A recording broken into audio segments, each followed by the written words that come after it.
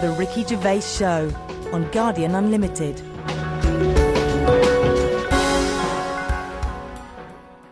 You're listening to Ricky Gervais with me, Stephen Merchant, and Carl Pilkington. Now, you probably know me from such works as The Office and Extras, Stephen being my co-writer and co-director on those things. For those people who are not so aware of Carl Pilkington, he was our producer, sort of given to us when we first started on XFM, and you're thinking, well, why are we doing a podcast? Why are we doing a podcast for no money? Is there no money? No. It's free, innit? It's free download. But this is what I'm here to answer. It's because I like to be in a room with Carl Pilkington. You know, like some people go and help sort of chimps. Do they? Yeah. Well, they go to the jungles and things. And help out little sort of endangered Diane species. Fossey or whatever. Exactly. You're very much the Diane Fossey of the Manchester scene. Of the little bald mank world. And Carl Pilkington is an ongoing experiment for me, because I've seen him blossom from an idiot into an imbecile.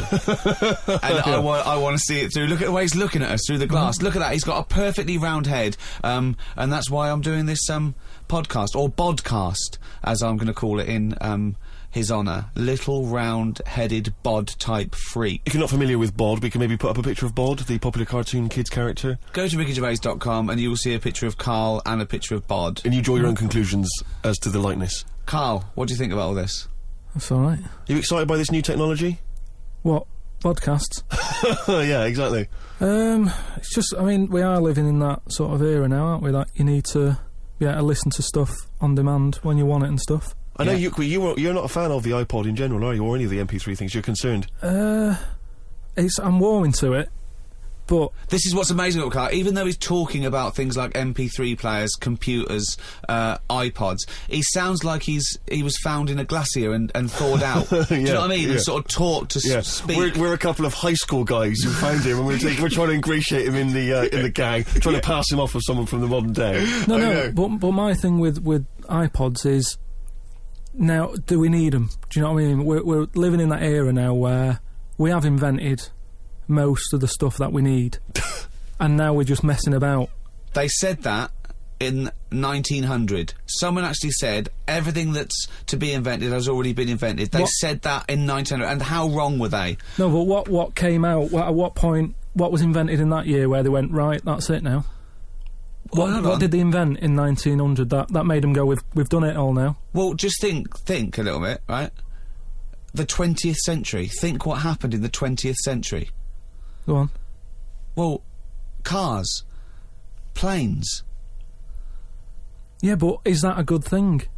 Planes and that. Do you need a plane, really? Wouldn't it have been better if we all stuck where we should be instead of travelling about?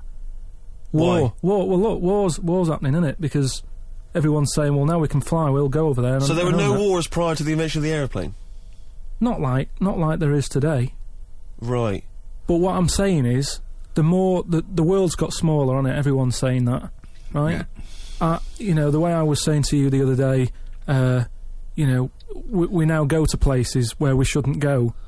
People go on holiday to places where you've got to have an injection before you go there. Yeah. Forget it then. That's a warning. Don't go there. I'm with you on that. I don't want to enter a country where I have to have an injection to stop me from dying while I'm in that country. Right, I totally agree with you on that. So what happened is, they invented the plane, and it's like, oh, let's go on holiday, and then they go, die now. Oh, well, you've got to invent something. Let's invent an injection. And then it's like, right, well, what else do we need to go to that place? There's a lot of faffing.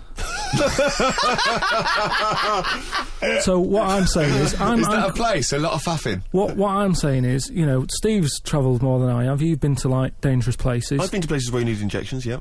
Yeah, but why? Because it's fascinating, isn't it? Don't you not believe in that idea of travel broadens the mind? It makes you experience other ways of life, other ways of thinking. It just enriches you as a human being. That's the whole reason people go travelling. But since the invention of the telly, you don't have to go that far to see it. You're absolutely right. So there you go, then. The telly was the 20th century, wasn't it? Yeah, it's pretty good. So where would you stop, then? You'd stop making stuff now? Stop inventing stuff right now? Or do you think we could carry on for another 5 years, see what comes up, and then just draw a line under it all? Well, again, we're just messing about, and but there's still things to do, isn't there? I mean, I know, I could throw things up, you can always get an answer about it, but, a cure for cancer, a cure for AIDS. Yeah, but should we mess with that? What do you mean? because there's too many people in the world as it is, isn't there? So that's a way of controlling it, so that, you know, like, look at London, right? It's overpopulated. Rent keeps going up because there's more and more people surviving, right? If you let them die, it's going to even itself out. See, I was saying to someone the other day about maybe we should look at, if we're going to invent something, right, forget, like, the traditional way of people having kids, right? The way they, you know, have it away and that. You know, What do you mean? What do you mean?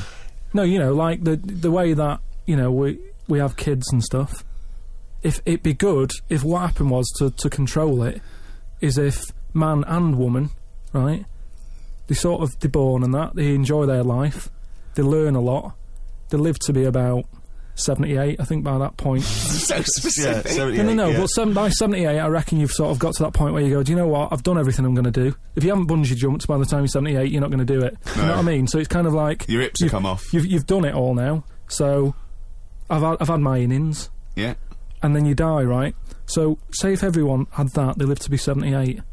But then, just as you die... They give you the bumps. You get... You have a little baby inside you, and as you die, your life carries on. Sorry. How is are this you- happening? Sorry, are you mental? No, but don't you think... I mean, what? I've never heard such drivel. You're saying that, but if Newton said it, you'd go, interesting. That's what annoys me. The point is, Carl, he never would. No, He'd what? never say it, that's the point. But if you never say it, I don't understand what you're talking about there. What? How was it? How is there a little baby in a 78-year-old? No, what I'm saying is it's like an apple, where the apple grows and it's got its little baby pips in it, and the apple goes and the seeds are planted and a new one's born. But that's what happens. But that is what reproduction is. Yeah, but I'm saying babies aren't being born left, right and centre. It's controlled, so that as someone dies, someone's born. But Carl, stop. Whose responsibility is Look, this? if you don't want to do it, we won't do it. But I'm is it just supposed to be nature? Has nature got to develop humans so that we act that way? We live that way? What I Or is this like- a scientific What experiment? I like, he said to you then, he said, look, if you don't want to do it, we don't need to do it. Like, if you were up for it, we'll sort it out. We can do that. We'll have a wit round so we can do the research. I just think at the end of the day we've got to do something. And is anyone keeping an eye on this and looking at what we can do next to control the population thing? It does my head in that I've got to live in London for work and what have you, and there's loads of people here, and, you know, forget going out on a Saturday night, it's too busy, and you can't move, and they keep... I mean, what annoys me about London So is... your solution is that 78-year-old women have little babies inside them, and as they slip away into death, the little babies... And how is that baby then Who looks raised? after Who the looks baby? after the baby? Because it's a pretty good system having a baby while you're young enough to look after that baby and make sure it lives to, you know, reproductive age itself. I mean, that system's been working for years. Nature's sort of sorted it out. Natural selection and evolution sort of makes that a good model. But wait a minute, nature. Pop that on hold, because Carl Pilkington's got an idea. Yeah. that's what it was, just an idea. Yeah, well, it was nonsense. But thank you for it. The worst ideas. I mean, it was the ramblings of someone you'd find by themselves in a hospital eating flies. Yeah. This is the sort of thing you find when, if they find maybe a pamphlet or a booklet written by a psychopath. You know, someone, just before they went on a rampage and then turned the gun on themselves, they go through their possessions and they find a book and it's got weird drawings, women with knives in their face, and this kind of In garbage. fact, I saw a similar sort of theory written out on a wall, but it was written in shit. Exactly. Yeah. No, all I'm saying is, I think it's, you know, when people die normally, everyone's fed up about it, aren't they, and a bit down. But if when you pass away, you go, oh, we're going to miss Gladys or whatever, but then there's this new life brought in, it's almost like a bad news, good But news. you're talking about it like someone could pick this idea up and run with it. Like you've given them enough information to do it. How is this possible? Where does she get the baby from? Why does it grow? Why grow it in Gladys's belly? Why not have it in a drawer? But what I'm saying ready is- to go, just add water. I mean... Who looks after son of Gladys? There is no theory here. There's no... it's the ramblings of a madman. What I'm saying is, though, the body's always changing, innit? From caveman to now, or whatever. In It's some changing. cases. And they're always finding out more and more. Like, I read the other day about how they're saying, do you know how, like, they say people have 6 senses? Yeah. There's loads more than that. Right, and there's this one... I say, show me that you've got one. No, right, and there's this one that's knocking about Go on. That what it is. Say if I'm in a pub, right, and I'm just doing a crossword or whatever. Unlikely, but go on. And there's some woman who's walked in, right, and she's staring at me. Yeah. I know she's looking at me, and I look up and I look round. She's looking at me, Right. and they're saying that's a new sense that they found out from, like, you know, doing tests and what have you. Yeah, it's rubbish. And they're saying okay. that's been around since like man and dinosaur was knocking about. But it could be, you know, peripheral vision. It could be a footstep stopped, and usually when someone's footsteps stop, they've stopped. No, they've because you're- explained I think it's safe to assume that, you know, that with your perfectly round head, people are always stopping and No, looking. but they explained I mean, it. you just know that there's probably going to be someone there if you look They right. said it's from the time when, like, caveman was, like, wandering about, and he'd go, hang on a minute, and he'd look round, there's a dinosaur there or whatever, and he'd Right, leg it. this is nonsense. It's One, not- I hate when people use the term when caveman was wandering round. Caveman and dinosaurs, oh, they used to live together, yeah. Oh, that's the same era. Yeah. What have you been watching? Raquel Welch? What do you mean? Well, what do you mean caveman wandering, knocking around with a dinosaur? You know, the Flintstones is only partly based on fact. Dinosaurs and man did not coexist. The dinosaurs had long gone before man arrived. Extinct. Kaput. You don't believe us? What, you don't believe because you've seen... Because you saw that film where they took pictures of lizards and magnified them and put them next to men in films so they looked like they were fighting. Yeah. No, but why couldn't that have happened? What is the film with Raquel Welch? A Million Years 10 BC. A million years BC or A something. Million Years BC. Brilliant. Yeah. Yeah. No, but She had a sort of woolly mammoth bikini. Fact. why wasn't the dinosaurs back then just like how we have dogs now, in a way? He's watching the Flintstones. He's watching the Flintstones. He's thinking of the Flintstones. Yeah. That's what he's when thinking. he puts out the saber-toothed tiger, Yeah, and then yeah. Dido And he mixes his concrete in a pelican. Yeah. Yeah. I just think that there must have been a crossover point. Why? Why did you say that? Why do you think there must have been There a must crossover have point? been. Because if nothing was knocking about at any point, how did anything carry on? I know. Exactly. Why didn't Hitler meet Nero? It's weird, isn't it? There must have been a crossover. They must have met somewhere. They must have met at a party somewhere. They mixed in similar circles. Yeah. Well, I mean, are you telling me that Ken Dodd has never met Genghis Khan? They must have bumped into... I can't believe it. Forget it. Oh. You're listening to Ricky Gervais with Stephen Merchant and Carl Pilkington. Coming up after the ads, Monkey News. What ads? No ads, no? No, we're not. There's nothing here. There's no records. We just got to keep on talking. Okay. Which is not. We could do our own ads. Okay. Bring tea for the Tillerman, steak for the sun.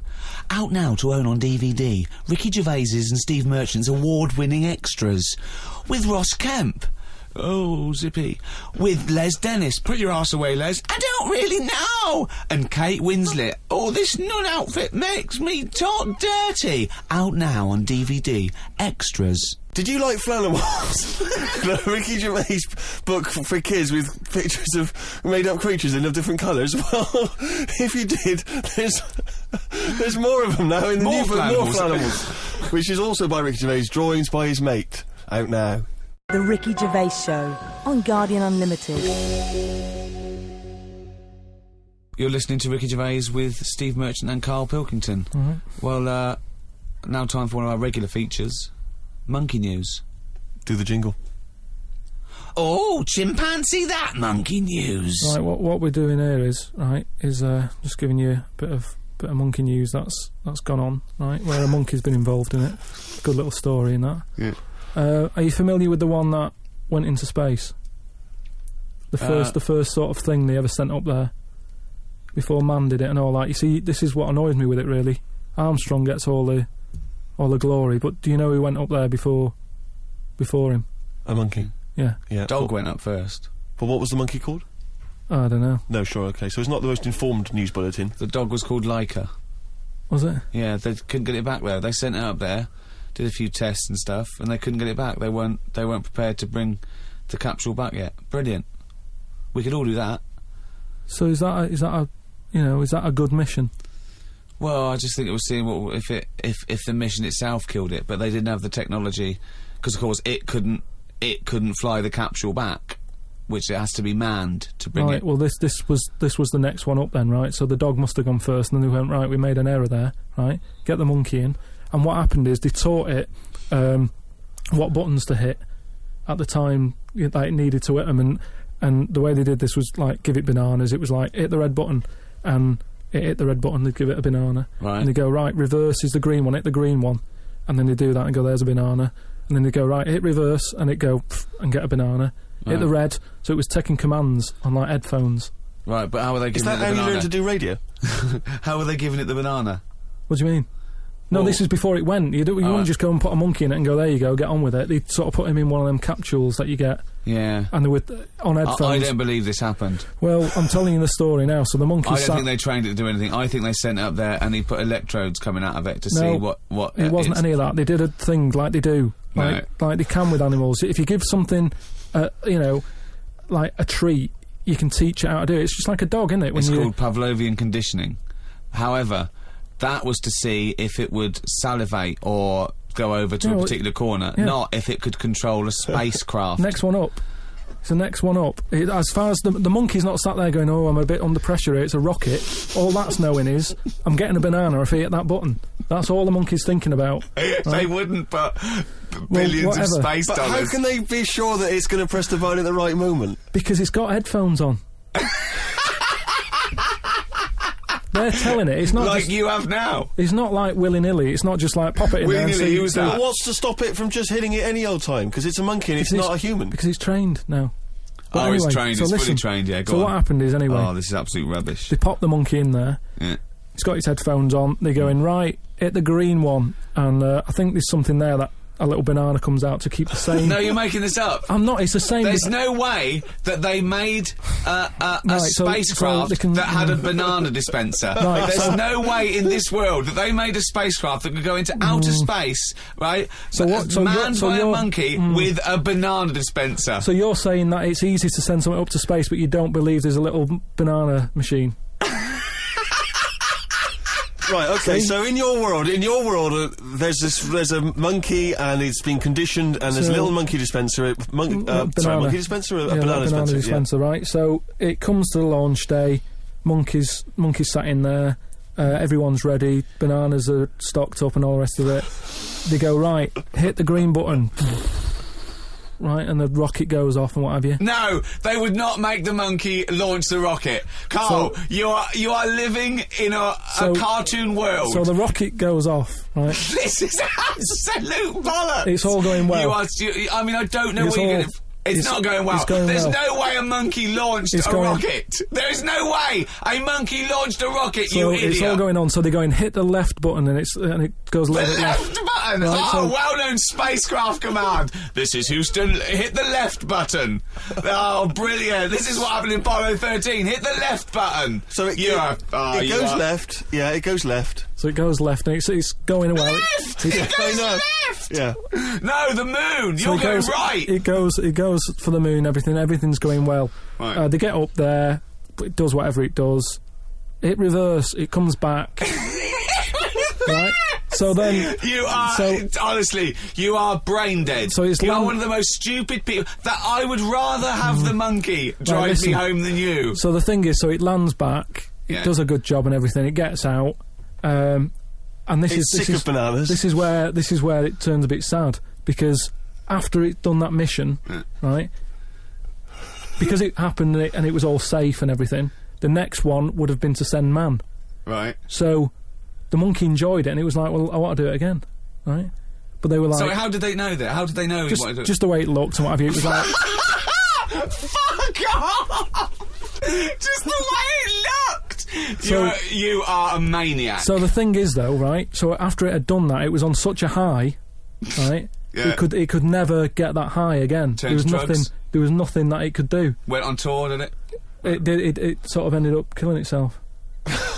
Because it could never get that buzz that it Right, got. that was absolute bollocks. None of that is true, except they sent a monkey into space, and I'll check that. Absolute drivel. So in your mind, it committed suicide. It went on a crazy bender, drinking drugs and women. And like then, it does happen. You and then hear it was about found it. in you a hear about motel it. room.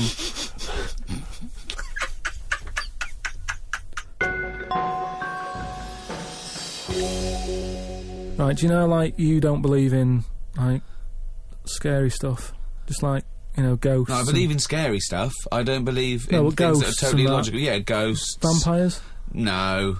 Anything made up by man. Well, there Anything... was something in the paper the other day about a vampire, how they found one. They dug something up. It was in the paper? And, oh, it's true then. It's definitely true. But we'll leave that, true, because you're just going to do that, so it doesn't matter. No, come on. No, go on, quickly, tell us. Come on. You No, found it's just that they found a body in a coffin with a bit weird. of wood through its heart and a knife in its mouth. But if you don't believe it, it was then a what's the vampire point? pirate. Well, It was a vampire pirate. But that's definitely proof of a vampire then, and of course, and not some grotesque murder.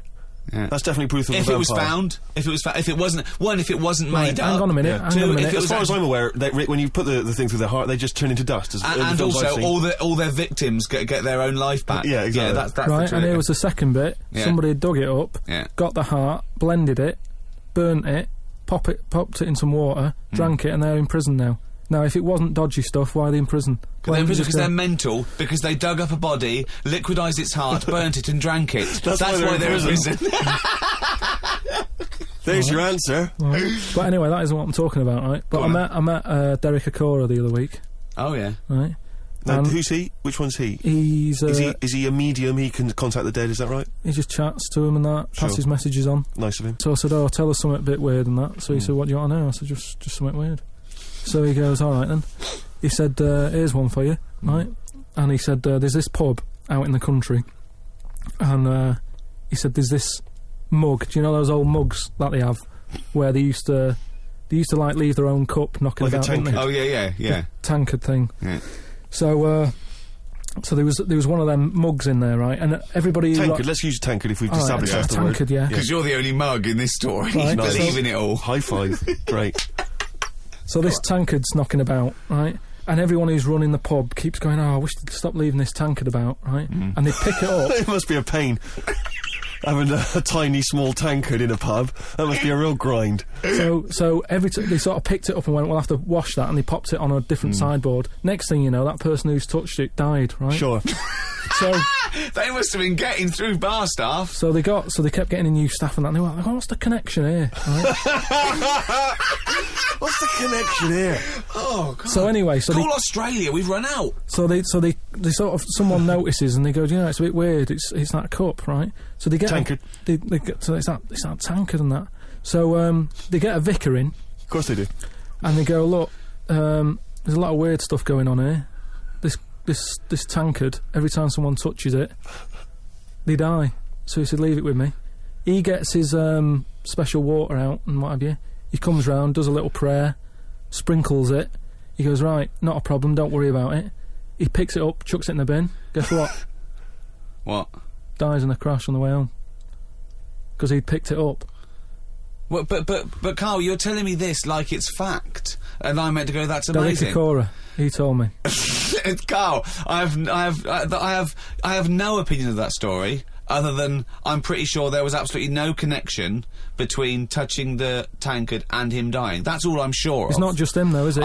I'm not going to even contest the chain of events. All I'm saying is there is no connection. There is no connection possible because I believe in logic and the laws of the universe. So when you're telling me miracles and strange things outside coincidence, you may as well be telling me about the Tooth Fairy and the Easter Bunny, because they're equal to me. That it's ludicrous. It's absolutely ludicrous. So what would it take, though, for you to go, "Oh, I'm actually a believer now"? But what you're saying is you're I can't answer that question because I'd have to base my beliefs on some of your premises, which I can't do. It's like you saying, "But what if you found out that 2 and 2 equaled 5?"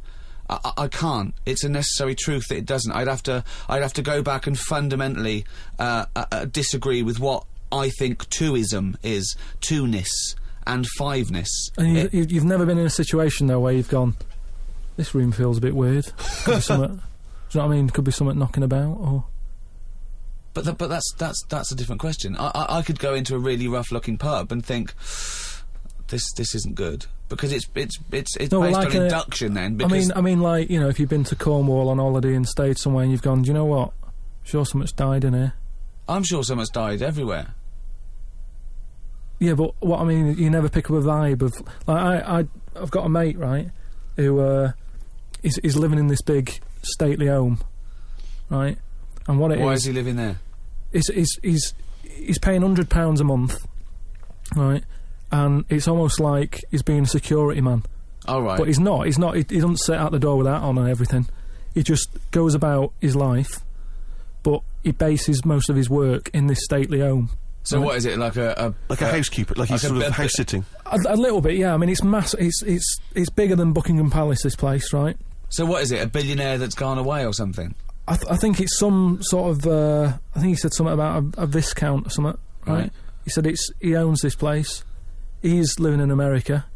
This place he owns, but it's falling to bits. Wow. And he's worried that people are going to go in there and squat and what have you.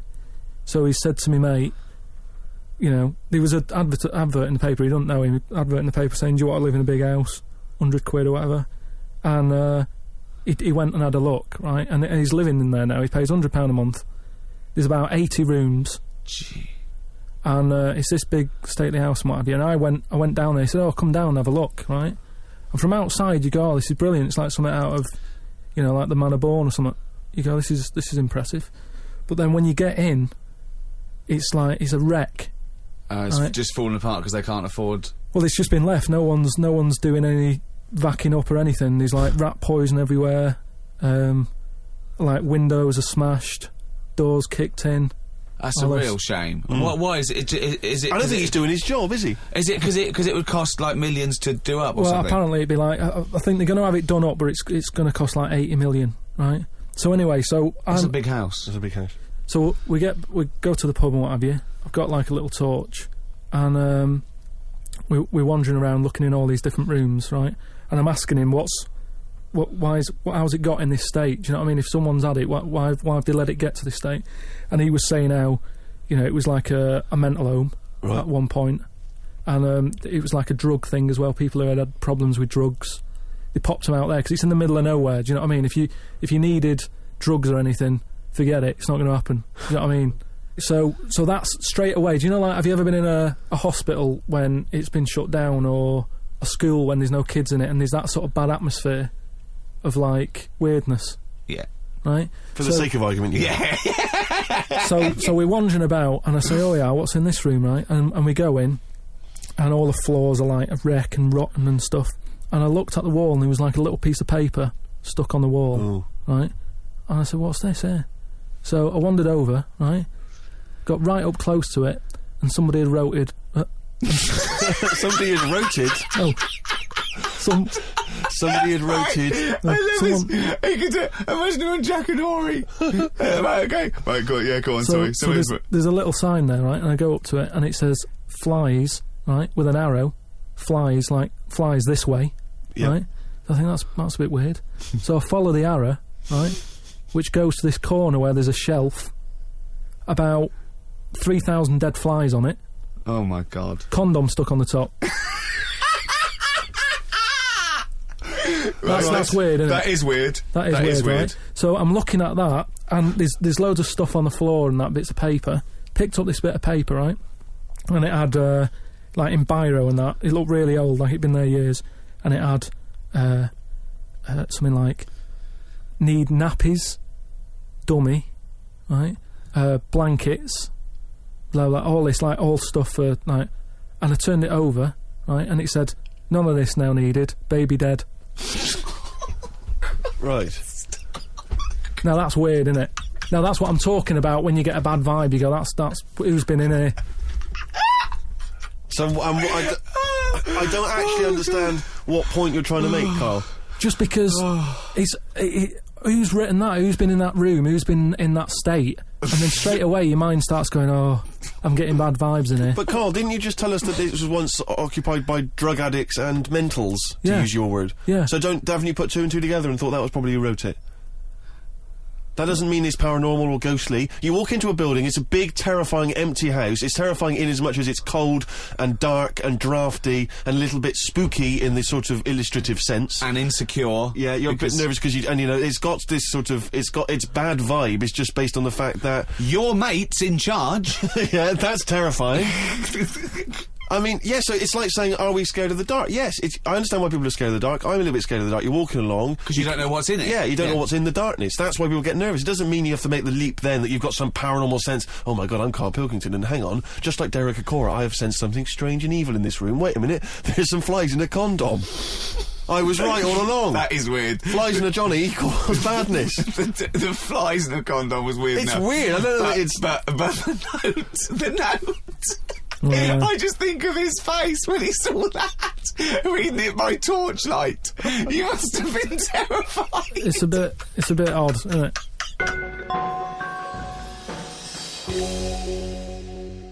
Thank you very much indeed for listening. If you'd like to get in touch with us, either myself or Ricky, or you've got something to send to Carl, then you can email us at podcast@rickygervais.com.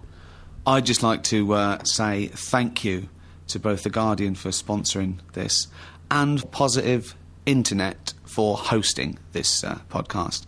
Both great. The guys at Positive Internet know exactly what they're doing. They're my kind of people, as is The Guardian. You weren't contractually obliged to say that, were you? It just sounded... No, it's what I think. Just what I think. Right. It's just I've not heard you mention either of them before in that way. It just sounded a little... Oh, you're joking. I both love The Guardian and Positive Internet. Great guys. Okay, that's just the way you feel, it's not... Yeah. Yeah. The Ricky Gervais Show on Guardian Unlimited.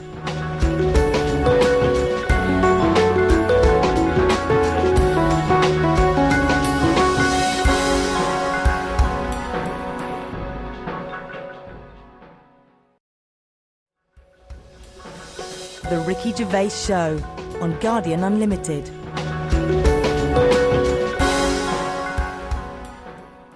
Hello, welcome to another podcast of The Ricky Gervais Show with me, Ricky Gervais, Steve Merchant. Hello. All right. And, of course, Carl Pilkington. Right. Rick, you'll be pleased to know we've already had some responses. You remember last week I mentioned that you can email us on podcast@rickygervais.com if you've got anything for Carl or you or I. And Simon and Mark have already emailed us in this link to something that was on the BBC News website. I don't know if you're familiar with this, but it's a remarkable story. Well, I'll give you the headline straight away, and you can draw your own conclusion. Lion mutilates 42 midgets in Cambodian ring fight. That's just the headline. That's a hell of a headline. That makes me want to know more about the story. Well, that's what a headline should do. I mean, I think we'd all read the news. We'd all take more interest in the news if they could open the BBC News at 6 o'clock every night. Bong. Lion mutilates 42 midgets in Cambodian ring fight. Bong. We'd definitely pay more attention. So this is the story. It's just extraordinary. Spectators cheered as entire Cambodian midget fighting league squared off against African lion. Now, I didn't even know there was a Cambodian midget fighting league. You're an ignoramus. Everyone, of course, has heard of the CMFL, which is genuinely what it's known as in Cambodia. Now, like you, I don't know who the Cambodian midget fighting league are normally fighting. I don't know what tournaments... I assume it's each other. Well, I assume each other. It's midget fighting, then? Yeah, well, let me just give you more information, and then we can dissect it afterwards. Tickets had been sold out 3 weeks before the much-anticipated fight. The fight was organised when an angry fan contested Yang Shamoni, president of the CMFL, claiming that one lion could defeat his entire league of 42 fighters. So this bloke is going to the president and going, I reckon a lion could get all your midgets. I reckon he could destroy all of your 42 midget fighters. Now, apparently, Shamoni, the president of the CMFL, he takes great pride in the league, and he's conveyed in a recent advertising campaign that his midgets will take on anything, man, beast, or machine. Now, I don't know what kind of machine, again, midgets are fighting. But don't the midgets have a say in a this? washing machine. I don't know. The midgets going, all right, keep it down. No, they won't fight anything. Well, we won't fight anything. We'll fight each other. We're sort of like equally matched. You'll fight a beast or a machine. No. I'll fight another midget. I will fight any midget. Is what. When I said I'll take on anything, I meant another midget. Machines. So this bloke goes, I reckon a lion could take on your midgets. He goes, rubbish. Yes. And that is why an African lion was shipped in especially for the event, which took place a couple of Saturdays ago, in the city's Colosseum. I mean, they've got a Colosseum, Rick, which is already brilliant. So hold on, this is sanctioned by the city? Well, the Cambodian government allowed the fight to take place under the condition that they receive a 50% commission on each ticket sold, and that no cameras would be allowed in the arena. We'll take 50%, but for dignity's sake, there's no cameers. We don't want to make this into a spectacle. Yeah. No. It's just lion versus midget, but exactly. Well, 42. Never forget there was 42 midgets. Now this is the tragedy element, and this is why we shouldn't be laughing, because the fight was ended. Don't tell me the lion gets hurt. Well, the fight was ended, Rick, after only 12 minutes, after which 28 of the midget fighters were declared dead. Right. While the other 14 suffered severe injuries, including broken bones, lost limbs, and they were basically unable to fight. But the anymore. lion wasn't hurt. It would have seemed that the lion was okay. Oh, good. Because the lion had no choice in this. No. See, that's I love it when a human takes on a beast and comes unstuck. Because that lion was scared and defending itself. Those little midgets were loving it. They wanted to go in. What do you mean they were loving it? You don't know that. Well, why would they do it? Well, what I find out... Well, I worried, you see. I don't know the ins and outs of this. I wonder if they were fighting against their will. I got the horrible feeling, because with all due respect to any midgets listening, they must be fairly easy to round up. You could probably corral some midgets fairly easily. You know, you only need some regular full-size people, and it'd be easy to grab some midgets and take them away, whisk them away, put them in a cage. No, because... No, because they don't. Because a lot of them stand on each other's shoulders and wear a long coat. Sure, but... And a hat, and you go, oh, that's not a midget. No, Let him go. Well, those ones are getting away with it. They're fine. They're wandering around, you know, fine. Because who's voluntarily going to join the Cambodian Midget Fighting League? But midgets who want a bit of action, who want to fight other midgets. They're allowed, they want to fight. They can't get in real boxing matches because the fellas are too big for them. But they can go, well, I'll tell you what, let's have our own little fighting league, right? But if I was on the Cambodian Midget Fighting League, I'd be livid. I'd be thinking to myself, well, I can't believe I listened to my agent and he's put me up fighting a lion. I mean, I should have just taken Panto in Grimsby. I can't believe that I can't believe it. But hold on, though. I thought are they all really midgets, or are they lumping in dwarves with them? It's not specified, Rick, but... But that annoys me when people say, oh, look at these midgets, and I go, hold on, though, they're making up the numbers with a couple of dwarves there. That's clearly only 39 midgets and 3 dwarves. Sure. Well, that's amazing. Carl, what are your thoughts instantly? I mean, you're bound to have a take on that. Whose side am I meant to be on there? What? Well, I'd be on the lion side. I'd never go to a bullfight, but I love it when I see a matador gored to death. Because, again, the bull doesn't want to get in that ring and fight a bloke with swords, okay? So I love it. I think it's disgusting. And when someone says a midget versus lion, I'm thinking, well, it's okay if the lion wins, to be honest, because they haven't got a choice. So, and I hate it when people go, oh, I went to a bullfight when I was in Spain, but it's the tradition, isn't it? Oh, well, there's loads of traditions that we don't adhere to anymore. So I say it shouldn't have happened, of course, but if it happens, I'm glad the lion isn't hurt. See, what's annoying me is I've sent money to Cambodia because apparently they're hungry and haven't got any energy. So what's going on? Well, it's much easier to fill up a midget than it is a regular Cambodian. You know, they're I just happy feel on like a Mars I'm bar. being cheated a bit. You were conned before with a charity, weren't you? Well, a few times, yeah. What about the old lady? What was that? I got stopped, and it's like they sort of drag you in by saying, "Have you got a gran?" And I said, "No, they died," and that. It's like, "Oh, did they die of the cold?" No, she's, ill. What have you? Just old age. He said, "Well, what happens with a lot of people's grans is they die in the cold, right?" So I was like, "Oh, that's bad, isn't it?" Anyway, so she's chatting and she's showing me pictures of these old women who look cold, right? Saying, "Look at her, that's Edna. She's got no family. She can't pay the bills and all that." Yeah. So I'm like, "Oh yeah." Anyway, it goes on for about 15 minutes, and you feel bad. You give them your bank details, right? And what happens is every couple of months you get a letter from Edna. Well, it's not from her; it's typed up and what have you. But there's a picture of Edna, right? And it's saying, "Oh, this December, Edna's going to be extra cold. It's cold outside. She can't afford to pay the heat and what have you." Yeah. Keep going, right? So you keep paying every month like £5, whatever. Get another letter a few months later, right? Edna's sat there. She's got a tan. What do you mean she's got a tan? Well, when they said, she's cold, I thought they meant for the heating, not to send her on holiday for a month. She sat there with a tan. I'm not joking. Are you sure it wasn't just a sort of a slight problem in the printing? No, definitely. Sure, she looked well happy. Sure, it wasn't liver failure. This is a terrible thing to say, but when I see those people approaching now with the clipboards on the street, I always get my mobile phone out and pretend to have a conversation. I've done that one. The number of fake conversations I've had walking past them now. Well, I felt sorry for them, right? Because I thought, to be fair, I've got about 10 standing orders where I felt sorry for them in court. Right? I thought they're doing a good deed. The least I can do. I find out they're on about £8 an hour. Are they? Yeah. They're not just doing it out of the kindness of their hearts. Well, I don't want to. I thought they were volunteers. I thought that was at least why I should feel guilty. If they're getting paid to do it. I don't know, I could be wrong. I think they do. What? I've heard they get paid and that. Well, if someone knows, maybe email us. podcast@rickygervais.com is how you can get in touch with us. If you know if these guys are getting fleecing us twice.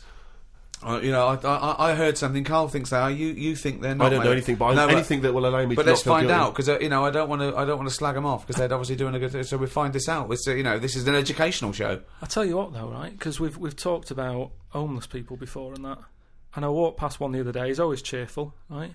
But don't you think, right? If you had a company, it's worth taking them on, because they never have a lie in. Brilliant.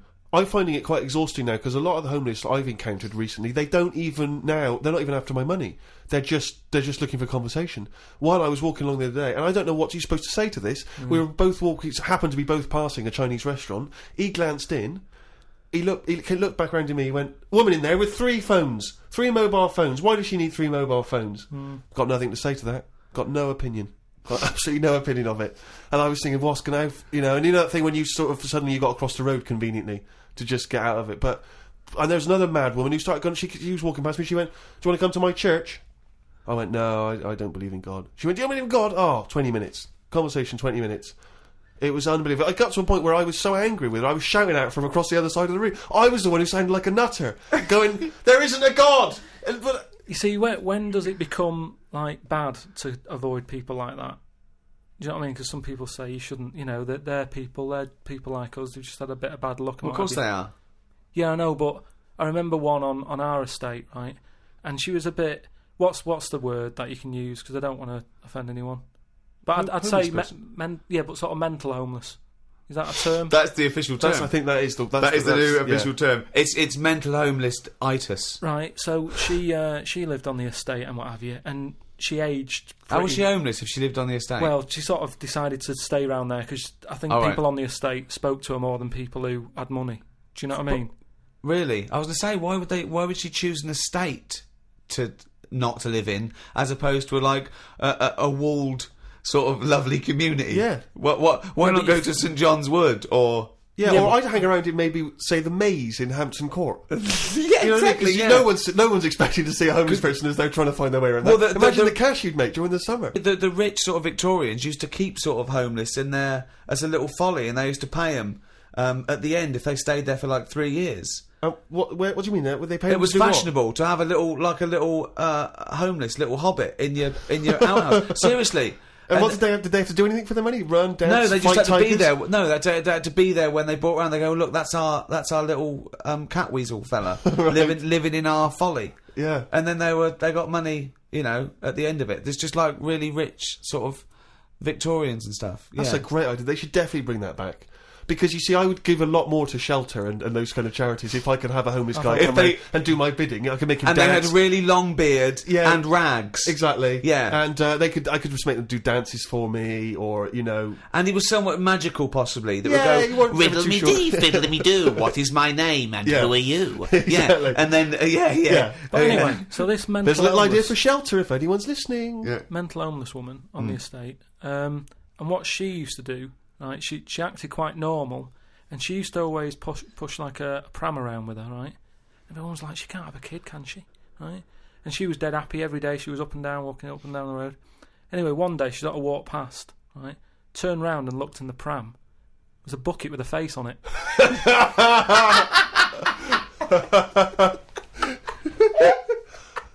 The Ricky Gervais Show on Guardian Unlimited. Rick, we've had an email here from a bloke. I think you're going to respect him, because I think you can tell straight away from his name that he's the kind of guy you'd want to hang out with. Go on. I know how much you love fun people. Yeah. Well, Paul, and he's calling himself this, Paul the Party Animal Parker. He's emailed in. He's given himself that moniker. Right, I assume they're in sort of quote marks, they're are they? in speech marks, yeah. Paul Brilliant. the Party Animal Parker. And he's calling himself that. Yeah. That I can't wait. So when you picture him, what are you thinking? Millhouse. Right, okay. I think he looks like Millhouse from The Simpsons. Yeah. He's working in sort of an IT department, maybe? Yeah, for a possibly. large organisation? I think he might still be at school. Okay, right, yeah. Yeah, I think. And this is the vital question. Do you believe him to be a party animal? I believe him to be a party animal is as much as a man with a long scarf that his mum knitted him to look like Doctor Who can be a party animal, yes. Do you think that when people are organising parties at his school, they're thinking the first person they got to get on the list and make sure he's guaranteed You've got to take Paul the party animal. Because I bet he's got millions of affectations. I bet he wants to be known as the one that carries around a biscuit tin. Yeah. You know, he's got the scarf. He's the guy who only ever wears bowling shoes. It's his thing. It's his thing. He's a little bit kooky, it's his thing. But thank you very much indeed for your contribution. And it is fairly interesting what he sent in. He's found this on the web. I don't know why he's felt an affinity with this particular inventor. But anyway, there's a Serbian man, who has invented a sex machine for women. And he's appealing to Western women to test his device. He's from a town in, as I say, in Serbia. I guess Serbia? I guess that's right. Is that right? Well, I don't know. What does it say? Well, it says a Serbian man, but is it called Serbia? Yeah. Yeah. What was all the Croatia-Serbia thing? Well, it doesn't matter now, does it? Okay. It doesn't matter now. It does to them. Otherwise they fought for nothing. What the hell do we know about world events? I mean, how long did that go on for? Months, I don't know. wasn't it? If they're inventing new countries, they can't expect me to keep up with current trends, can we? Anyway, this Serbian man has invented a sex machine for women, and he can't find any Serbian women to try it out, so he's looking now for Western women. He's taken out a patent on the ultimate sex machine. It runs on a 390-volt electric engine, simulates sex, and has a 7.5-inch artificial penis. He said, "My sex machine has an artificial penis that can make up to 180 moves in a minute." Now, I don't even know what that means. 180 moves? What? I mean, there's only really... Well, in and out, I imagine. It's largely the function, unless I've been doing it what wrong. He's all done. these months. What he's done is he's put a dildo on a Black & Decker. A man can only manage the intensity of movement for about 5 seconds normally, but this machine can do it for as long as the woman wants. But anyway, so he's looking for a woman who will test this out. But what I love, as soon as I read this, I was thinking, just imagining there going, "Oh, thanks for coming in, yeah, okay." So there's what's going to happen is there's a penis that's going to pop out from here, and it's going to have sex with you. I'm going to stand behind the machine. I've got to stand behind here. There's a lot of dials and stuff. I don't want to bore you with. Well, why do you have to stand behind it? Just I can't. It's technical stuff, but I got to be behind the machine. But there's no penis on the robot at the moment. It's just a hole. Don't worry. What'll happen is I'll switch the machine on. I'll go behind, and then a penis will appear. Will it be like a metal-looking penis? It will be a robotic penis, but it will seem like it's a regular fleshy human penis. So you're gonna So you're gonna go behind this robot, go behind the machine, disappear, yep. And then a fleshy-looking penis is will appear through the hole when I switch the machine on. Okay, and that'll be the real robotic penis. But you won't see me for the duration of your sexual encounter. So you've made this sort of like robotic penis look really realistic. It's really realistic. You will not be able to tell the difference between, say, the robot one and mine, for instance. I don't want to see yours. No, there's absolutely not. Because I've not come around here to have sex with a person. I know, you've come around to test the machine. Yeah, that is exactly what you're going to get. Okay, a piece of mechanical action. But what I know is the idea that on the front, maybe he's painted a picture of a robot's face. Yeah. And then when the machine begins, rather like in one of those horror houses, like a kind of mansion in a spooky film, the eyes of the painting, they'll move. And the real eyes will appear, just staring out. But I don't think I can have sex with this machine unless you're actually in the room, just in case anything goes wrong. No. Don't worry, I'll be behind the machine, it'll be fine. It'll be safe, not a problem. Okay. But anyway, so yeah, Paul the Party Animal Parker sent that in, and knowing him, there'll be plenty more coming like that in future weeks. Carl, what do you think about that? The machines and that. Yeah. Well, they've always been sort of. I mean, to a lot of people, sex is important, isn't it? You know what I mean? Not to you. Well, it serves a purpose. What purpose? No. Because you don't want to have kids, so what purpose? Just something to do in the evening. Something to do, innit? When the telly's broke. But for years, like they've found stuff, haven't they? Machines from like Roman times that similar to that setup. No machines in Roman times. Like that though, the old sort of knob on a stick machine thing. The old Roman knob on a stick. I'm sorry, but I watch Time Team every week, and Tony Robinson has never done an old knob on a stick machine. I just think of Julius Caesar sitting down and go, "Okay, aqueduct, we love that. Thanks for that. Straight roads, good idea. We can see the enemy coming. What have you got there? Well, I'm glad you've asked. Ploncticus. What have you got there? Wanklicus. What I've got here is a Yodi knob. And I've put that on the end of a stick. Oh, Stickus phallus. Okay, well done, Wanklicus. No. Well done. You are my new right-hand man, as they say. No, excellent. But they do stuff like that. You've been in the London Museum and that, and they've got sort of sex stuff from years ago. They've got like these metal pants that they used to wear. I don't know what that is. Metal pants? Yeah, sort of Is metal. that a chastity belt, you mean? They used to make women wear them so that they could... When- They had them for blokes as well, though. Metal pants for blokes. Yeah, Why? just- So he had little lots. So if he was away, he couldn't play away from home, and if he was away, she popped on a little. No, I just think they sort of like sexy metal pants. What? Oh, I don't know what you mean. What with are you sexy talking metal about? pants. Well, they'll have to look because I haven't got it in front of me. It's just something I remember seeing, some sort of sexy metal pants that they used to wear. But what are you saying? Sexy metal Carl, pants? they that always was had not to British Museum, that was Soho. No, what I mean That was is Old Compton Street. You were looking they in the always shop had to window. be ready for like battle and that, but these were a little bit sexy but protective at the same time. I love that. Right, I'll have to look into I love it. the I'll idea have to- that that's all you remember from the British Museum. So Lancelot, are you ready to face the Black Knight? Yeah. What do you think of these? Huh? What do you think of these? Well, I don't really care. Just I just want to look good on the battlefield. Well, they're both protective. Will there and- be women watching, cheering us on? Well, you're not going to fight like that, are you? What about all your I'm going to wear nothing except these sexy metal pants. But what about your chest is exposed? no, You know, well, it's a good chest. I'll be working out. yeah, I know. But what I mean is, you want metal I've all actually over. been lifting up the round table every week. I just work out, do that about 4 times a day. But that machine, right? Why did it have to be a woman, or could they have got a little gay fella in? I Let don't me know. just check. It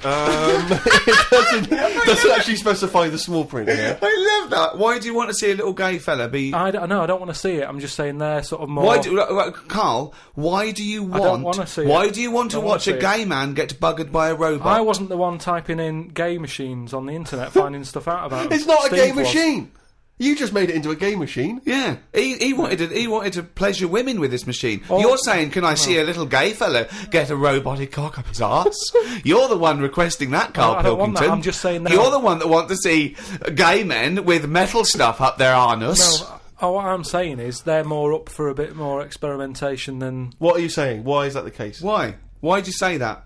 No, just they just butt plugs and that. I mean, what I'm saying is. What, you can't just say butt plugs and that. I'm just saying that I reckon they'd be up for it. What do you know That's about I'm butt saying. plugs? I don't know anything about them. I just remember seeing an advert for some once in a sex shop. What are you doing? What are you doing? No, I wasn't. I was just walking past. I was walking past the sex shop and that, and Your you know, eyes you're sort of glancing, looking. glistening. Why were you walking past a sex shop? Just because I was on the way to work and that, and I passed one, and there was a little sort of one. It was open early, which I never understood. Right, it was about 8 o'clock in the morning. Right, and I Who's thought, rushing out for butt plugs that early in the who morning, needs them now? Right, but I I sort must of get had a bagel and some poppers on the way to work. But I walked past it, and it had like a little post-it note or postcard type thing, and it was like, pop in now, buy an item, chuck in some free butt plugs.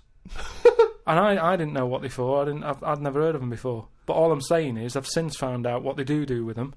What And do if they they do with them? do that with them, then Yeah. give them a go on that.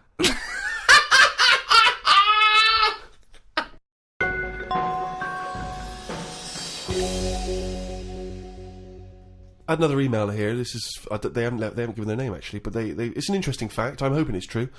America's first nudist organisation apparently was founded in 1929 by 3 men. Now, what intrigued me when I read that is the fact that it's clearly 3 blokes just trying to meet some nude women. They're all 52, balding, Exactly. with little sort of those gold-rimmed glasses. Yeah.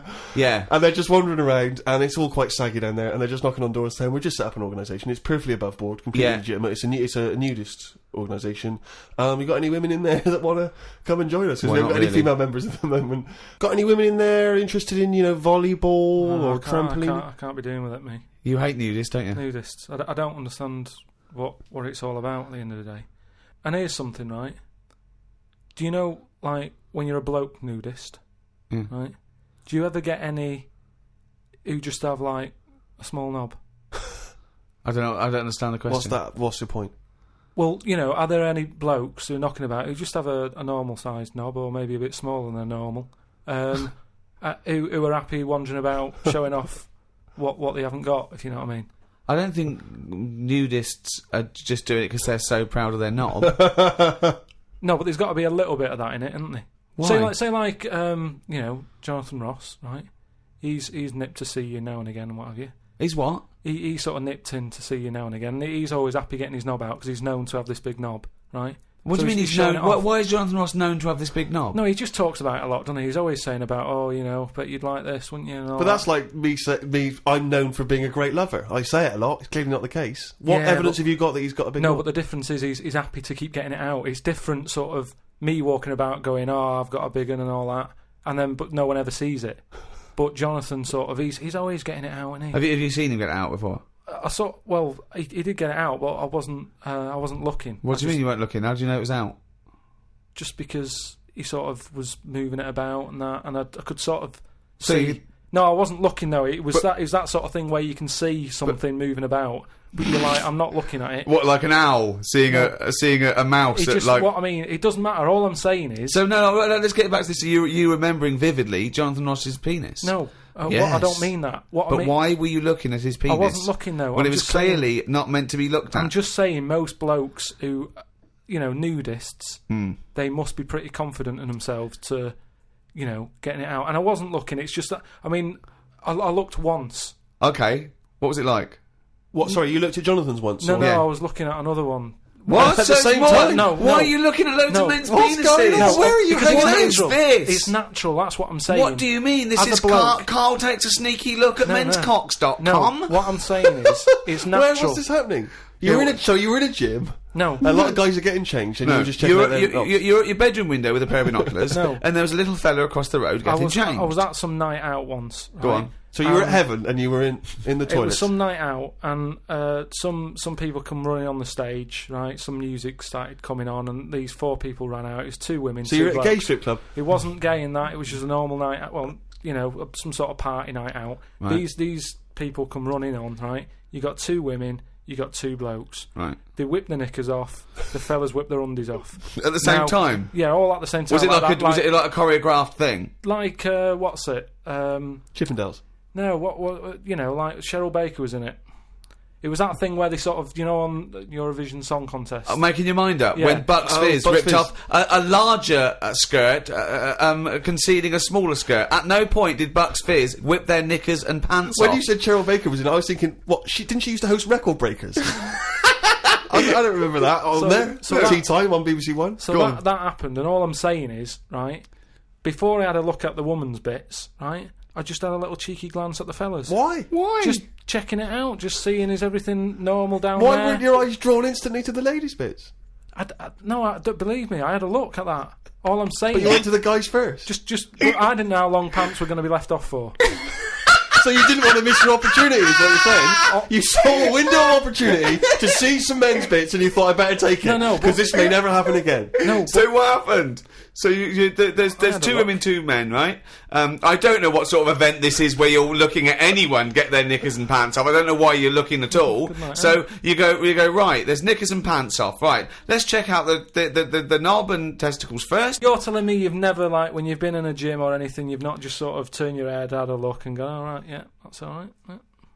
Yeah. Sorry, let's just get this question right. Have we ever been in a gym and just taken a sneaky glance at a man's genitals?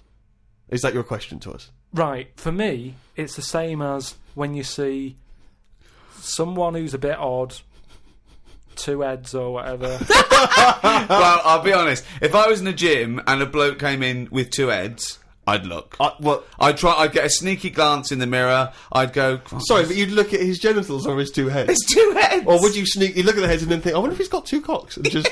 I'd have to have a look there.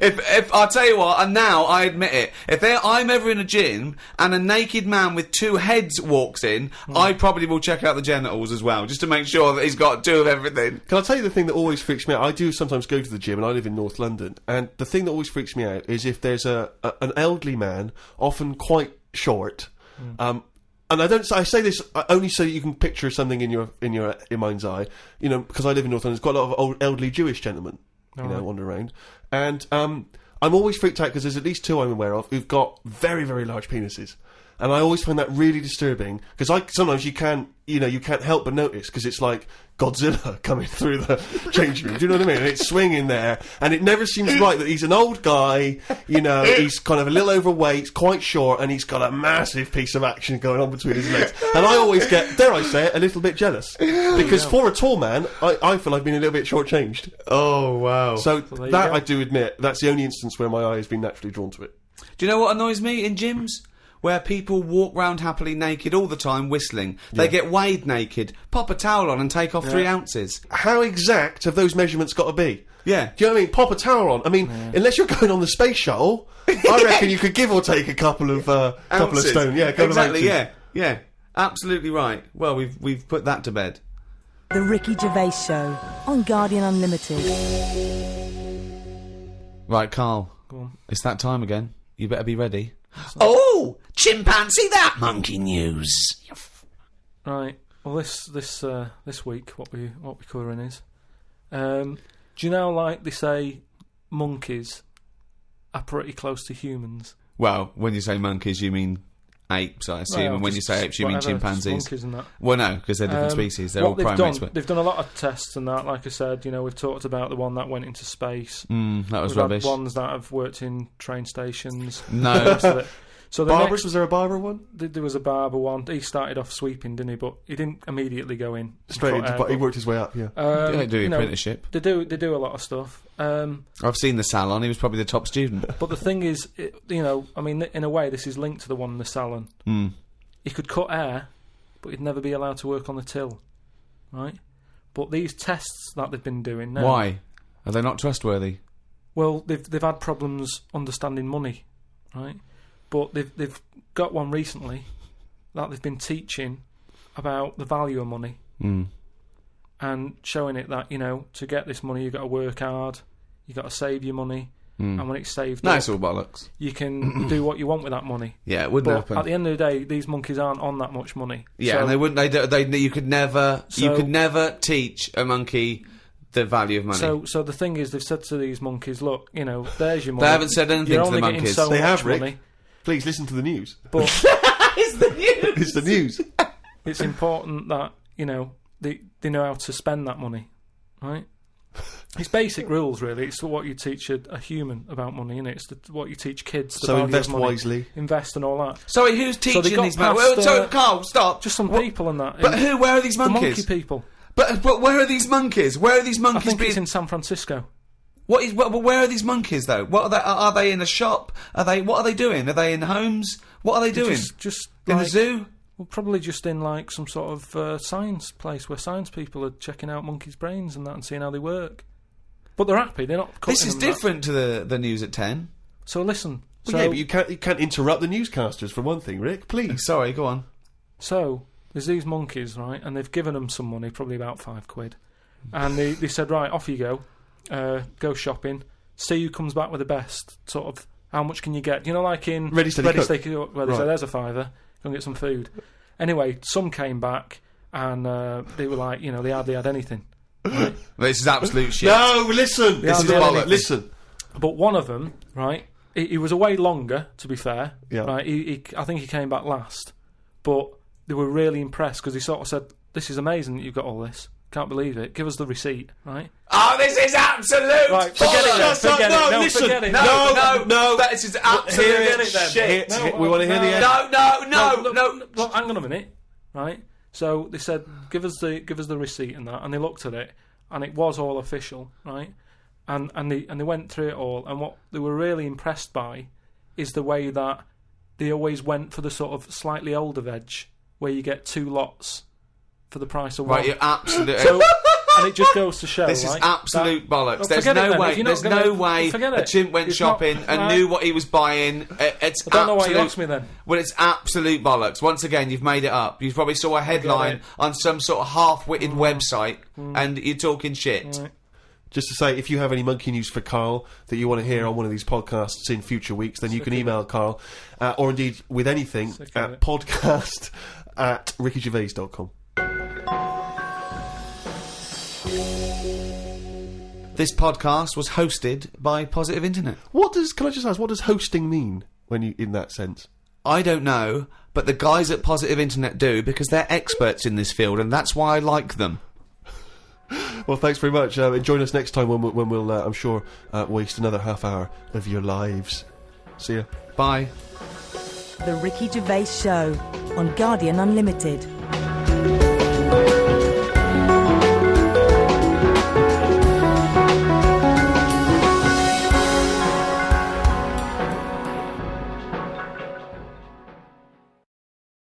Let's do a couple of openings.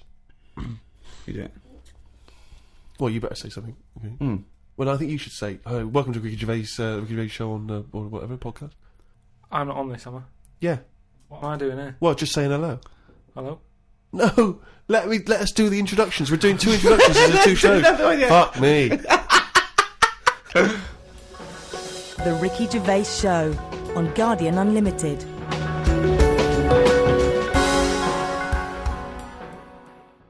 Right, welcome again to the Ricky Gervais Show on this Guardian podcast with me, Ricky Gervais, Steve Merchant, and Hello of course, hello there, Thanks. and of course our producer Carl Pilkington. Right. Carl, can I ask you a question? Go on. I know this is what a lot of the fans are already wondering. Is there going to be some monkey news today? There's got to be, Of course there is. Yeah? yeah. That's All right. a question. Well, I don't want... I'm worried because maybe this will steal your thunder. But Sarah Greer has emailed this in, once again, emailed to podcast@rickygervais.com. Chimp mauling under investigation. I know you're concerned, because this actually fuses 2 of our greatest features, Monkey News and Knob News, into one seamless whole. Oh. Investigators said they are trying to figure out how 2 chimpanzees that viciously attacked a visitor at an animal sanctuary escaped from their cage. This is the grim bit. The chimps chewed off a man's nose and severely mauled his genitals and limbs. Why did they go for his genitals? Both of them did as well. Eh? Both of them. Did you say 2 chimps? No, you're right, yeah, it was chimpanzees too. Yeah. Yeah, I don't know if See, both which of them one went, did it? they just saw that they're dangling away and they You just go went, for the nose? Yeah. I go for his bollocks. And Now, then what accent have they got there? I those don't chimps? know. Were they kind of New York gangster chimps? They're like soprano chimps. What happened to him anyway?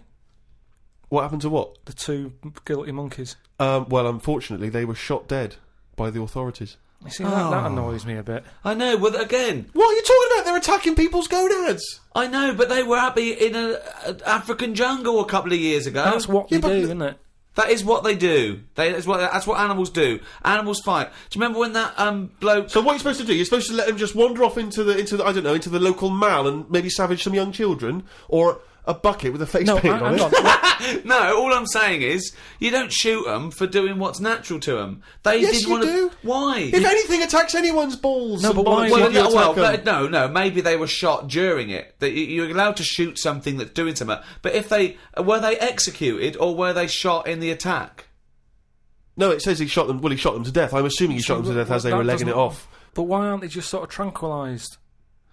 Where was Why this? have Was I this in been a zoo? accused like it was my fault? Just because I happen to be reading Sarah Greer, who emailed it in, the one who should be getting a It bollock just in. annoys me how one way it's kind of like, you know, we're trying to save the pandas, and then the next day someone's shooting them or whatever. I know it's not a panda, but all I'm saying So is it's double therefore, the standards. whole argument falls apart. But go on. No, but what I'm saying is, what would happen? I've talked about this before about St. George killed the last dragon, right? No, it didn't exist. It's the same thing though. No, there's never been any dragons. No. It's a mythical creature. Well, you don't By know mythical, that. it means we made this up, like the unicorn. I don't even understand. What was your point about the dragon? What's that got to do with Because this? I'm saying out, like, why is it alright to be going around, going mental with a gun, shooting all the monkeys and killing them? Because one day we're going to run out.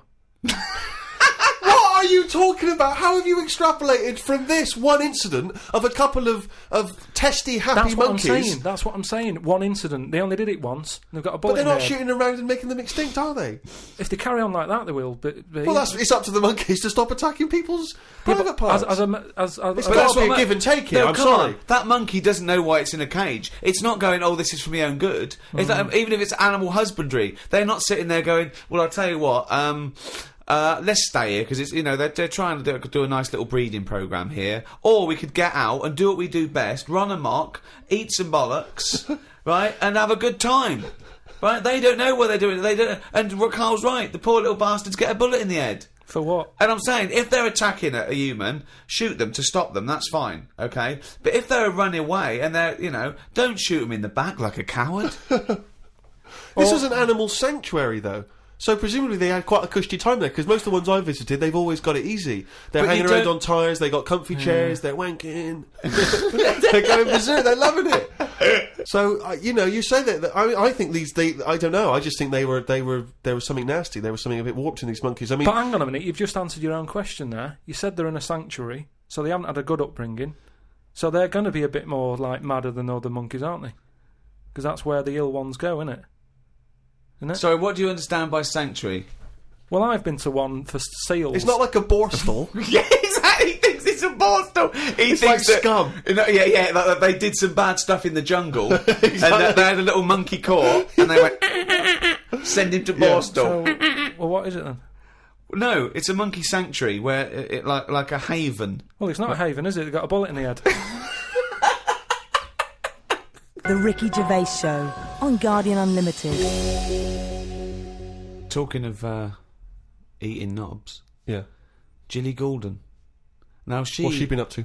Well, you saw it in I'm a Celebrity, Get Me Out of Here. I haven't been watching it. She popped a little kangaroo knob in the mouth, chewed it up. What, she just found it? Did she line around? No, it was one of the things that she had to eat. It was one of the challenges. Carol Thatcher, a daughter of one of our leaders. Sure. She popped a couple of bollocks in the mouth, chewed them up, swallowed them. Oh.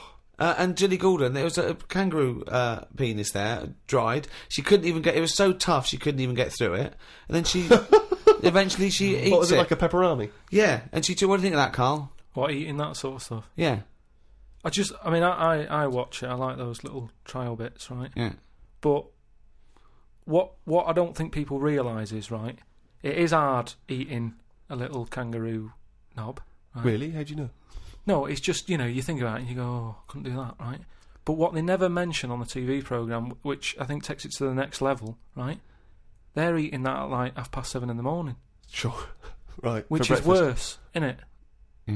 Do you know what I mean? If I was there and Ant and Dec said, right, Carl, eat the knob, I'd go, hang on a minute, give us a few hours, let me get some rice and that on my belly, and just sort of fill me up a little bit more. I'll pop back at about 6:30 this evening. Right. Have it ready. And I'd be happier then. It's just that thing of, you don't want to eat animal genitals on an empty stomach. So what are you saying? You could I'm saying I could eat a knob at night, but just cut that there. We'll loop that. If any DJs are listening, just take that quote. I could eat a knob at night by Carl Pilkington. Maybe do a dance remix. Yeah, maybe you're sort of a house producer and you could maybe get some kind of high energy beat going, and then we could just send that out to some of the gay clubs. I'm sure it'd be really popular. Please, anyone send us that looped with a nice little funky house beat. Carl Pilkington saying I could eat a knob at night. No, but do you know what I mean though? By that. Not really. Well, okay then, right. Okay. Now, I couldn't do it.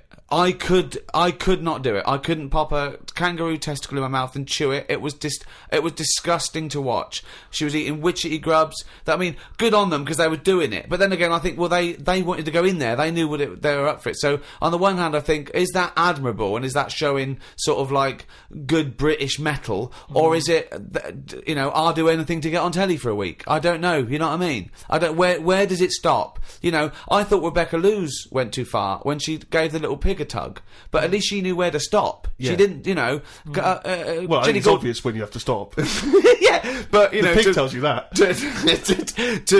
To pop the Also, again, where's the kangaroo hopping around without a cock? I'll tell you, here's another question, right? Bit of a spin-off with animals and that. Have you ever, right, Steve, killed a fly? Probably, yes. Right. Well, I was watching David Attenborough, right? He makes his money out of flies and that, doesn't he? Do you think he's ever killed one, or does he go, well, I can't kill that fly or that spider, because that's how I make my money? I don't know what the question is. I don't know what this question is. Like my mum, right, she said, if a fly is knocking about the house, she never kills it, she always catches it and puts it out and that, and she said she'd never kill one. Who is she, Mr. Miyagi? What do you mean she catches it? How does she catch it? With a pair of chopsticks. No, she...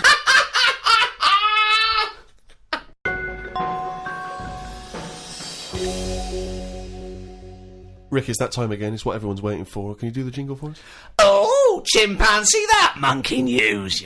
Right, this week the monkey news is about, we all know, like, there's monkeys knocking about that aren't happy in this country. Sure. Aren't they? It is a big problem, it's an epidemic. So they've set up like this sanctuary place. Okay. Where they all go. The ones that aren't happy in a zoo and what have you, it's getting them down. They can phone a number and they'll come and pick them up. Pop them in this house place, right?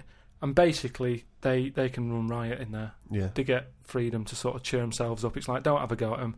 If they want to do such a thing, let them have a go and what have you, right? Yeah. There's 3 people running this place, right?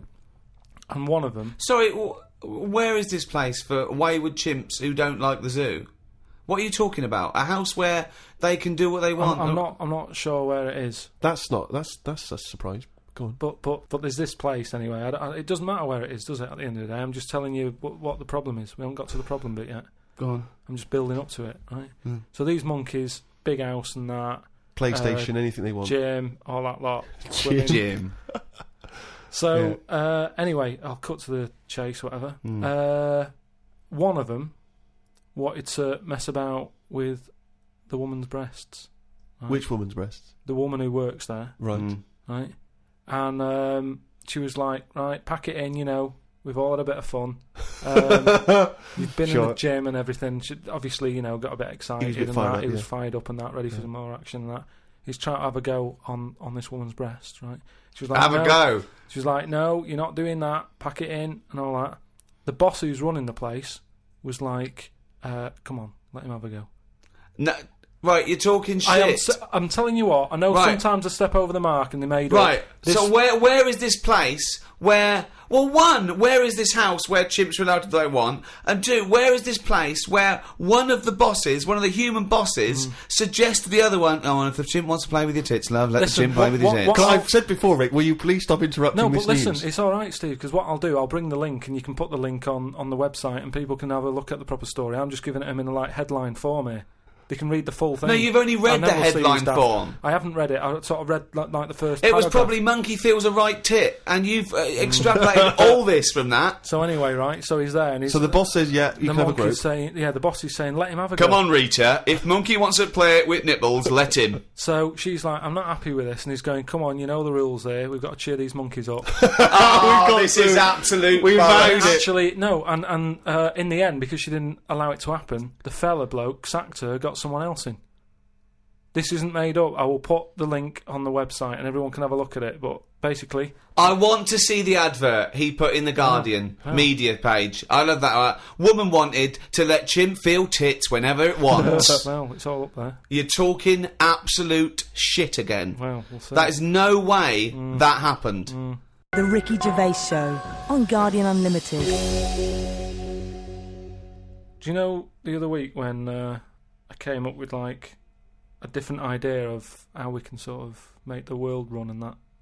Can we just have a quick recap of that? Because I seem to remember it was a load of old arse. It was ridiculous. It was he was saying that the world is overpopulated, so the system would be where people were living too long and stuff. So what happens is people live till 78. I don't know how you can enforce that, right? Yeah. But when they die, they've got a little baby in their stomach, like a pip in an apple, that then carries on when they die. Right. It wasn't a theory. It wasn't an idea. It was the ramblings of a mental you're case. You're saying it's stupid, but someone's emailed in and said, "Oh yeah, that's pretty good." Good Yeah, place. and okay, I'm asking you again. Was the letter written in shit? But anyway, listen, right. Did it say the mental home, Mars? I've been thinking about it, right, and if we can't do that, right, if that's a no to that, right. Well, it's not a question of whether we can but do I'm it or not. Just saying, if that's a no, right, I've been thinking. It is about, a no. This is no, going to be because there's brilliant. a lot of weird. I mean, you could win the Nobel Prize for this. But listen, there is a lot of ways, isn't there, in the world that some creatures and that go about sort of moving on.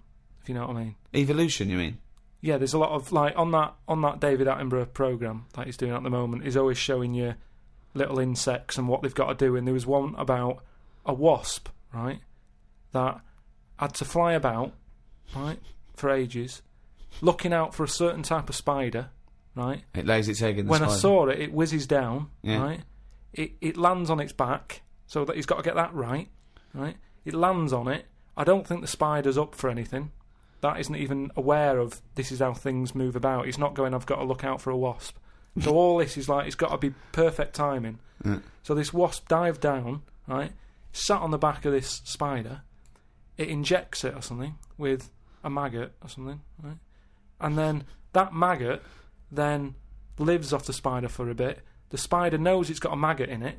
No, it doesn't. It does. No, it doesn't. And it's making a web for it.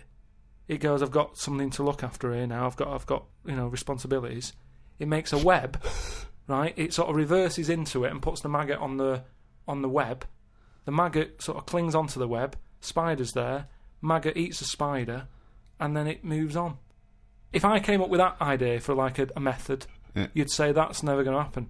No, wait, Carl! It's not the fact that you came up with the idea, right, for an old lady dying at 78 with a baby growing in her that then lives on. It's nonsense. It's no idea. It's how can it be enforced? It's like, so even if scientists thought that was the best idea in the world, how would they enforce but it? what I'm Who's saying going to is- go, that's a good idea, we've never thought of that. Yes, but what I'm saying Get in is... Elsie. Who told the wasp to look out for that spider, to go on its back, to do, What do you mean who explained told this the wasp? before to It's you. evolution, it's natural selection. Yeah, but I can understand, we've chatted about it before about giraffes having a long neck, but you're talking about a wasp and a spider who... That's as because far as you're I'm attributing thought and will behind their behaviour. Behaviour in humans is linked with a free will. Yeah, but most of what we do, say like how we have a kid at the moment, you don't just jump on the back of a woman and go, there you go, love, and then a baby pops out. You do if you come from Bristol. No, what I'm saying is, right, it's all, you build up to it, don't you? You have that bit of a chat and you go, right, how's it going? Yeah, and you get on and that, and then a little baby will come out. This is the most... Wait. Well, I want to go back to the dating procedure there.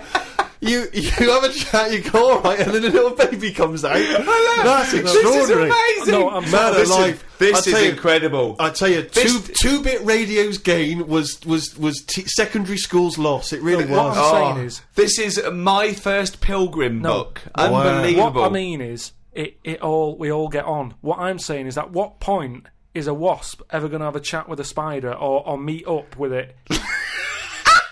I don't even understand where we are now in this conversation. What point is a wasp going to ever have a chat with a spider? What world do you live in? What's in your head? No, but... I can't believe it. Carl, what point is a wasp ever going to have a chat with a spider? So in some kind of weird insect nightclub, these wasps and these maggots are meeting, they're getting on. Is that how you're imagining but it? that's what I'm saying to you. What No, are but the it- odds on that actually happening? Listen. You're thinking because behaviour in lower forms of life is purely chemical. It's purely, it bypasses any form of consciousness. Right? There's a parasite. That's like a flatworm, a platyhelminth, or it might be a nematode. It's some sort of invertebrate. enough. Yeah. That it lays its egg. The beginning of its cycle is in a stickleback. Okay, and it literally has to change the stickleback's behaviour. Okay, because it has to get into a warm-blooded animal to complete its cycle. So what it does is, this parasite makes the stickleback not flee from the shadow of a heron. So it makes the stickleback get eaten, right? So it then is in the belly of a warm-blooded animal and it can complete its life cycle. But at no point is the nematode or the platyhelminth, whatever it is, going, slow down, there's a heron coming, stay here, stay here, stay here. And the stickleback going, why? I don't want to stay, there's a heron. There's no conversation. It's not they get together and go, listen, I've got something that might be mutually beneficial to both of us. I need to get into a heron.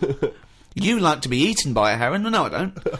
Where's this conversation Yes, with a wasp? you do. It's got Jedi Yes, powers. you do. No, all I'm saying is, the idea that I came up with, you're sort of saying that's a crazy Can I just, not sorry, an before idea, you it's carry on, not can I an just say, idea. how many times have we heard all I'm saying is, and Yeah. then such a stream of nonsense Yeah. that it's blown our minds? No, but that's all I'm saying. That, what you've just explained there with the heron having to knock about and for a flea to be sat in the shade and that. Now see that is incredible. That translation of what I said is that sums it up for me. Yeah. He sees the headline, he reads a book, it then goes through this weird filtering system with, I imagine the music in his head is boop beep boom ba discordant piano. I think the noise in Carl's head is like a fax machine, if you've ever got that at full volume. I think it's like a Czechoslovakian cartoon from 1963. Yeah. You know what I mean? Like, noises like woks being hit. Yeah. And, pianos just being hit by the elbow. He's the only person you can give him a body of information, and he strips away the facts. But the way he said that, I talked about, clearly talked about some sort of parasite in a stickleback that makes its behaviour change so it doesn't flee the heron's shadow. He said, so there's an heron with a flea who doesn't like the shade. How did it come out? I mean... it doesn't matter, forget that, right? But What's your theory? What I'm saying is I've come up with something else that I want to run by you then. Go on right? then. So you've sort of boo-booed the idea... Boo-booed. We've boo-booed it. We have boo-booed it. He shows a completely different bear. Yeah. It was originally Poo-Poo the bear, but now it's Boo-Boo the bear. Brilliant. So you've said no to, the old woman having a kid, right, before she dies. What about if we do it the other way, right? Ah. Go on. Somehow, I don't know how A kid has an old lady? That's what it's going to be, isn't it? A child that gives birth to an old man. No. Right. What I'm saying is, right... Go on. Work the other way round. Come on then. So if somehow we can inject something in like a body that's just died, right? Listen to this. Imagine this is notes. So when he hands it into the Nobel people, and they go, if there's a way that we can inject something, they go, well, what? Well, I don't know the chemical formula, but something HO2. Right. So anyway, you inject it in the temple. He's narrowed it down to the temple. Well, that's fine. Right. Yes, we inject something. So you inject it in. Who are you injecting? This old woman who's she's been ill and that she's died. So she's dead. So we're bringing old people back to life. Okay, fine. That's step one. We just got to sort that out first. But fine, we'll crack that. Go on, next. So we brought people back from the dead. Fine. Yeah, but this is a way of controlling population. Remember, they can't be having it away and having kids. This is just the way we're going to work so now. There's an old lady. So we start now. We start now as the world is now. So what happens? Right. So you get like an old woman who's dead. Yeah. Yep. Inject her and that. Inject her. And then what happens is she sort of wakes up. Amazing. Right. And she works the other way. So like she might be 77. Yep. And then she'll have a birthday. She's 76, and she's working that way. Right. If you know what I mean. Okay. Are you with me? No, keep it. Because the thing is, you've got... I'm really scared. Yeah. I'm really scared. This is the maddest thing you've ever said. This is madder than the old lady with the pip like an apple in her belly. It sort of did work. No, it didn't work. It worked in your head. It's like a dream that you wake up and go, oh, I've got a great theory. This is it. Let me just tell you the ending, because the endings works out a bit better. Go on. What I'm saying is, when you die, at the age of... 78. 9 months... What? At the age of 9 months, because that's when you come out. What do you mean when you die at the age of 9 months? You're not scared of dying because you're now a baby, so you don't know what's going on anyway. So there's no fear. So you've missed out a bit here. So this woman, literally gets younger and younger? I think when she's in her 20s, she's in her old age, Rick. Yeah, but it doesn't matter because that's the fun part of your life, isn't it? When you're 20 and you've got all your energy and that. So before you die, you're actually having a good life, rather than it being the other way around. But does she do different stuff than she did on the way up? Because she's already lived 78 years, hasn't she? Don't forget. She was a baby once, and she grew to 78 years. Then someone stuck a needle in her head and said, right, back you go. No, but forget all that bit. Forget all that bit. How do we forget that bit? What I'm saying is... So she died and she doesn't remember all her... This is a new life, is it? Let me just leave you with this. Right, you're talking shit. Explain yourself. What I'm saying is, old people are scared of dying. When they're 77, they're going, oh, what's going to happen to me? Little injection in the head. When it's a baby, when it's like 1, and everybody around it's going, yeah, it's going to die soon and that. Baby hasn't got a clue. It's happy. It's playing about with its rattle or whatever. So it loses all its memories. That's it. And then what happens? So when does it die? When it gets to 0? When it's 0 days old, it goes through. It just dies. People know it's almost like a countdown. So the family's aware of it. But aren't the family getting younger as well? What's happened to the family? Forget it then, we'll leave it as it is. No, leave it as it is, shall we? Shall we? Can we all agree on that, guys, now? Should we agree to leave it as it is? Is that alright? Because I don't want to hear any more from the diaries of Charles Manson. No, it's. I mean, you're a fucking maniac. If you're a maniac and you'd like to get in touch, then please email us at podcast@rickygervais.com.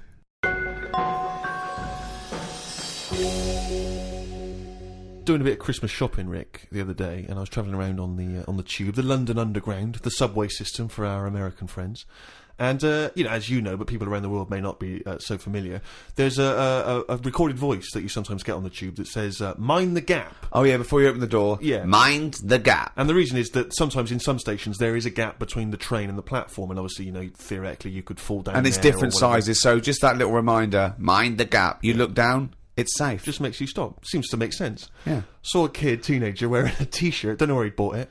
It just said, fuck the gap. He was tired of it. Yeah. He didn't want to mind the gap. But what I like is, what's he protesting about? I don't know. What I mean? It's not the police or the man keeping you down. That's just good, sensible health and safety information. That's like saying, fuck looking both ways before I cross the road. Screw penicillin. I know.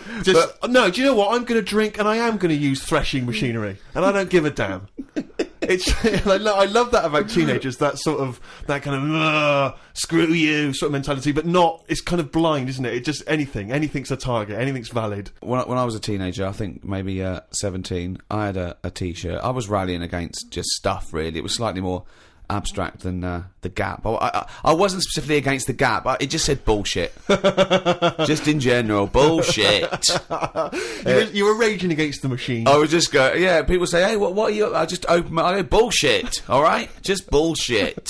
But I assume that these forms of protest have never made any dent in anything in the world. Because I remember when there was all these protests against the war, a couple of months back, and there was one guy, so there was a huge march in London, as you know, and they did these all around the world, didn't they? But there was thousands of people in London. There was one guy, he was riding around on a 3-wheeled bike, wearing a jester's hat, blowing a horn.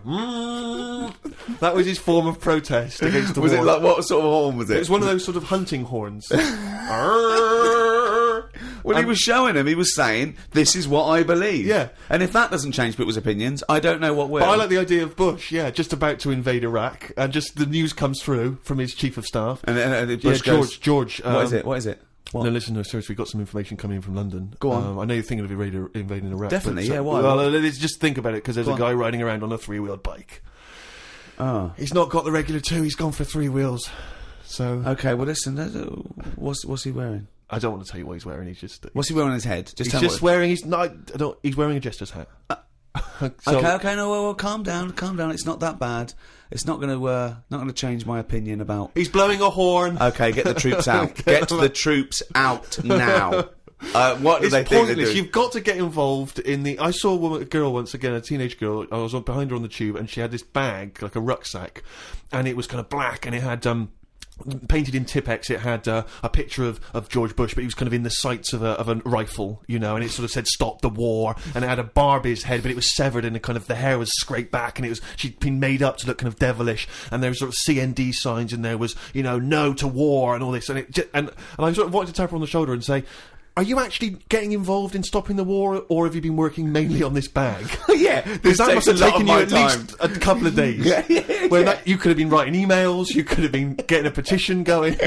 Oh dear. Carl, have you ever been into that sort of teenage rebellion, teenage protest? Well, to sort of stop stuff going on and that. Yeah. Or just making your views heard. I don't really like people knowing what I'm thinking and that. Right. There's no way anyone can know what you're thinking. No, but even is with that why you're doing a radio experimentation. show where you spout off your nonsense ideas every week? No, but what I mean is... A team of surgeons could fiddle around in your head for a couple of days and they still wouldn't know what you were thinking. No, I know what you're thinking. Exactly. You're thinking of... you're thinking, could a monkey ever be president? At this moment, aren't you? But I don't like anyone that... Like, all those badges that you're talking about, like, Save the Whale and all that.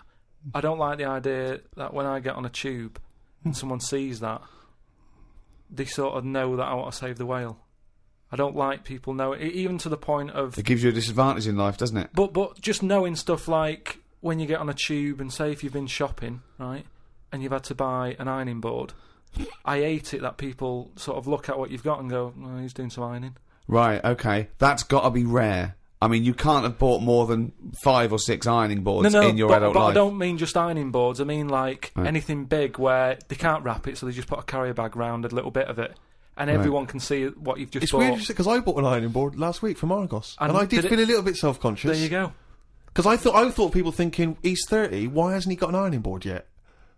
Yeah. No wonder he's a scruffy bastard. I pretend I'm going surfing whenever I buy an ironing board. I just make sure I go in Bermuda shorts and sunglasses, and I just walk down the street and I go, surfing USA, and they think, hey, there's a dude going to the beach. I pop on a bus to go home and do some ironing. Yeah. Wait a minute, what's that on his t-shirt? Bullshit. He's radical. I get still faintly embarrassed buying toilet paper. Yeah. I always have to buy something else to go with it. Yeah. I don't like, because if you just buy that on its own, if you buy it on its own, it's obvious that you're dying for one, and it's like, I haven't got any in. Yeah. Whereas if you just chuck it in with a pot noodle, it's like, well, he's eating and he's thinking about later. Whatever. But if you buy it on its own, you know that you've got none in the house and you've just rushed across the street to get some. Especially if you're still in your slippers.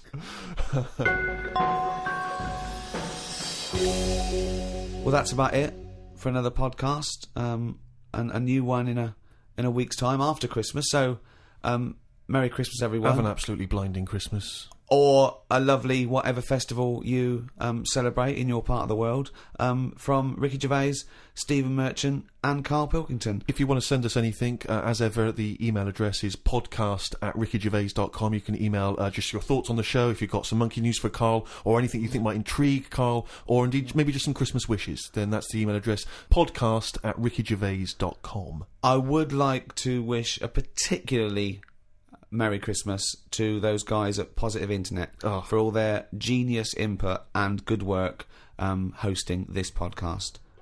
Goodbye. Merry Christmas. The Ricky Gervais Show on Guardian Unlimited.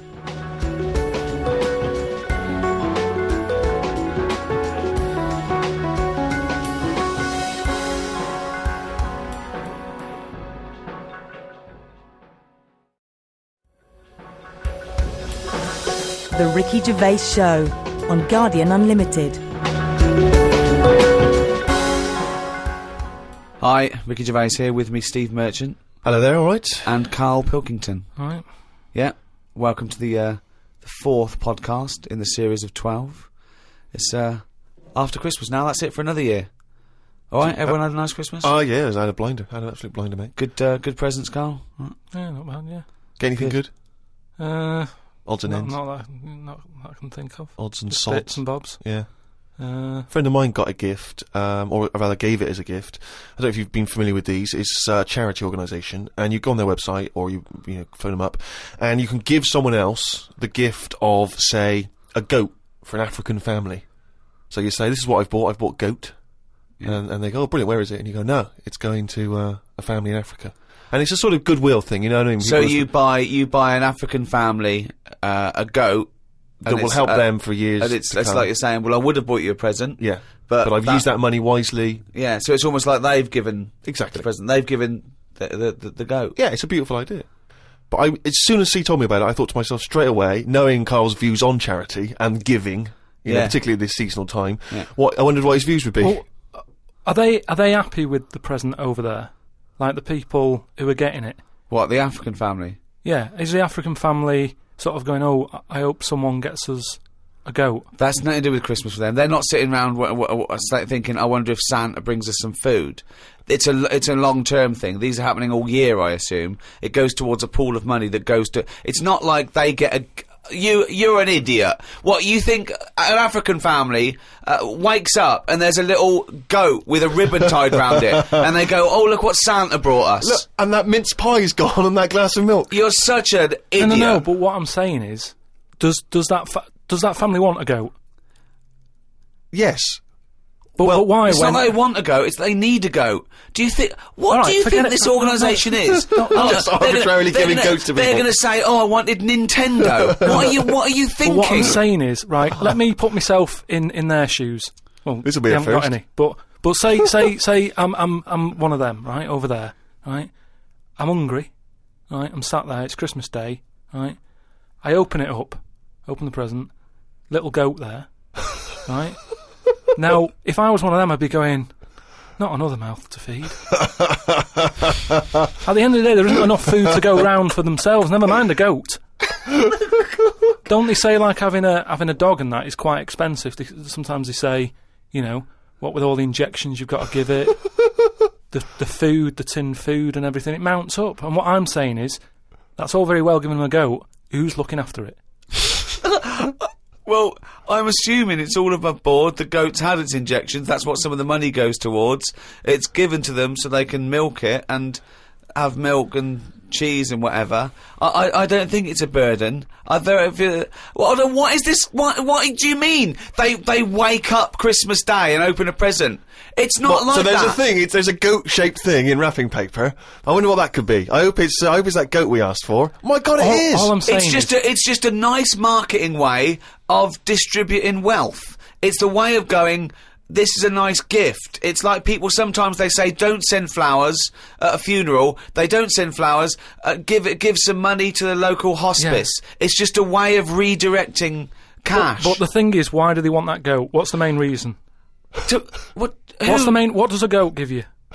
Milk. Right. Now, wouldn't it be easy to just send them a bottle of milk?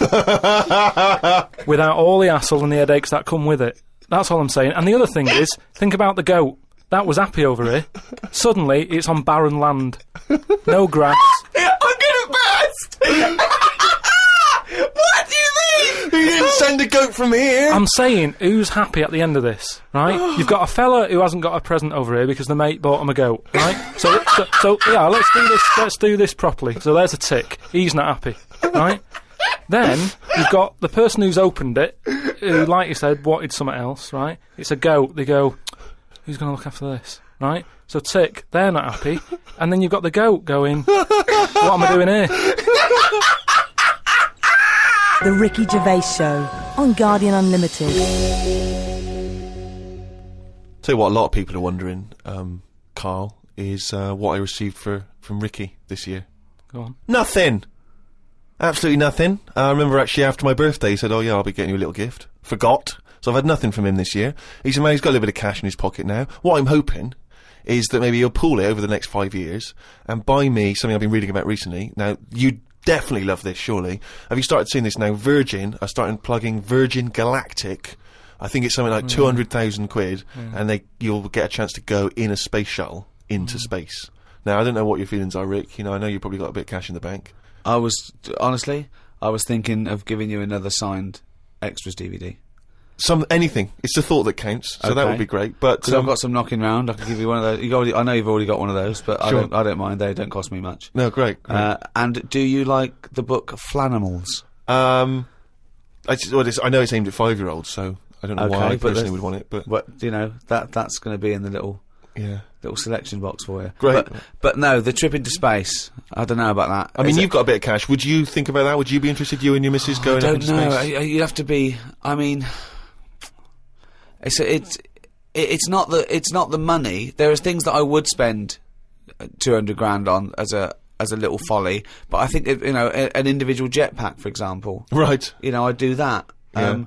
I'd like to see the Earth from a couple hundred miles up. That'd be good, but I don't know if that's quite worth it yet. The other thing is the safety, because I'm worried that I want to see a lot of people go up there first. Yeah. I wouldn't be the first bloke to go on an aeroplane. No. I'd want to see a few pioneers go. It's really safe before I got on something like that. Well, I believe the actress Victoria Principal is volunteering herself. So I think she maybe used to be in Dynasty or Dallas.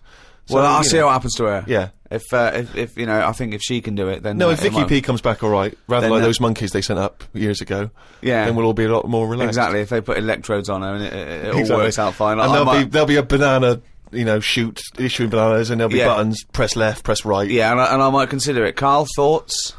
Going to space? No, it's not worth it. Why? Wouldn't it be a fascinating experience to go into space and look back at the Earth? There's no out there, though, is there? There's no out there. Say that again. Well, there's no out there, though, is there? Right. I mean, at what point are you all meant to be happy? Do you know what I mean? You're floating about up there, and because you don't get out, do you? What, you mean to do some duty-free shopping? I'm just talking, you don't go floating about, do you? You stay in your seat, Well, they probably let you move around on the shuttle. Yeah, I know, but I'm talking about getting out. For me, when you go What, on you want to holiday, get out into space? yes, but that's what I'm saying. When you go on holiday, the flight bit isn't the best bit of the holiday, is it? That's the bit you've got to do. So what I'm saying is you've got to stay on this and then you go back home. So you don't take luggage, right? I don't see the point. Right, so you're there, you're sat in your own clothes for the whole time, same clothes for the whole time. But I don't understand what is the point. I think it's the view. I think it's two things. I think it's the view and being able to be part of an exclusive club. I went into space. It's all that thing about man conquering nature, and you're one of that elite few that have managed to pop up, see the world from a distance that no one else can see it from, and then pop down. You know, that's it. Of course, yeah. So you all that way just for the view? Yeah. Is it worth it? I mean, there's a lot of other places I haven't seen anyway, right, before I think about that. I think if you've done everywhere... I haven't been to Scotland yet, right? Right, yeah. I'm not being funny, but do you know what I mean? So just have a look in your back garden before you go looking in someone else's. In space. Yeah. Yeah. Yeah. Uh, What would make it a trip worthwhile for you? I mean, if you did go into space, if we gave it to you free of charge, we said, Carl, go up into I know space. the answer. I know the answer to this, Steve. He's thinking, I'd like to meet some aliens that can talk like I do, Yeah. and I can understand them, and they can tell me something. Like what? Oh, they met God, he was alright.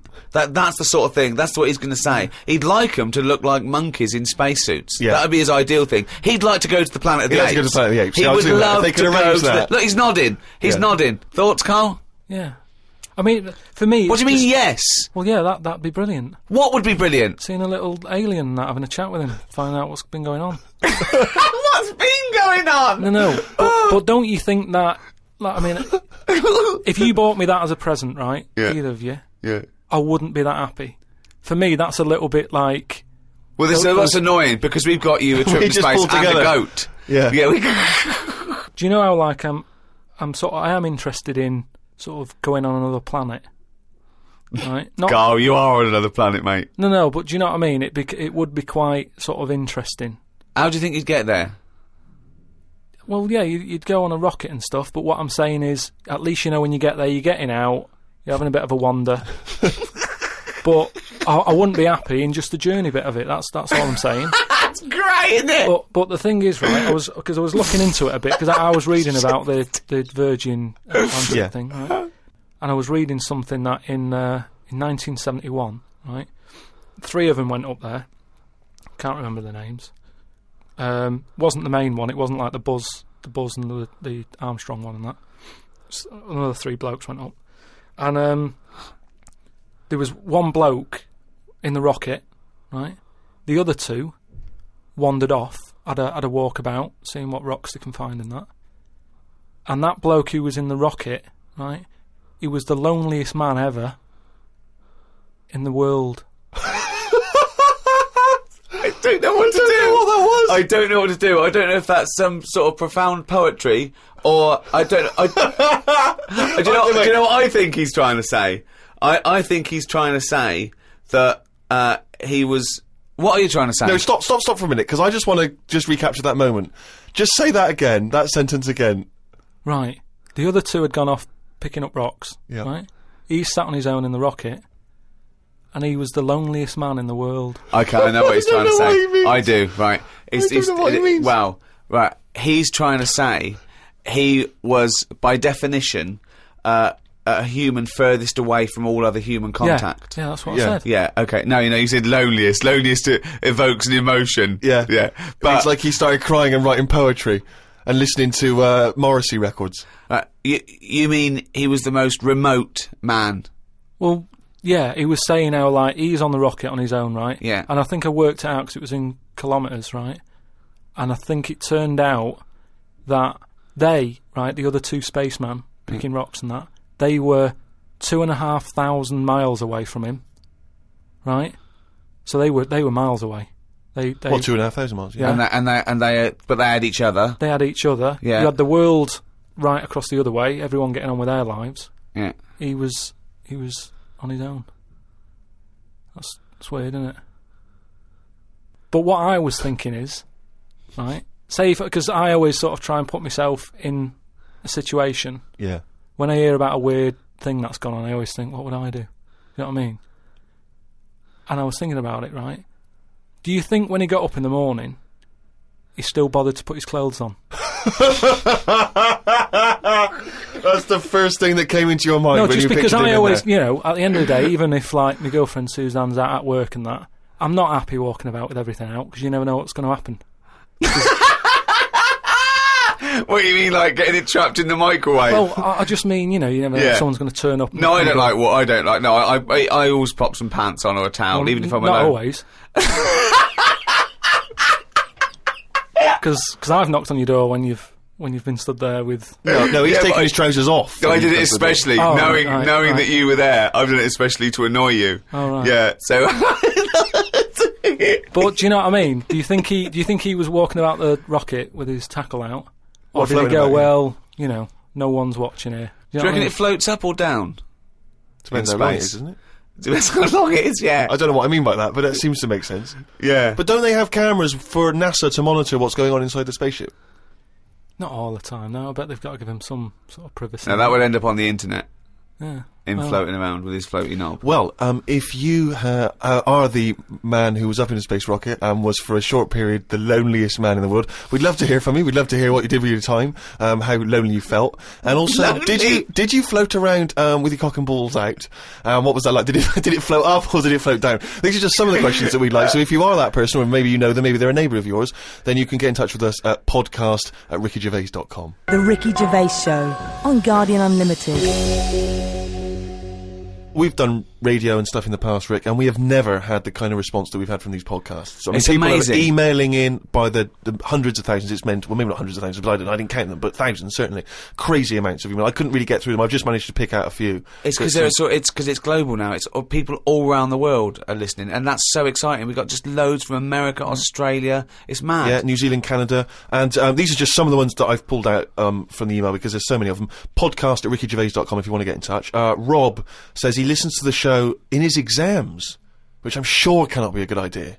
I mean... No, because that's a waste. What I'd do is the night before, I'd record all the answers and then listen to that, as opposed to me, you and Carl Pilkington. But surely you're not allowed to listen to your stereo or your iPod in an exam. That would be crazy, wouldn't it? Well, he's probably got it's probably up his back, Right, a little yeah. wire, wired to him, covered in sort of like some sort of fake flesh and Yeah. hair, and then just pops into his ear. It's all changed now, though, isn't it, as well? What do you mean? Well, they're allowed calculators and that, innit? It's just sort of... Sorry, I had calculators in my exams. What Yeah, what world? What do you know about exams, Carl? No, You but- never showed up. But what I'm saying is, years ago, a calculator wouldn't have been allowed. We've moved on a bit now, haven't we? What year was this, I don't though? have an iPod. With loads of people with abacuses. I don't know. Anyway, Rob's question was this. Brilliant. I've never heard him admit that before. I think we've broken his spirit. Yeah. Carl, you go, I don't know. Oh no, we might have put an end to the phenomenon that is Carl Pilkington. Monkey news still to come. He's back! Anyway, listen. Rob's question is this, Carl, and it's specifically to you.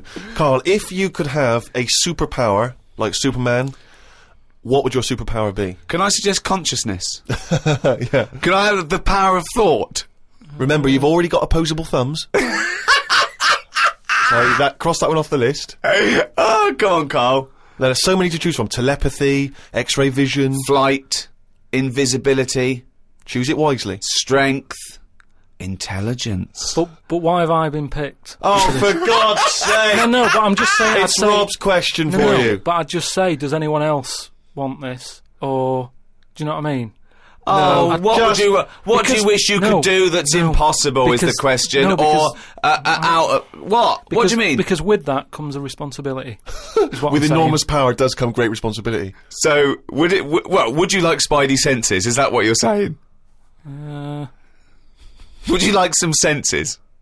Would you like some sense? The power of sense. Come on, Carl. You know what these superheroes because they can. I know, but it they can always... freeze things. They're they- never happy, are they? Do you know what I mean? Spider-Man wanted to tell that girl that he could climb walls and that. He's like, I can't. Superman didn't never tell Lewis and that. Who's Lewis? Who's Lewis? Lewis. Who's Lewis? It's just a pen pal of Superman's. Lewis, his little secret chum. Yeah. All right, Superman. Hello, Lewis. What are you doing? Superman. Who are you? I can't tell you, Lewis. Brilliant. You know, Hulk, he wasn't happy. So... But you're being allowed to choose the superpower. You don't have to get it forced upon you like the Hulk. Hulk, he wasn't happy.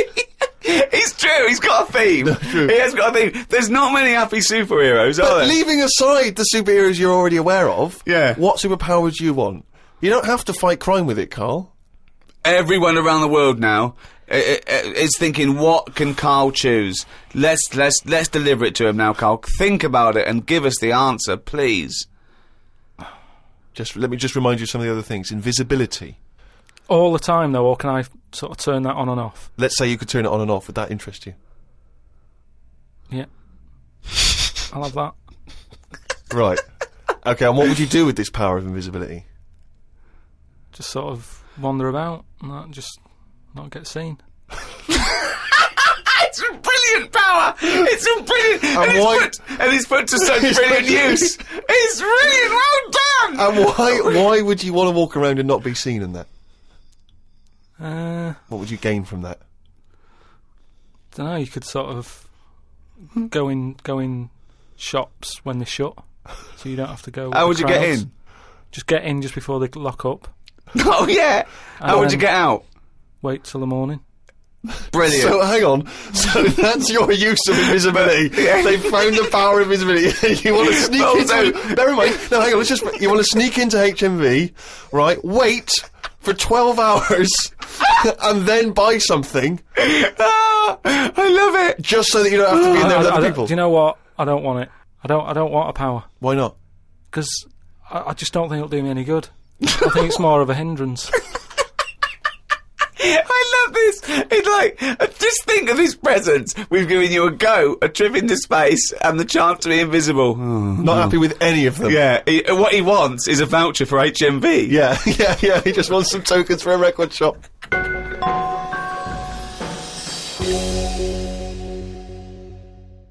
Just going through a few more of these emails. This one is from David. He's in Los Angeles, California, 22 years old. He says he loves the show, but he says, with respect to Carl, never before have I understood so little of what a man says.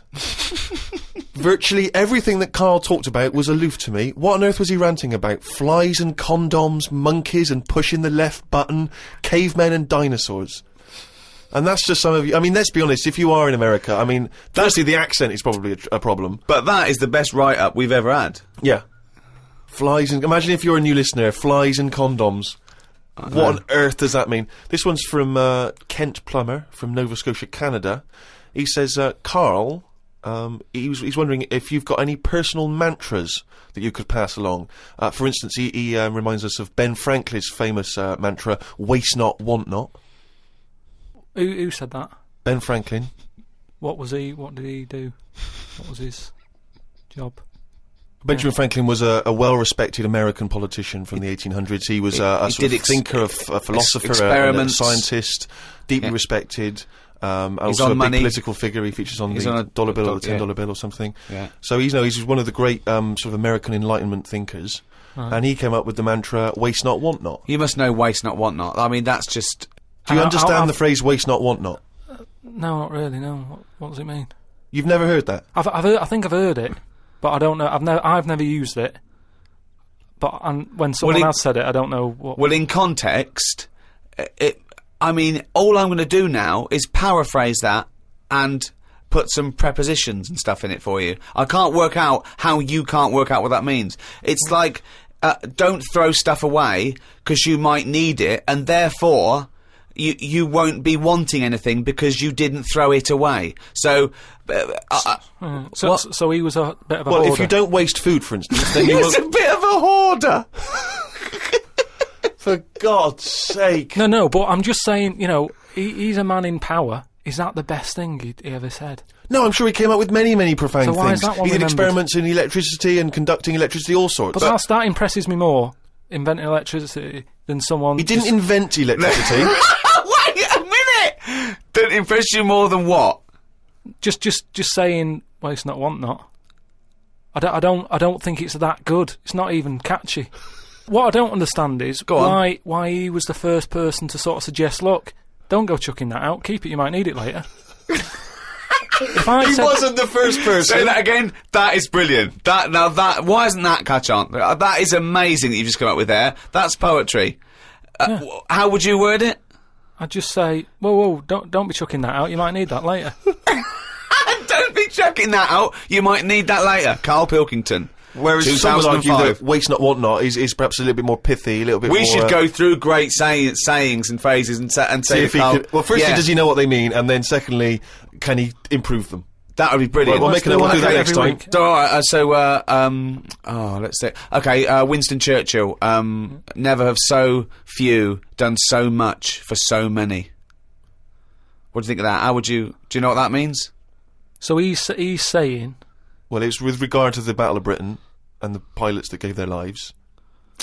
Yeah, I'd just be annoyed if I was one of them who gave a lot for a few or whatever, right? No, gave a lot for so many. If you were well, one of those few yeah, that gave so much for so many, i.e., it means these few good men, their actions freed the world. They freed the world. They have an impact on every person in the world, and they were few brave men, and that's what he's saying. Yeah, but what I'm saying is, if I was one of them men who gave up his life, right, I'd want a name check. I don't want to be bungled in with everyone else who is saying a load of blokes gave their lives. Well done on that. See you later. That's brilliant. Did you just say bungled in?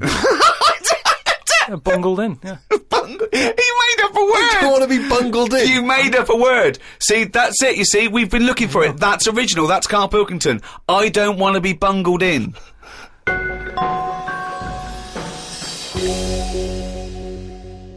Email here, Rick, from a man I know you're going to look forward to meeting one day. Paul, the party animal parker. I imagine he had a wild Christmas. Oh, imagine the fun he got up to. He's sitting now in sunglasses with his mum giving him some soup because he's partied too hard. And I'll tell you this, I wish I was round there for New Year. Imagine what he's going to get up to. If he recovers in time, it's going to be mental. What's he want? Anyway, Paul, the party animal parker, he sent in a fact. That seems to be his thing now. He sends in facts that he thinks might be of interest to us. The kiss that is given by the bride to the groom at the end of the wedding ceremony originates from the earliest times when the couple would actually make love for the first time under the eyes of half the village. Wow. Now, a couple of questions straight away. Firstly, this is almost like a Carl fact, because there's no specific time or place. It was earliest times. Earliest times. I don't know whether that means the wedding ceremony in this country, in America, in Africa, who knows? Yeah. But, so, yeah, it's a little bit vague. But this was the thing that struck me. Actually make love for the first time under the eyes of half the village. And you wonder, why is it only half the village? Was it like, were they raffling off tickets? Yeah, the winners. Exactly. Exactly. You come and see two people getting it on. The rest of you, no, tickets only. It's cordoned off. It started off, and then a few of them got bored. Exactly. Once you've seen one stroke, you've seen them all. That's about as good as it gets. Yeah. So yeah, I don't know if there's any truth. But what about that, Kai? How would you feel with that if you had to? At what point does that happen? Is that like, they go, I do. Get your knickers off. Well, presumably, if it's the origins of the kiss, you may kiss the bride. The old vicar used to say, as they were jumping over the broomstick, he used to go, right, give her one. Yeah. And then... You may knob the bride. Don't know how quick the lovemaking has to be, whether you've got to get in and out, boom, and then, you know what I mean? Because people are hungry, they want to eat, they want to have a disco, or whether they can go on for hours and people are just eating, chatting. I'll tell you what, Sting's wedding must have been a long hours of affair, wasn't it? The guests was bringing in their own brought cake. sleeping bags, thermos flasks. The Ricky Gervais Show on Guardian Unlimited. Right, do you know we've chatted about charities before, haven't we? Sure. Yeah. Done a lot of stuff on that, right? Just coming back from Manchester, right? Got off the train at Euston, yeah. Right? Got off the train, walking through the busy bit and stuff. There's this fella stood there, right? Like a charity worker, yeah. Right? Nice looking fella. He's got his suit on, a tie and everything, quite respectable and that, right? Look down at his bucket. All money's been put in the bucket and that, yeah. Right? On the front of the bucket, right? It says collecting for the homeless at Christmas. Now, why can't they do that? What, the homeless? The homeless people. Why is some fella taking his time out, right? His own time where he could be at home. Why? Some of us have got homes to go to. Yeah. Why? Do you know what I mean? What do you think? Just give them the buckets? Well, what are the homeless people doing whilst he's doing that? Is what I'm saying. What have they got on the timetable? Cut out the middleman. Cut out the middleman. Give all the homeless a bucket, with homeless written on it. For Christmas. Yeah, no admin. No. Just keep everything you get, mate. What do you think of that? It's a brilliant idea. What would prevent a homeless person and an entrepreneurial homeless person just getting a bucket and writing that on there themselves? Could I suggest something? Hunger, some drug addiction, traumas, often mental illness. Just possibly too depressed to get up, put a suit on, and go to Euston Station with a nice bucket with some writing on it. And then, right, I was thinking about that, right, and I was walking down the street in London with Suzanne. Saw a little homeless. Well, I didn't see the homeless bloke, right. I saw a leg, Right. sticking out of a doorway. I thought, here we go, right. Walked past it, right. You're not going to believe this. Go on. Homeless. Yeah. Chinese fella. I've never seen one of them. No, I'm not having a go, right? But have you ever seen? Do you know what I mean? That was a shock. I to me. really don't think I have. I think he's got me there. I hate to say it, but I must say I can't remember ever seeing a homeless Chinese person. No. No, I suppose you're right. Thinking about it. Weird, isn't it?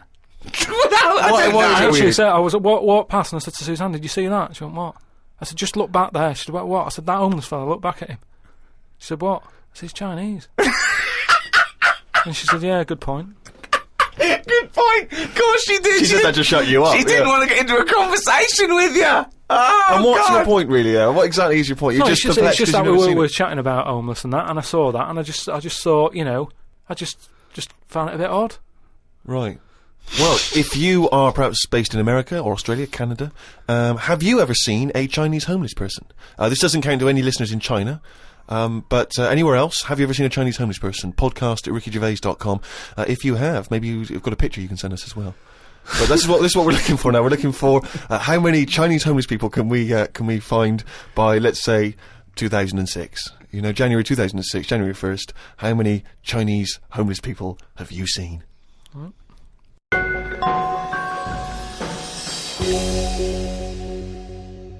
Rick, it's that time again. It's what the whole world is waiting for now. Is it every Monkey week. News? It is Monkey News. Please perform live the jingle. Why'd you say that? Oh, we've got a few people saying, "Oh, is that a pre-recorded jingle?" Yeah, like anything's pre-recorded. No, it's different every we've got week. that technology. I'll give it a big one, shall I? Give it. Oh, chimpanzee that monkey news, you There we go. Right then, well, got an email from John. If you've got any monkey news going on in your area, Let us know. Podcast at rickygervais.com. Oh God, amazing! just bung it on email. And this one's sent in from John. Don't know where he is. But do you know, like, they're running out of TV ideas and that? They're running out of TV ideas. Well, they've done a lot of stuff. I mean, Yeah. if you had to come up with a TV idea now, you struggle, don't you? Because every idea you come up with, it's kind of been done on it. Sure. Okay. Right? It's like inventions and that. Right? They're not getting monkeys to come up with TV ideas, are they? Well, no, right? But there's a TV channel in Moscow, right? And I think they had a bit of bad luck or something, a lot of redundancies and that, right? And whoever was in charge of it got a bit mental and got rid of loads of people, right? Yeah. And they come in the next day and they were like, "Right, are we ready to go live and that?" And someone comes running in with a clipboard saying, we haven't got any people left, right, to present. Such nonsense. Right. Tell you what. Right. Okay. Carry on. So he goes, "What?" If just one employee turns out to be Simeon and is doing a good job, I'm never doing this radio show again. So this TV channel, it's having a lot of problems and that. They've got to go live, right? He's like, "What am I going to do?" Anyway, for some reason, right, there was a chimp knocking about. For some reason, that's the key piece of information, No, but we didn't get it. We didn't get it. It doesn't matter, does it? It doesn't matter. It does. It doesn't matter. Imagine Anyway. if that was in a film. And they're going, well, I can't see where this plot go. Well, he's just there. He's just there. So anyway, so he some sort of reason. says, get it in a suit, right? Why? So, because they're running out of ideas, the clock's ticking, they've got to go live with something. What do you mean? What, he's What, is it a presenting? news programme? He's Well, presenting. Listen, it's a chat show. I'm not... They can't Again, talk. don't have a go at me, have a go at John, who sent this in. Right, And be this quiet, let's hear it. Let's hear it again. So anyway, so like I say, so going live, 5, 4, 3, 2, 1, what have you. Chimp sat there on the chair. He was like, look, let's just get through tonight's show and worry about this tomorrow, right? What are you talking about? Look. So they've put a chimp in a suit. What was that handmade, or were the sleeves a bit short on him? You idiot, think! So anyway, it sat there, right? And they're going, right, here we go. Good luck, everyone, right? Yeah. Chimp's there. What programme is this? It's a chat show. But whose chat show is it? Well, it's the monkeys. I like the fact that It's the monkeys now, is it? I like the fact that they put the chimp in a suit. It's like, no one's going to take this chat show seriously if he's not dressed up, if he's not smart. Slovenly, look at that slovenly ape. So anyway, Oh. let's get to the point of it and that, right? So anyway, so they go on, right? It's all going Didn't brilliantly. happen. There's no way this happened. Here's a fundamental anyway. question. How was the chimp asking questions? Not sure about that bit, but all I've got is the stuff that was on the news site for this. Like I say, I've But given it's you, rubbish. Yeah, but I've given you some facts. No, I've no, told no. you there's a TV channel in Moscow that's having problems, right? I've explained that. No, bit. it's rubbish. They've got rid of the presenters. The monkey sat there, right? Don't worry about it. Anyway, I'm telling you, it goes all right. It So goes anyway, okay, in case you were worried, Rick. he's sat there, right? Absolute They get to the shit. first break. They're like, can't believe it, right? You know, viewing figures and that. They're loving it, right? What? No. What? How did they know the viewing figures in the break? Please do not interrupt the And news. what did the chimp At do in end the of it, first half? They had a big guest on that week, and what And what have did you. he do? Just talk to was it? himself? They walked off. So Cher comes on, I'm yeah. not sure, but say if it is Cher, right? No, Right, what- the main gaffer is like going, oh, Cher's going to go mental at us, right, for putting Say on it with the is. monkey. No, it is Cher. No, it's In Cher. his mind, it's Cher sitting there talking to a chimp in a suit. So anyway, she and they're comes filming off- it for Moscow TV, and the ratings are going through the roof. Presumably there's a translator, because Cher doesn't speak either Russian or chimp. So she comes off, right, and the bloke who's in charge is like, she's going to go mad. She's going to go mad here. She walks up, she goes, I love that. Right? She said that's one of the best interviews, right? So anyway, they decided, right, it went so well, kept him on. He's still there. I love the fact that Cher was an idea that Steve threw up, and now she's going, I love that, Jim, get me back there. I want to go to Moscow, never mind. Unbelievable. Don't have a go at me, have a go at John, but, you know, if you've got any monkey news, send it in. Podcast at rickygervais.com. From the creators of The Office, Ricky Gervais and Stephen Merchant. Extras, the first series, now on DVD. Who are you? Nobody. What's that? Who? Nobody. That's right. Nobody. And who am I? So the Starsky Hutch I can never remember. You are guaranteed an Oscar if you play a mentor. I've just written a sitcom, but I wonder if you could give it to anyone you know. Is there any nudity in it? Well, it could be. Men or women? Either. Well, just women. Yeah. I will make it so. A painfully funny double disc. Extras on DVD now.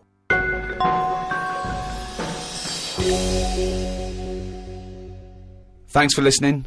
Happy New Year, particularly to our friends at Positive Internet. who Oh, I hope those guys have a wild They time. host this podcast, and they do a brilliant job. Happy New Year to everyone around the world, and in particular, those guys at Positive Internet. And also, Paul Party Animal Parker, have a blinding New Year, because I imagine it's going to be crazy. You don't need to say it to your him. mum's house. I'm insulted that you have to tell him that, because there's no way you need to tell him that. He's going to have a blinding New Year, so don't waste your breath, Steve. That's all from me, Steve Merchant. We've got Ricky Gervais here, and of course, Carl Pilkington.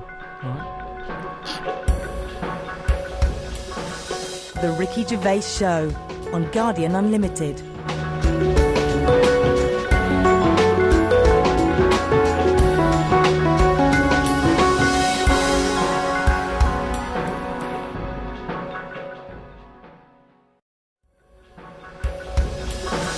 The Ricky Gervais Show on Guardian Unlimited. Happy New Year. Welcome to the world's #1 podcast. I'm Ricky Gervais, with me Steve Merchant Hello there. and Carl Pilkington. Alright. We have had an overwhelming response from emails. To be honest, we're very grateful and thank you so much, but we've had over 4,000, which is just too many to get through. So we're going to have to apologise for not getting back to you. We are going to try and read them all, but we just can't reply. We do this ourselves. We're three little fellas. We haven't got an entourage and millions of people working for us. It's just us in a little room.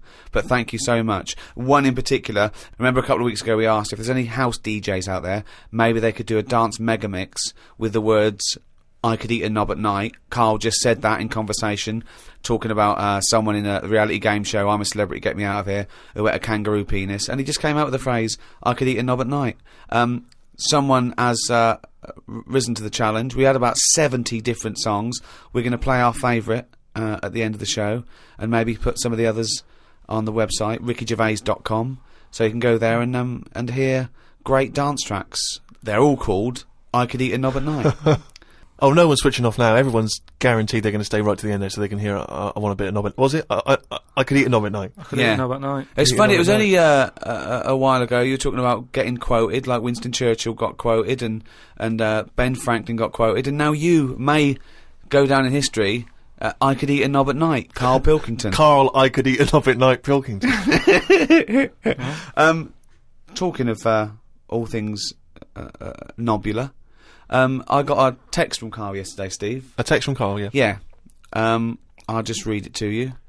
Okay, see you to Moz for a face rub at 6:30 then. No bum tubes, though. So I was intrigued, and I called Carl and said, I think you've just sent me a text by mistake. What's the explanation of that? See you tomorrow for a face rub.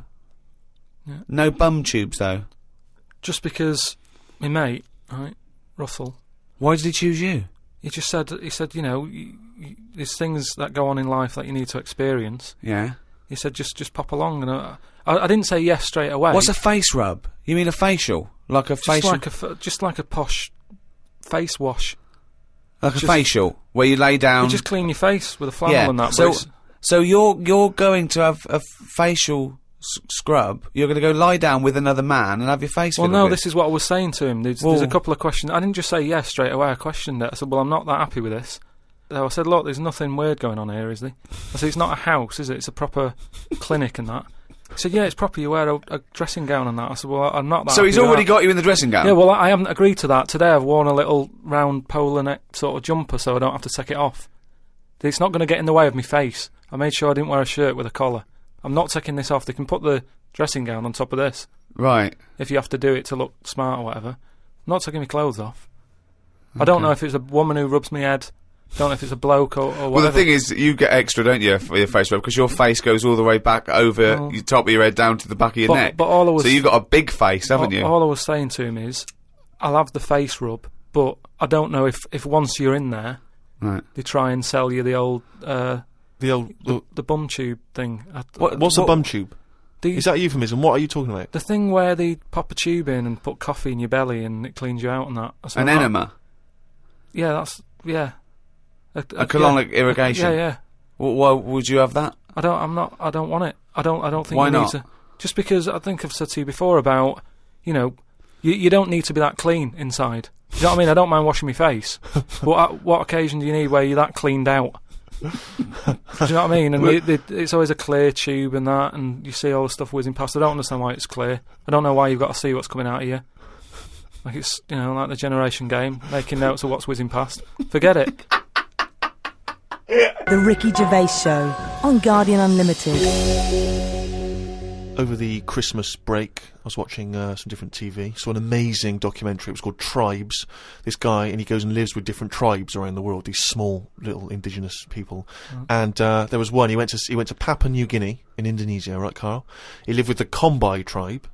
All right. Now, this Papua New Guinea is an extraordinary place because it is one of the only places left on Earth that hasn't been fully explored. There are parts of it that it's just blank on the map because they've never explored there. They don't know what's there. They don't know what's going on. So, firstly, that must already freak you out. Imagine that 21st century. They have no idea what's going on down there. But do they need to know if there's nothing going on? Well, they don't know what's going on. There could be stuff going on. No, but there's no chance that they'll go, we haven't been over there, and someone goes and there's like an Arndale centre. Nothing's going to be there, is it? So there's no... Well, I'll tell you what is there, okay? There's these various small tribes, okay?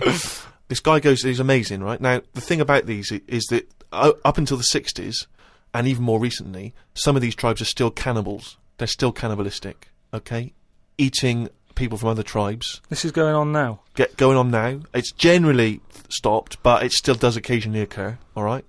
So this guy goes to live with them, right? They walk around, you know, obviously naked, except for a little leaf just above their genitals. It's not covering the genitals, it's just above the genitals. Do they know they could move on? Have they got a telly? Or have they seen a telly and gone, I'm not up for that? Or are they saying... It's not the Amish. They haven't chosen But what this. is the difference between the Amish and these people? Well, the Amish are a group of people that choose to live in that way. These people are just essentially untouched by civilization. I mean, they do have interaction with civilization, and people do come there, but they still live in this very, very almost prehistoric way. They go around. They have homemade weapons. They kill pigs and hogs in the undergrowth. They live in kind of tree houses. They did buy a telly, but there was nothing on because there isn't any broadcasters. They couldn't plug it in. Yeah. They're having an absolute nightmare. Yeah. But there was one guy, okay, now he said that his brother was dying. This was a couple of years ago, right? His brother was dying. He said to his dying brother, what happened? Why are you dying? This guy said, it was a bloke in another village. Okay, he goes over to the other village. He kills this other bloke, right? He eats him, or eats bits of him. The other village gets a bit annoyed. They go, what's going on? Why did you kill this bloke? He went, sorry about that, right? They said, well, you need to make it up to us. He gave him a pig. They said, a pig's not enough.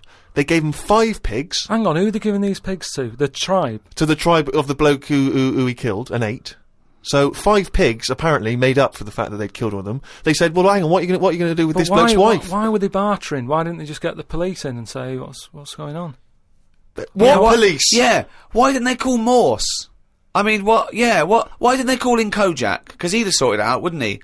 Or who else could they have called in? Columbo would have sorted it, I don't understand. What, are you saying there's 2 tribes? There's a number of different tribes, aren't there? I've just explained that to you. There's a number of small individual tribes in this dense Papua New Guinea forest. With a load of pigs?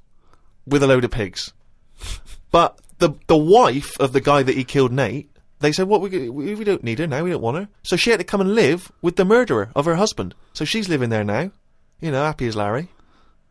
But what I mean is, right, they're miles away from anything, but it doesn't sound like the great place to live, right? Could they not move? Could one of them go, do you know what, I'm sick of this. I'm moving or whatever, and go to a proper city. How far away is this, these Papa people, to the next...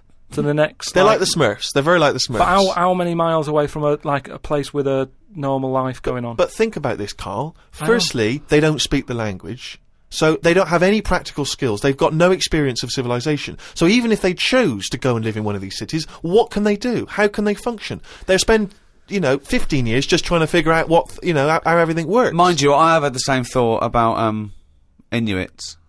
Right. If you live in a house made of ice and eat fish all day, and then just stay in for 6 months, move. I really do. I mean, I don't understand why they're living there. I think there's some bacteria that has better lives than that. That's got to be offensive. Why?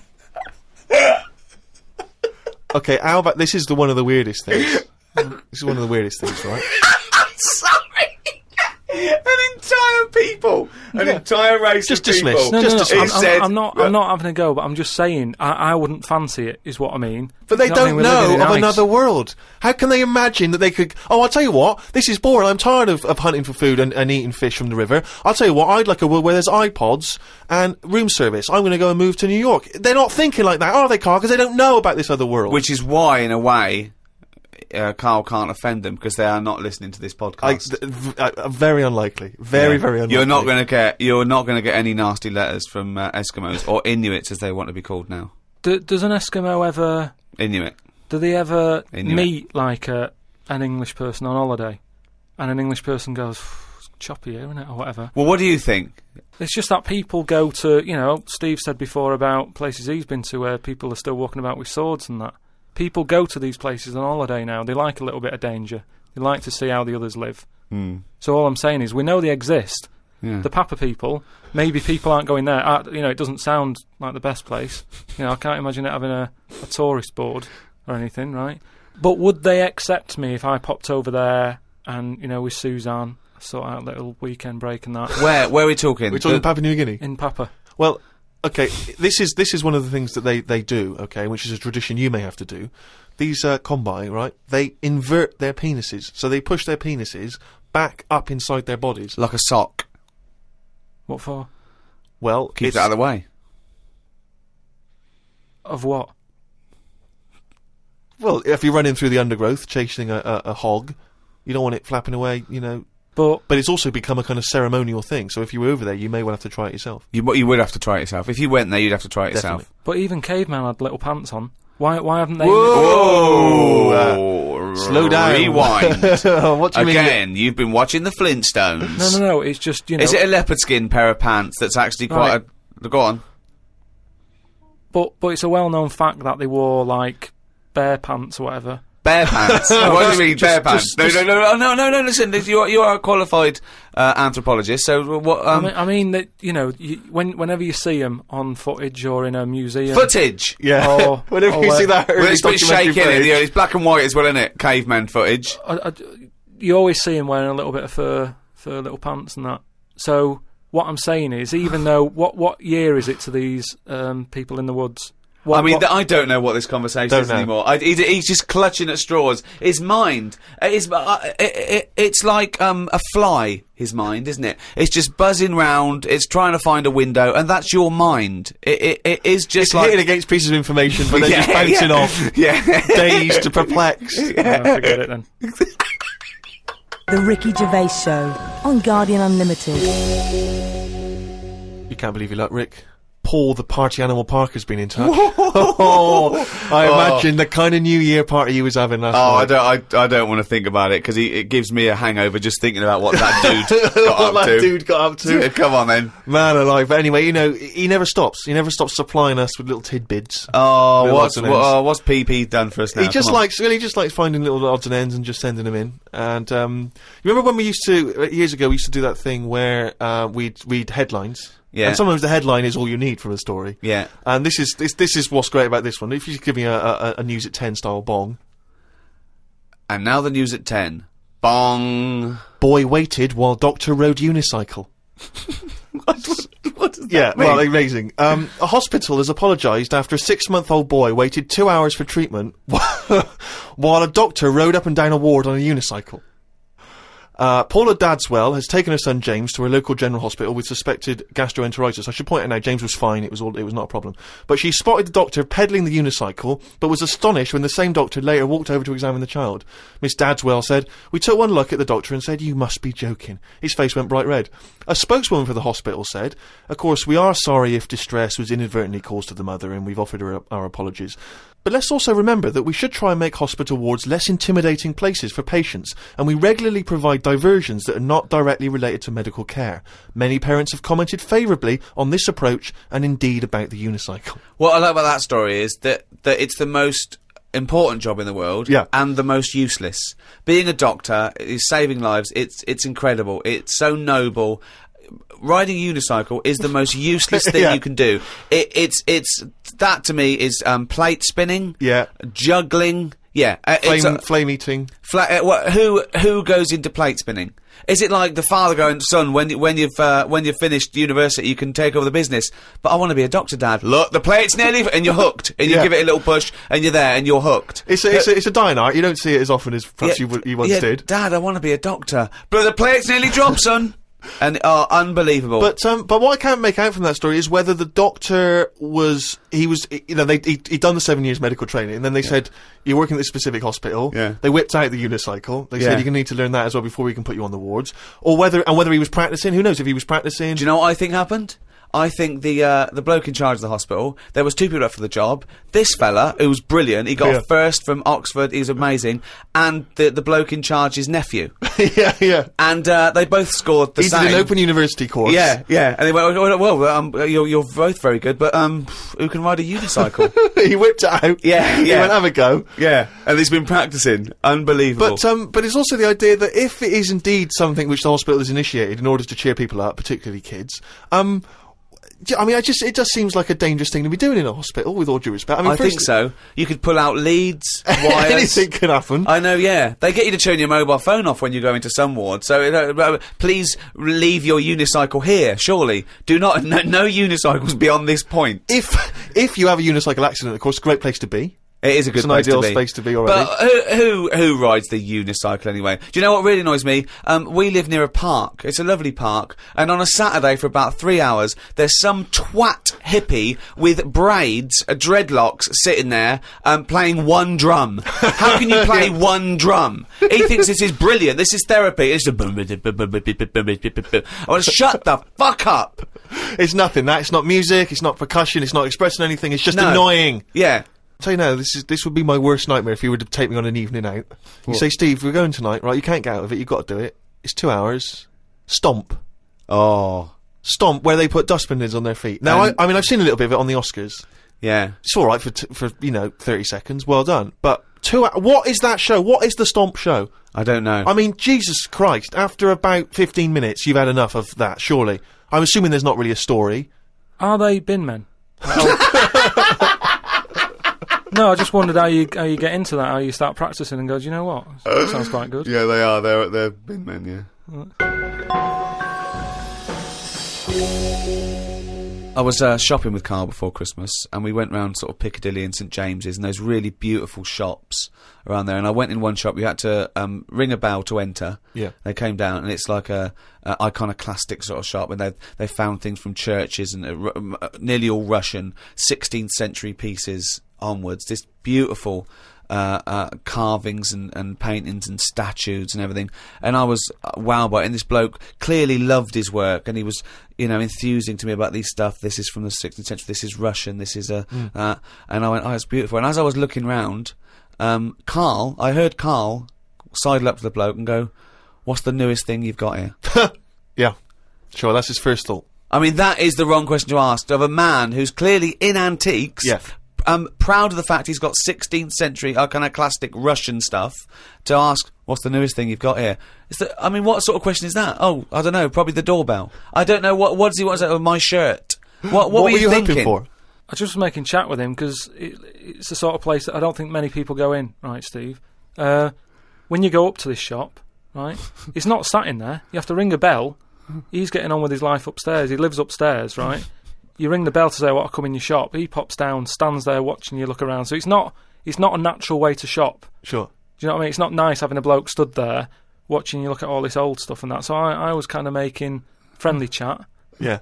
And I think it's an alright question, because he was saying there's loads of old stuff in there, and he kept going on about the old stuff. So what was to say? Well, what's the newest thing you've got? And what was? Do you know what he said? The other question he asked him, he said, "How often do you get new stuff in?" And the bloke went, every day. And I said to him, "Why did you ask that?" He said, "Well, I was thinking, if you got antiques and you sell it all, what's left? Like, someone's going to sell all the antiques in the world because they're not because they're not making any new stuff. What does that mean? They're not making any new stuff. But I know for a fact no one's ever going to go in there and buy the lot anyway. I mean, I've never seen anything like it. I'm not at any point in my life, and I don't think it'll ever happen, will I go, "I need some old Russian wood." Because it was brilliant. No, Steve, it was beautiful. It's amazing stuff. There's stuff. There's these things from the 16th century of sort of like saints and monks, and they're carved. But and there's loads of it. It's just all piled up. No one's interested. If I was him, I'd go, "Do you know what? I'm into this, but no one else is. Close shop."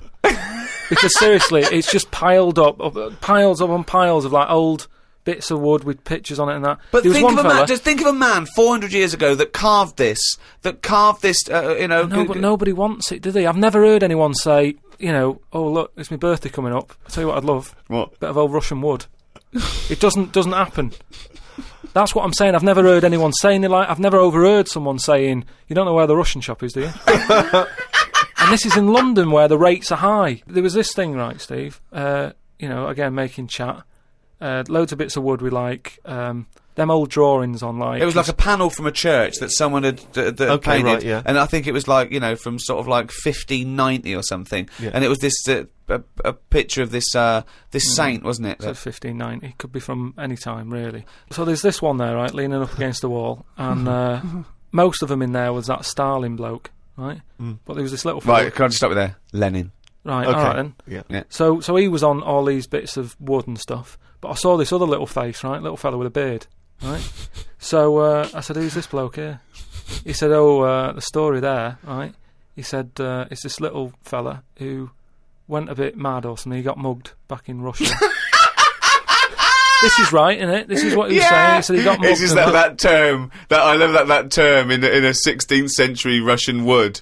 Oh no, I'm being mugged. So he got mugged. He got happy slapped. And he said, I've had enough of this, right? Yeah. And he went to live in the woods, right?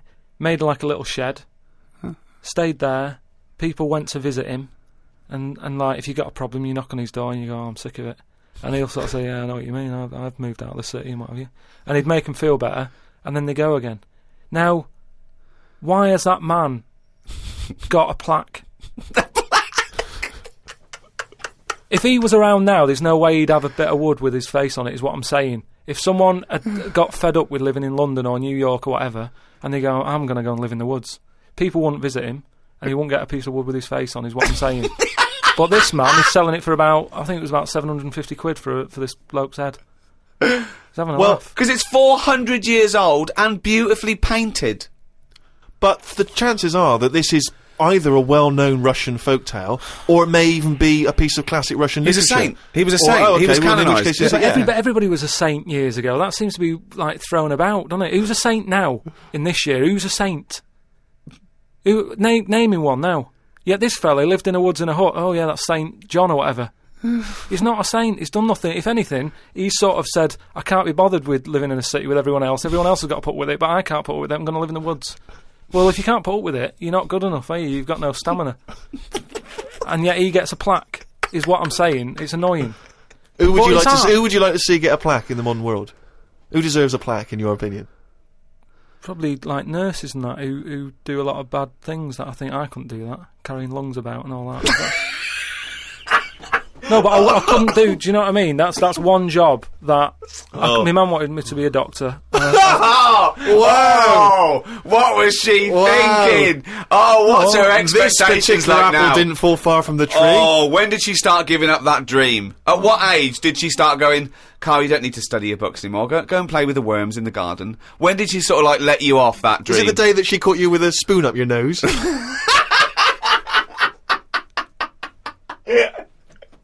From the creators of The Office, Ricky Gervais and Stephen Merchant. Extras, the first series, now on DVD. Who are you? Nobody. What's that? Who? Nobody. That's right. Nobody. And who am I? So the Starsky Hutch, I can never remember. You are guaranteed an Oscar if you play a mentor. I've just written a sitcom, but I wonder if you could give it to anyone you know. Is there any nudity in it? Well, it could be. Men or women? Either. Well, just women. Yeah. I will make it so. A painfully funny double disc. Extras on DVD now.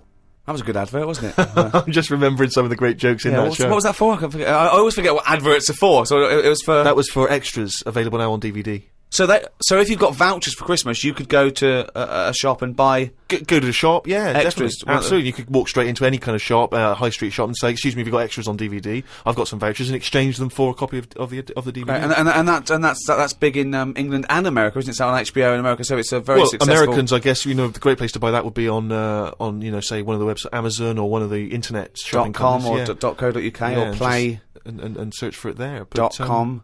And I mean, if it's going the way of The Office, which is the most successful British sitcom ever, I mean, I'd invest now. I'd say I was round at the beginning. I bought Extras on DVD the first year it came out. Get a first edition of the DVD. Get a first edition of the DVD. That'll be highly collectible. And there's great extras on there. You see Sam Jackson and Kate Winslet and Ben Stiller. Rick, there's some wonderful behind-the-scenes footage, and there's some wonderful little documentaries about, the making of the show. I mean, to me, it just makes perfect sense. It's still a great way to see in the new year. Right, but if you are going into Amazon, .co.uk and you're buying extras, buy a copy of Flanimals. More Flanimals is available now. Yeah, I don't get any money from that, so I'm not gonna talk about that. No. Just buy Flanimals, more Flanimals. Well, don't keep going on about it, 'cause that's not fair. Extras. Yeah, exactly. Coming up, the Mega Dance remix of I Could Eat a Knob at Night. Plus, of course, monkey news. Yeah, and if you've got any monkey news, by the way, just email it in. What is it? Podcast at rickygervais.com. That's right. But don't be asking any questions about monkeys and that, because there's too many people asking about what's going on in monkey world and that, and I can't do it to everyone. Well, you're gonna bring up any kind of big monkey information. If they need to know that, every week, I'll have it every week. But it's just that a lot of people, they've got a taste for it. they want to know Talking what's of going on. monkey news, if you want to learn more about Carl, we've just put up a big biography, and there's some pictures that you haven't seen before of Carl Pilkington, and you can go to rickygervais.com and check out the roundness of his head and some of his stupid ideas.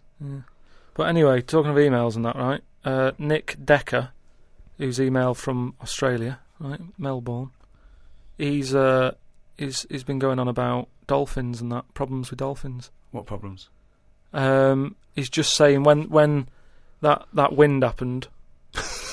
What?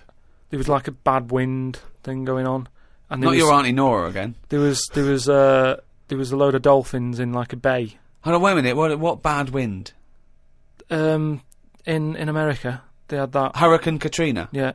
Right. And there was like a little bay with dolphins in it, and right. that, with all guns on them and stuff. What? Whoa! Rewind. What do you mean? Do you know dolphins? they use dolphins, don't they? They say they're an intelligent animal and stuff. Yeah. And they've got them all like, they've all had the training. They're all like ready for battle and stuff. Right. Got like rifles on them. What do you mean rifles? How can they hold the rifle? How can they hold the rifle? No, it's sort of on a strap and that. What do you mean it's on a strap? I don't know what they kit them out with, but they're just ready for war. What are you talking about? Listen, though, that isn't the point. Don't worry about it. Oh, we leave that one, do we? That's not the point, so let's leave it. So they're swimming about. And that, yeah, with rifles and berets. Whatever they've got on. Yeah. Right, ready for battle and stuff. Yeah, ready for battle, yeah. The wind comes in. The wind comes Hurricane in. Katrina. Makes a wave and that. They get out of the little bay. Yeah. Still all kitted out with all the, weapons. You're talking bollocks. Steve, do you want to look at the email? Well, there's no way. There's loads of dolphins now swimming round, kitted out with guns and that, with a strap. How can a dolphin hold a... Again, you've been watching Planet of the Apes. They're just saying they say they're an intelligent animal and that. Yeah. People are trusting them. Right? Brilliant. Look, here's a dolphin. Oh, he's trying to talk to us. What's he saying? He's saying, go ahead, punk, make my day. Look, you're talking shit. It's just news to say if there's dolphins, if you see a dolphin in that, don't go, oh, it's friendly, because there's some with weapons now. So I'm just reading it out on email. That'll cover it and that. So bollocks. And more animal stuff, right? Mm. Your girlfriend, Jane, right? When I was round there the other night, she was talking about they're getting closer to doing the mammoth. Oh yeah, they're genetically engineering it. They've there are a few sort of million bits and pieces away, but they reckon they're going to be able to build a living mammoth in 2 years. Yeah. Really? Yeah. Apparently, What sort of Jurassic Park type stuff? Sort of. Yeah. Yeah. What do you think of that, Carl? Do we need them? What do you mean? Well, is it worth messing about? Because I always think, well, whoever's like knocking one of these together, right? Yeah. They must be pretty bright. Right? Yeah.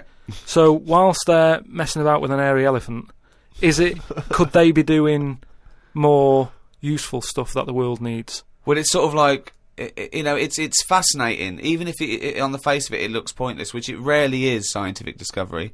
It's about conquering nature, isn't it? I mean, that's amazing, isn't it? That you could bring a mammoth back. What are the implications to bringing a mammoth back? Could they aid the workload? Could they feed the starving? There's what, applications. So you're saying, well, I'm not bring saying it back anything. to kill it, to eat it? Well, I'm not saying anything. I'm saying that rarely is scientific discovery pointless and a waste of time. In the greater scheme of things, we learn from this, don't we? The fact that it can map DNA of a mammoth, what are the implications there? Could we bring back, I don't know, Churchill? Could we bring back Nelson? Would we want to? Is it moral? That's another question. But the feet alone, and I don't mean its feet, I don't mean we can bring back mammoth feet. I could tell that was what he was thinking when his eyes moved.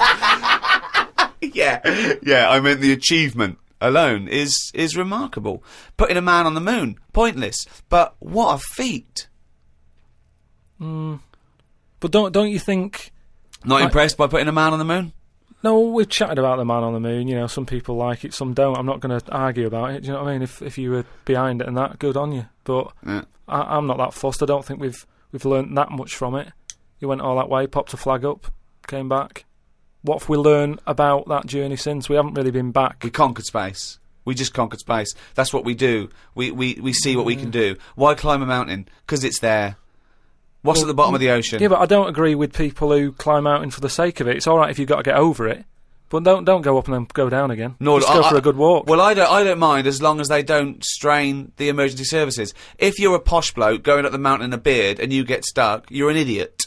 Yeah. And then it's, people would have to risk their lives going to rescue you because you wanted to laugh. I agree with that, actually. But don't you think the world's busy enough? It's like you can hardly move. You know what I mean? And mammoths are taking up quite a bit of room if a load of them come back. We've already got elephants, which in my eyes are good enough. They do, they carry stuff about and that. What's going to be better, a mammoth or an elephant? Because I can see that one of them's going to have to go at some point. If like we start running out of elephants, would they say, well, it doesn't matter, we've got mammoths and stuff. So what's the point? You don't need anyone else in the room for a conversation, do you? No, but what He's arguing with himself. He's arguing with his own head. Amazing. Where would you put the mammoth if they get it going, right? Yeah.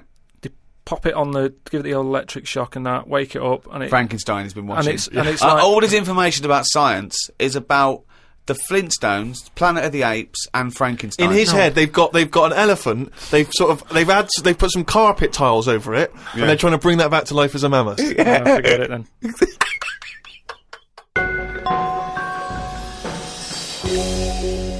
Carl, can we have some monkey news before I die? All right. Oh, chimpanzee that monkey news, you. This week, what I thought I'd do, right, because we're getting loads of emails from people who haven't really heard much of the monkey news that I've done in the past, right?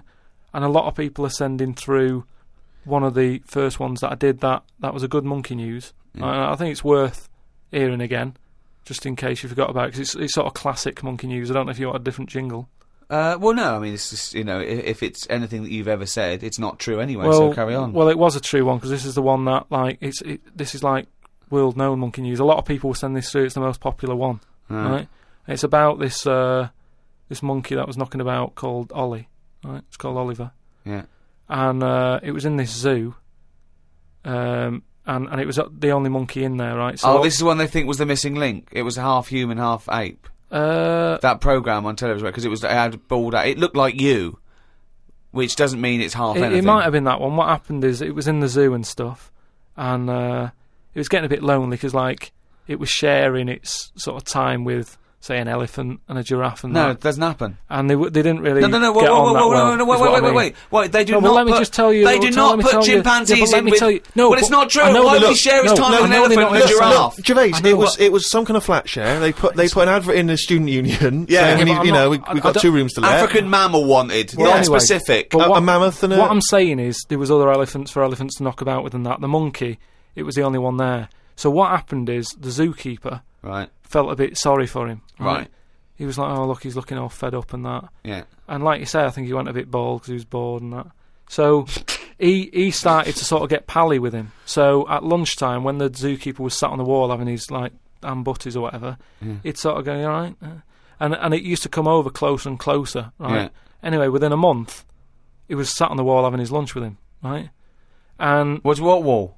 Just a little wall in the zoo. So they let the monkey out. The monkey could come and go. He had his own door key. Just near where the monkey is, it used to just pop over. Oh, these blinking latchkey monkeys. I know, yeah. He was 21. Yeah, go on. Sit there having his butty and that with the monkey and stuff. Yeah. And anyway, the ham butty, as time went on, because the zookeeper back then, zoos weren't as popular as they are now. Right. So it was only it was him on his own really.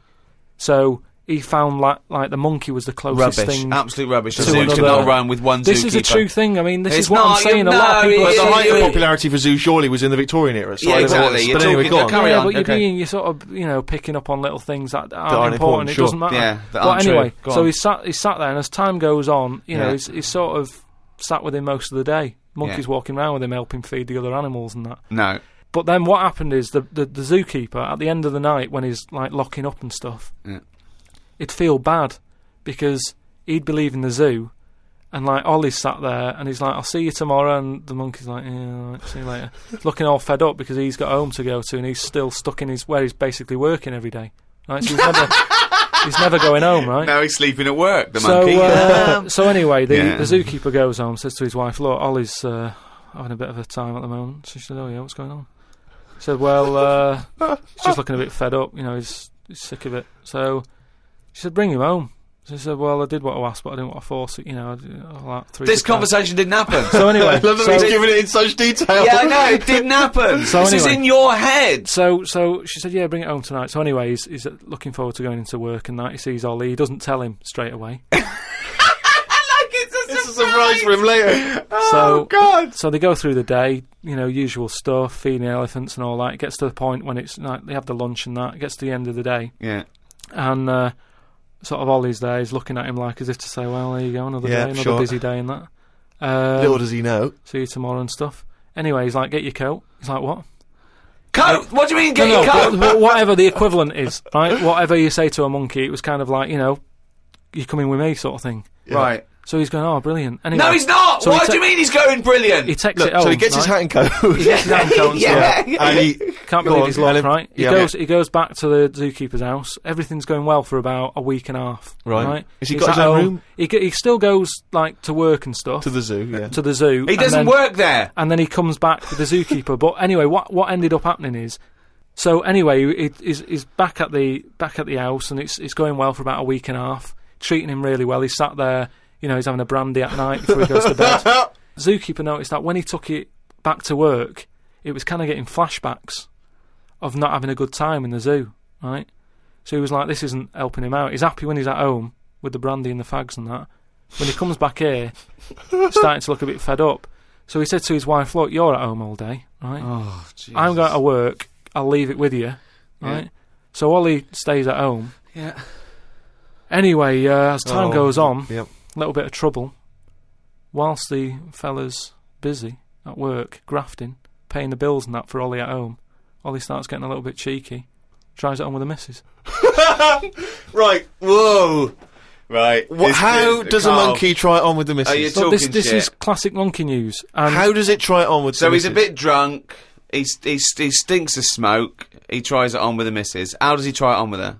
I don't know all the detail on You don't know on that any bit. of the details. I don't know the detail on that bit. But You don't all I know any of the details. No, I don't know the details on that bit. You but don't I know any of the details. So what happened? So while the zookeeper's away, the monkey did play. What happened? Did the zookeeper's wife reciprocate these affections? Just a little bit of like, little bit of fun, I suppose. She probably went along with that at first. She's cooking at home, getting the tea ready. That's walking past, pinching her arse or whatever. And do you know what I mean? It starts off just like it does, with humans. Starts off as a bit of fun. Before you know it, split up in the end. Anyway, the zookeeper and the I think the monkey stayed with the woman. So, it's all there. It's Honestly, all on email, mate. your imagination. Well, you look should it up. write stories. You Get should people- write. Get people to look it up. Just put in monkey, chimp, Ollie, and it's all there. The Ricky Gervais Show on Guardian Unlimited. Happy New Year, particularly to those great guys at Positive Internet for hosting this podcast. Dynamite. The world's #1 podcast, thanks to the guys at Positive Internet. So, check out rickygervais.com to check out Carl's head. Go and buy extras and flannels. Check it out on flannels.com. Oh, come on, this is shameless. Extras still available. Fridge freezer for sale, £400 or nearest offer. Steve Merchant wishing you a happy new year. I'm sure Carl Pilkington wants to reciprocate that. Yeah. And do you know what I want to wish them? I want to wish them a fantastic new year.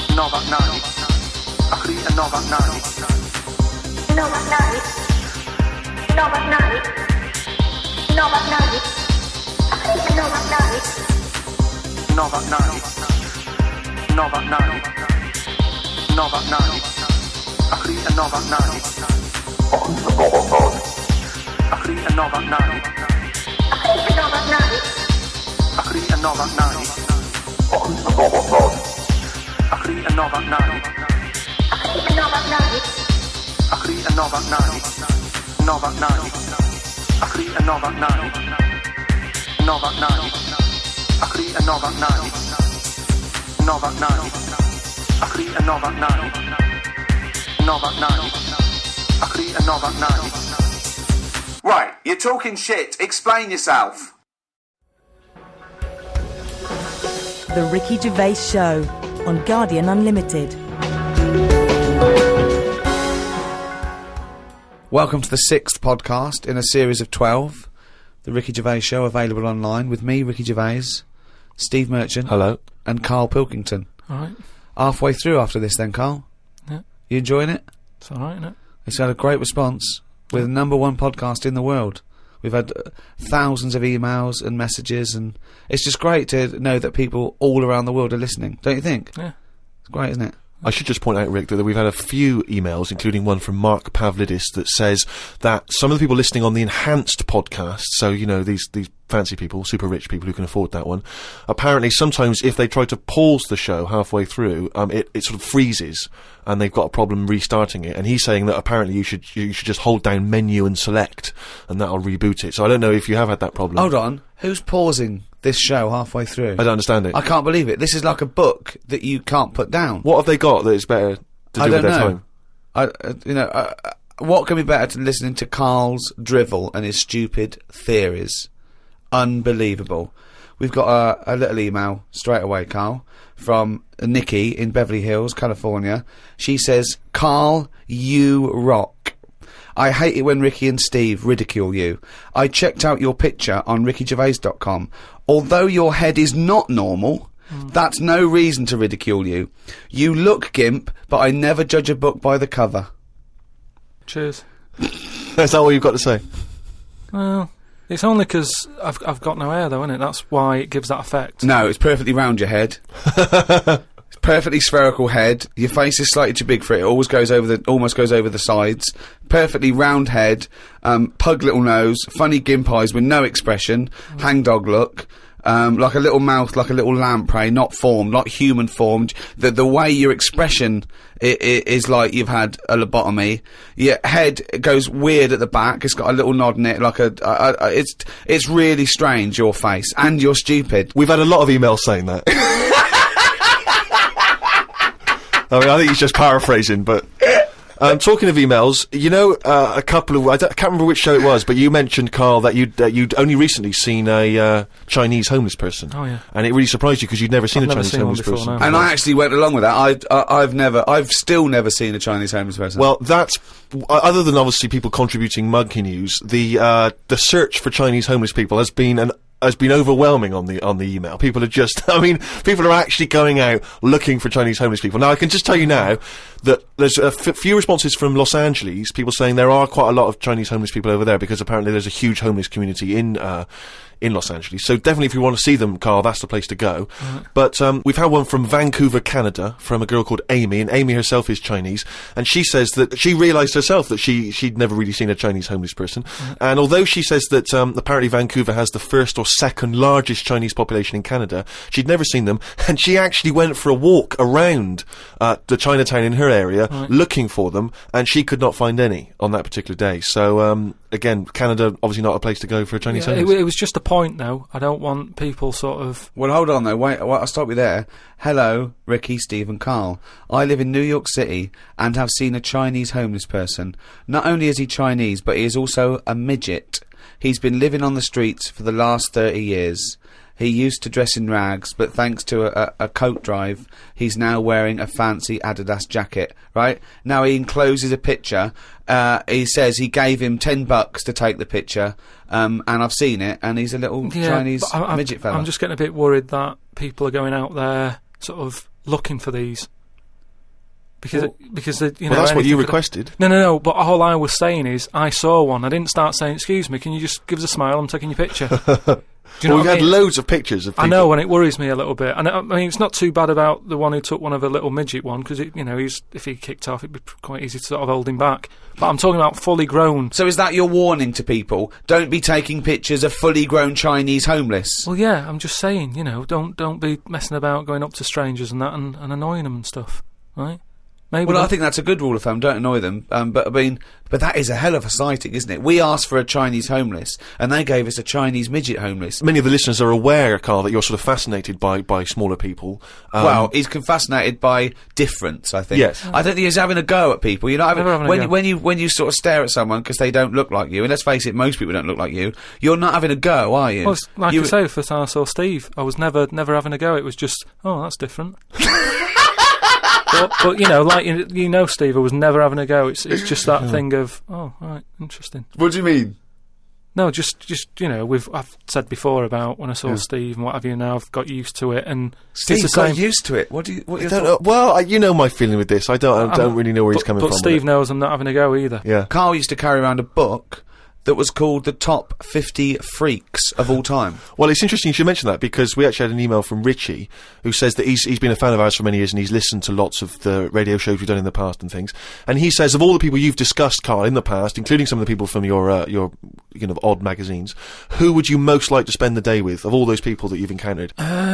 Favourite of all? Well, certainly who you would want to spend time with, who you feel would be the most fascinating, the most interesting. You know, I mean, let's just recap on some of the... Pillow Man, the bloke with no arms, no legs that can roll a cigarette with his mouth. Yeah.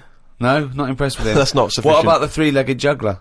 So hang on, let's just recap for new listeners. This was a man with 3 legs? 3 legs, Right. And it said his job, he became a juggler. Okay. Not using the gift that he'd been given. What you suggest? Anything. Running, swimmer. Just... You know, but yeah, what are the others? What are the other ones? There was a picture of a gentleman who was fascinated by him. He used to play the piano. Oh, he's got a tiny head, hasn't he? Yeah, that's that. That's the one who he sort of ages fast. Right. So like every other week he's having a birthday and stuff. And yeah, that was weird. He's not having a birthday every other week. His body's just aged, so it has the appearance. His biology is sort of like he's 70, but he's only like 15. They don't have a birthday every week. You idiot. But yeah, I don't know about knocking about with one a long time though. That's only for a day. Yeah. Suppose it depends what I'm up to. Because if we're going out and about, the Pillow Man would just be a bit of a drag. Whereas if you're going for a walk across, the 3-legged guy, ideal. So yeah. The Ricky Gervais Show on Guardian Unlimited. Lots and lots of people emailing just with questions for Carl. People just want to get his opinion on stuff. So if you have questions for Carl, keep them coming in. podcast@rickygervais.com. We can't really reply to your emails, but we do read them, so we really appreciate them coming in. Just a couple of quick ones for you, Carl. Wendy says, if Carl had to eat the same dinner every day for the rest of his life, what would he eat? She mentioned this because she was having Christmas dinner and it was a big, she loves Christmas dinner. It's the trouble with Christmas dinner. I mean, the roast dinner is the king of dinners and the Christmas dinner is the king of roast dinners. Yes. But you can't have one every day. No, it's absurd. But it's brilliant. We have 3 meats in our house. It's unbelievable. The amount of meats is just amazing. It's just a plate of meat. It's just meat. With one Brussels sprout, one token Brussels sprout and the gravy. Oh. You see, it depends, doesn't it? I mainly eat just so I keep going. I'm not that bothered about... Because I don't really taste it anyway, I just shove it down. You're like a horse? But at what point did it become important that things were sort of, seasoned or garnished to go with it and stuff? At the end of the day, we're all eating, aren't we? So you can move about and that, and you've got energy. Well, we need to know what we're tasting, don't we? Because we need to have certain things. We need sugar, we need salt. So we need to know what they taste like to know we're getting them. No, but your body now we've craves got them. chefs, so leave that up to them to make sure we're getting I thought you were salt. talking about an evolutionary standpoint and how it evolved, not there was a little chef... Do you think that's likely? No, but leave it for them to make sure, we're getting safe food. I mean, to be honest, it annoys me the way people worry about food now and how there's so much to choose from. I think it's got out of hand. I'll watch... Any form of choice really worries you, doesn't it? No, you it's don't just, like choice. No, choice is good, but not too much. It's like with anything now, if you go into a toffee shop, there's like loads of different... Where are you going to find a toffee shop? So you're in a fairy tale. Yeah, you're in a Dickens tale in the 19th century. You're in Shrek. And you go into a toffee shop. What's your point? You go into a toffee shop. What I'm saying, you go into a shop full of toffees. You've just come from the candlestick maker. Right? You go in there and there's just too much choice. It's like, what... and I can stand there up to like 4 minutes, sort of going... Up to 4 minutes? So specific. 4 minutes. So he's in a toffee shop in a top hat. Well, he's only got 4 minutes. He's only got 4 minutes because you've got to get down to the pea green boat that he's sailing off in. No, good morrow. Well, forget the toffees. Could I have some of your finest Oxfordshire toffees? So you'd prefer it was just one selection of toffee, that's all they've got? Well, maybe two. What I'm saying is, right, there's now too much choice. Whenever you get a menu in a restaurant, it's not like you don't just go, oh, right, what is there? Yeah, I'll have that. There's too much. It's like a book now, isn't it? And you look at it all. And then you've got to that point now that people are even taking a risk when they're eating. What do you mean? You know, in Japan or China or something, they're eating that fish that if it's not cooked right, it can kill you, right? Yeah. Not worth the risk when there's so many other fish. Yeah, I agree. Why have mackerel, have a bit of cod or whatever. Yeah, as soon as there's a risk, take it off. Take it off I the agree. Menu. I totally agree. Not worth it. We've got a fish that might or might not kill you. Well, is there anything that definitely won't kill you? Yeah, but a chicken won't kill you. I'll play safe then. I love that. I love the chicken. That's what I'm saying. The Ricky Gervais Show on Guardian Unlimited. But anyway, we were talking about sayings and that. Right? Stitching time saves 9. Don't. I'm never going to use that. I don't think anyway. Okay. Suzanne. You're never going to understand it fully, are you? Suzanne repairs me stuff anyway. It doesn't really matter. But what about the one? About the one in greenhouses and that? People who live in glass houses shouldn't throw stones. Yeah. What? Does that confuse you? You've never understood that one? No, that's a lot clearer, isn't it? It's sort of saying, don't be chucking stuff about if you're surrounded by glass and what have you. Yeah, but don't forget, it's an analogy, it's a metaphor, it's not to be taken literally. It's not really just talking to people who live in glass houses. It's saying... hang on, sorry, before you say that, Rick, I'm intrigued to know if he's fully got to grips with this. Okay. Just give us your explanation again of what you'd take that to mean. Well, just don't be chucking stuff about, really. So, well, if that was it, they just say that. No, but that saying's been around a lot longer than we think. That's when people probably did live in basic glass houses and stuff. No, whoa, what they mean now. Who has ever lived in a glass house? So cavemen went from rock to a nice crystal structure, did they? What are you talking about? When did people live in glass houses? What they mean now, when that saying's used now, they mean sort of, plasma tellies, ornaments. No, they don't. They're saying don't chuck stuff about because you'll break it. No, it's not about damaging your own property. They don't mean you're inside the glass house throwing rocks inside your own glass house. It's a metaphor. It means don't be having a go at people if you yourself have got more to lose. Do you know what I mean? It means it could be anything. Don't start a war where you could come off bad as well.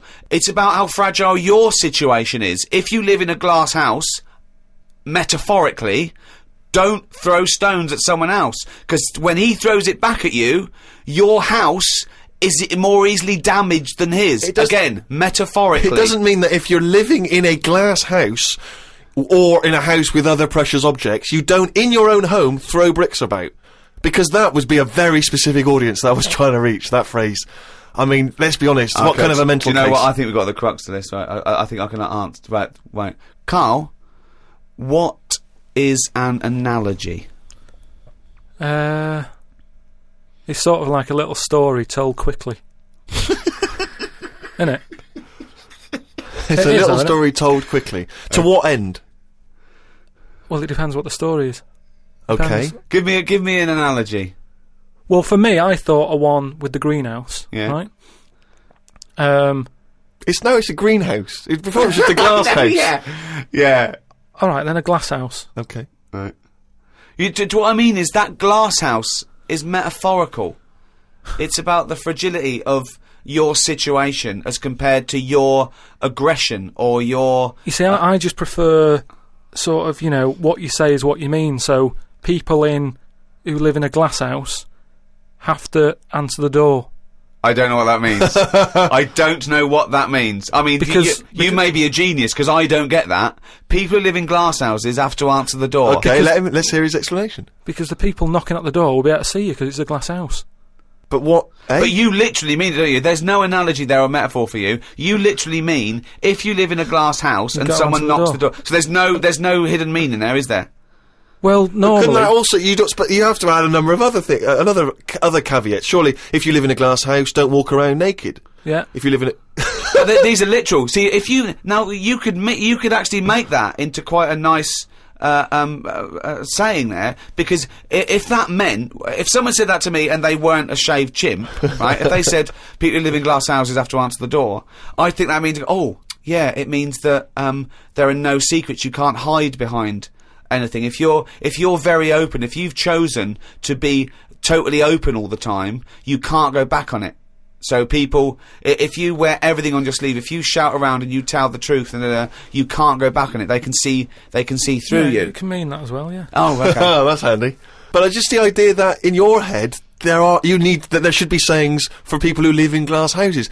Who is it that's living in a glass house? Well, I'm not talking about them. It's just that if everyone else is bringing up about these people who are living in glass houses, let's get to the real problems they've got. He still hasn't got to grips with the idea of the metaphor or the simile. People who live in glass houses should live near a glazier.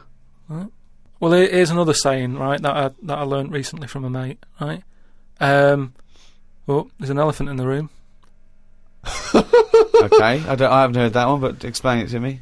It's like when something's going on in a room, right, but no one's mentioning it because everyone's a bit too sort of... But in a way, it's better that it's out. It's like how, whenever we go out for something to eat or a drink or something, it's normally after about 5 minutes, the sort of topic gets onto the shape of my head. Yeah. Well, right? I can't resist the shape of your head. Right, so you're happy talking about it. It's not just the shape, though, is it? It's the state of it as well. But outside and in. I mean, it's a fascinating little objet d'art, his head. But what I'm it's perfectly round. It's got no hair where it should have. And it's hollow. The features are slightly too small for the face. Yeah, unbelievable. No, but what I'm saying is, it's interesting how, like, I'm the elephant in the room, right? Nobody's talking about it. You mention it once, suddenly it's the talk of the town. It's what I mean. Everybody starts joining in, going, well, yeah, it is round, but it does suit you. And these are people who I don't even know sometimes, and they're all dipping in. And that is an elephant in a room. So you don't want people to discuss the shape of your head or the lack of hair? You would feel better, you would feel happier that they didn't mention that? Sometimes I think it's better that it's out there. It's made me a stronger person, though. It's the same way, we were talking about religion and that. Samson Delilah, he got weaker without hair. Whereas with me, I think it's made me stronger. Because, it's almost like it's treated like a disability. Everybody's sort of mentioning it and talking about it. What's it like having a bald head? And, you know what I mean? So it's made me stronger. But would you ever wear a wig? Not really. What was a long wig like Samson? Well, the only time I wanted a wig was when I did jury duty once, wasn't it? And it was annoying that I was sat on the jury right in front of, like, these criminals, right? Everybody else has got disguises. The judges have them wigs on, right? That's not disguises! It is a disguise. That's a disguise. That's why judges wear them, right? No! Well, then why did they print their name in the paper and have a picture? What do you mean it's a disguise? Well, it's a disguise, isn't it? No! If it was a disguise, they'd go in with one of those glasses with a nose and the beard attached if it was a disguise. All judges would look like Groucho Marx if it was a disguise.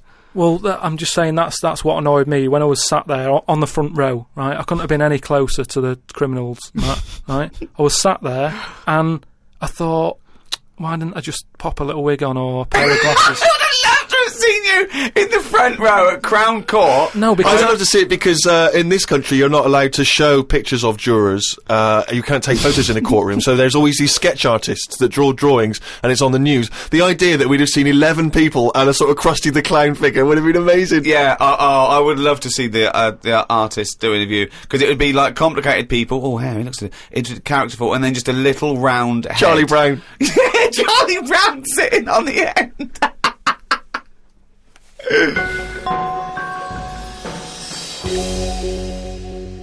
Carl, you said that your New Year's resolution was that you were going to learn something every day. Yeah, Have you learned anything today? If I can. Today, like, I don't know the full facts of it, but... Could I just say that when someone says they learn something new every day, that doesn't count if they forget it the next day? No, because that'd be Groundhog Day learning. Well, the thing I learnt today was about an octopus. Oh, Go on. What they can do is, you know, they've got 8 legs and that. Yeah. They can use 6 of them legs to cover their head, so they look like a little stone. And use the other 2 to run off. Right? But that's he's thinking of Squiddly Diddly. Yeah, it's a Disney image in his head, isn't he's it? thinking They're of pink. But anyway, that's you know. So that's it's not the Pink main singing thing. a song in your mind and running off. Yeah. No, but anyway, but something else I learnt, right? It's mainly about animals and that, because that's normally quite interesting. Yeah. There's a chicken somewhere. Oh yeah. And Specific. and the owner of it was getting fed up because, you know, he had to feed it and that. But it wasn't. Embellishment. It Guesswork. No, come on, let's hear it. It wasn't giving anything back. No eggs. No eggs, right? So he was like, oh, I'm sick of this. Anyway, someone told him, pop a little axe next to its little house, right? So when it comes out in the morning thinking, oh, I'll have another lazy day doing nothing, right? He saw this axe, and suddenly it was like, oh, right? I'm for the chocolate thought, yeah. It laid about 6 eggs. It's rubbish. Through Squeeze them worry. out It's super rubbish. quick. The chicken wouldn't recognise an axe as a threat. It wouldn't be able to reason that I better start working or I'll be meat. I better start. It's absolute rubbish. Once again, it's this ridiculous thing you got that one personifying animals to reasoning powers better than yours.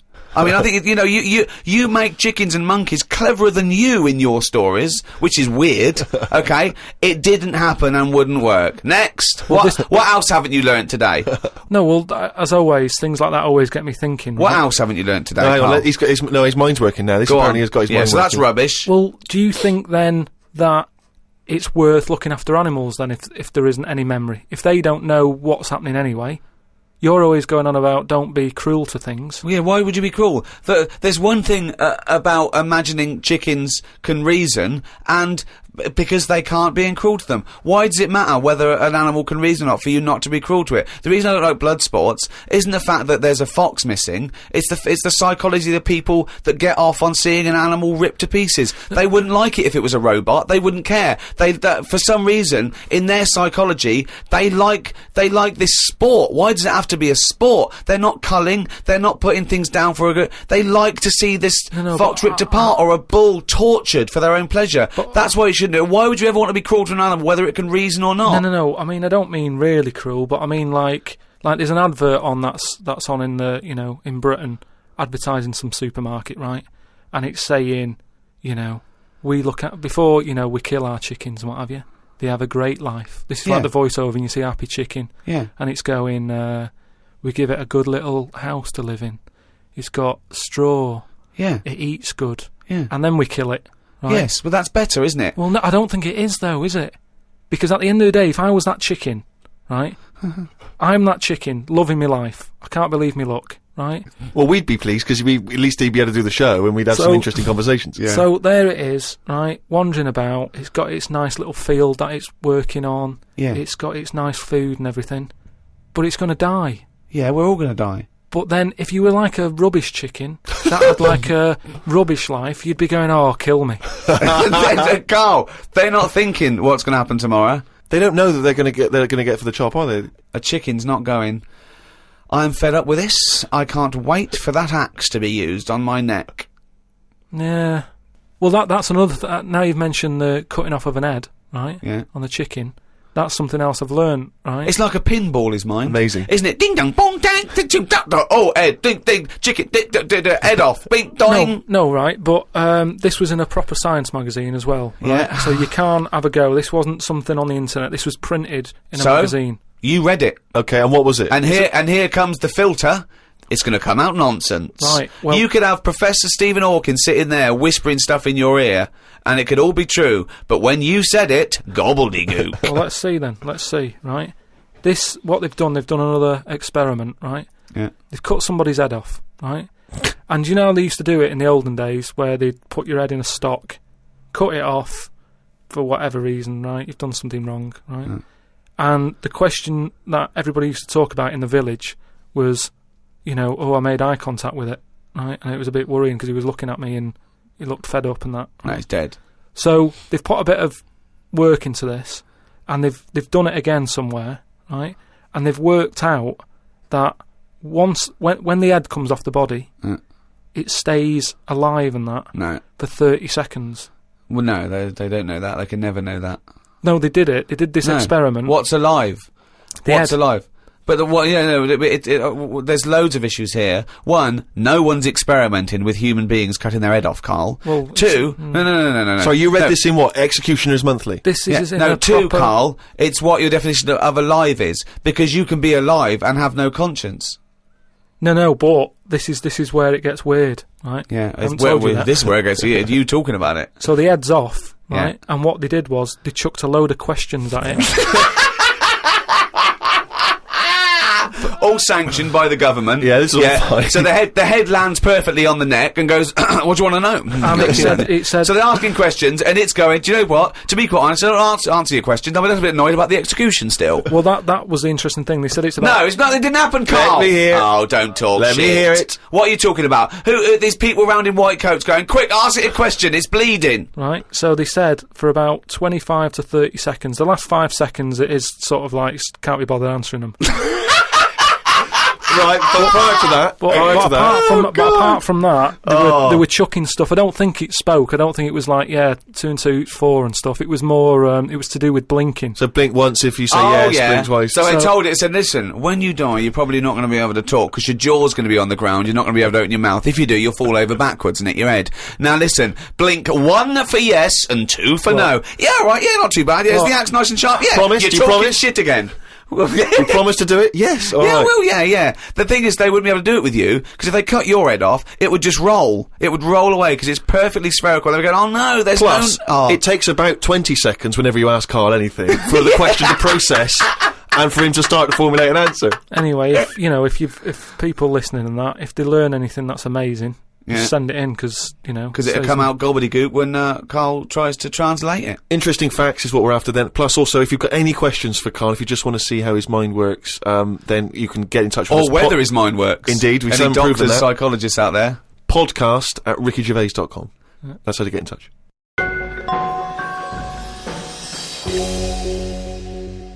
Carl, it's what we've all been waiting for.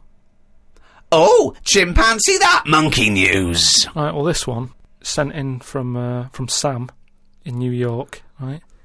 And it's about a fire that happened, right? In a really, do you know, like in New York, they have loads of big buildings, don't they? Yeah. Right, really, really tall ones. Skyscrapers. And stuff. Yeah.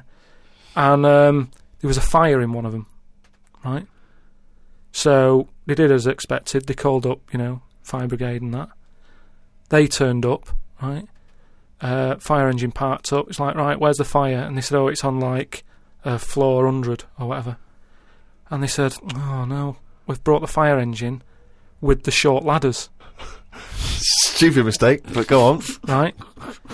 So anyway, so the fire's going and that, and they're saying, is there anyone in there? They go, I don't know, there might be someone up there, but the telecom's not working and stuff. Who do you think might be up there, Rick? I don't know.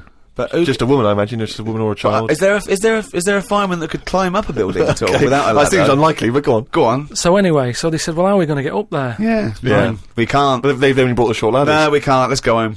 Okay, that was monkey news. So they said, well, there's a lot of like grippage. Because they made up words. The fireman, the NYPD fireman. There's a lot of grippage on the side of the building and stuff. So anyway, they said, why don't we just go and get a monkey, right? So they got a monkey. That's a bit of a jump. Is that policy now in the New York Fire Department? Well, you've got to think quick, haven't you? At the end of the day, if people are up there, you don't start querying if it works or not. You try everything that you can to help someone out, right? That's the first thing I thought of. Was it a monkey? So it was quicker for them to go and get a monkey than to go back and get the long ladders. Why don't they get fair enough. Why don't they get Spider-Man? Yeah, call Spider-Man. Yeah, call Spider-Man. So anyway, so they got a monkey down there, and they said, right, where did they get it from? We don't know, from the local zoo or something. Oh yeah. So they said, look, let's we've got to remember there could be someone up there, right, and it'll shock them a bit if a monkey comes in, right? Yeah. So they said, yeah, I don't think I'd care. Get it. If their building's on fire, they're not going to go, oh, it's weird, there's a monkey at the window. They'll be screaming, save me! Oh, there's a monkey. So Away anyway, from them. So they said, right, we'll just get it a little small uniform and that, the smallest you've got. But, whoa, hold on though. Actually, where are you going to get that? I'm going back to the station. We'll get the long ladders while you're there. No time. No, I bought the small uniform, I just didn't bring the long ladders. You're an idiot! So anyway, it goes up there, it's got all the kit on and what, it's got its little Arda on and all that. It grabs, there was like a little person up there, manages to grab that, Not give a it a midget. little... Who was up there then? It was just someone that was just the right size for a monkey to be able to rescue, which is handy. Because if it'd been anyone else, like a larger person or a family, we'd all been screwed. No, I don't know about the size of it, but it's just the story saying how, like, it was quite a big monkey in that it was good at breaking down doors. Oh, yeah. It was good at climbing into small spaces and stuff like that. Anyway, but so it's big enough to carry a fully grown man, but small enough to climb through a cat flap. Yeah, sure. So, which is handy. So anyway, it managed to, Did get it have the boots person. on as well? It got the person and everything, and now it says it's sort of it's on call if they ever need it again. Sure, and if they ever get anywhere again and they've forgotten the long ladders, but there's plenty of grippage, they just call for Coco. So that's this week's monkey news. Bollocks. The Ricky Gervais Show on Guardian Unlimited. Well, I hope you enjoyed our podcast there. Another half hour of absolute drivel. I've been Ricky Gervais. With me, Steve Merchant. See you next time. And Carl Pilkington. All right. And we'd all like to thank those brilliant guys at Positive Internet for hosting this podcast brilliantly. Positive Internet hosting the world's #1 podcast. Here's DJ Reach Around. It is hard eating a knob. So what are you saying? You could... I'm saying, like, I could eat a knob at night. I could eat a knob at night. I could eat a knob at night. I could eat a knob at night. I could eat a knob at night. I could eat a knob at night. I could eat a knob at night. I could eat a knob at night. I could eat a knob at night. I could eat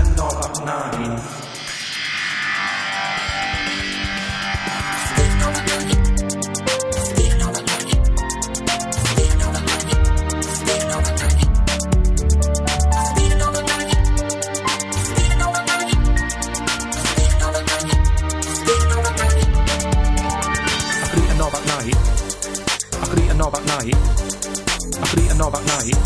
could eat a knob at night. I could eat a knob at night. I could eat a knob at night. I could eat a knob at night. I could eat a knob at night. I could eat a knob at night. I could eat a knob at night. I could eat a knob on the stick. I could eat a knob at night. I could eat a knob at night. I could eat a knob at night. I could eat a knob at night. I could eat a knob at night. I could eat a knob at night. I could eat a knob at night. I could eat a knob at night. I could eat a knob at night. I could eat a knob on the slip. I could eat a knob at night. I could eat a knob at night. I could eat a knob at night. I could eat a knob at night. I could eat a knob at night. I could eat a knob at night. I could eat a knob at night. I could eat a knob on the slip. I could eat a knob at night. I could eat a knob at night. I could eat a knob at night. It is hard eating a knob. The Ricky Gervais Show on Guardian Unlimited. Welcome to the 7th Ricky Gervais Show on podcast. I'm Ricky Gervais, with me Stephen Merchant. Hello. And Carl Pilkington. Alright. Now, talking of that, that's only 5 to go then, isn't it?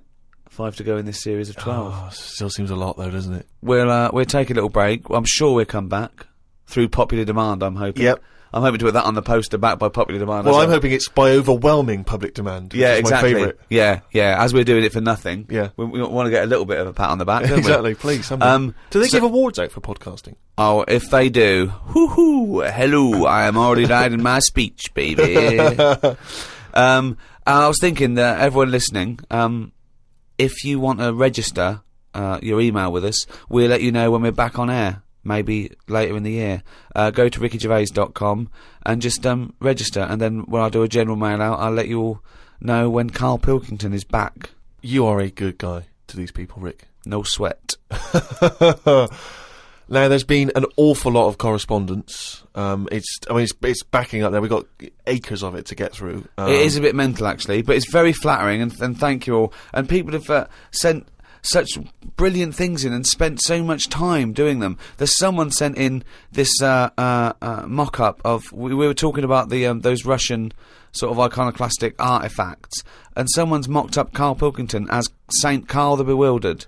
It's brilliant. It's so good. Can we put those on the web? Yeah, I think let's put that up on rickygervais.com, and that's from Joe Murray in Philadelphia. We've also got one which is a little work of art from Ed Ferrari, and it's the three of us in a studio, and it's just great. It's a very flattering picture of you there, Rick. You look about 14. I know, I've come out very well in this. Carl, he's got a head like a fucking orange. Look at that. Yeah. And you, well, I don't know what you are. Your head is about 2 foot long, and in real life it's only 18 inches long, isn't it? So he's exaggerated yours a little bit, but it's a lovely drawing. We'll put that up on the web as well. Just everyone go to rickygervais.com. Everyone register, please, and we'll email you. And everyone keep sending stuff in. So thank you very much. Carl, Joe from Bradford asks, what body parts can you live without?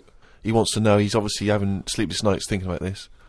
What, so... With a brain. He's coped this far. So the bits that I've got now, if I had to get rid of one of them, what wouldn't I miss? Yes.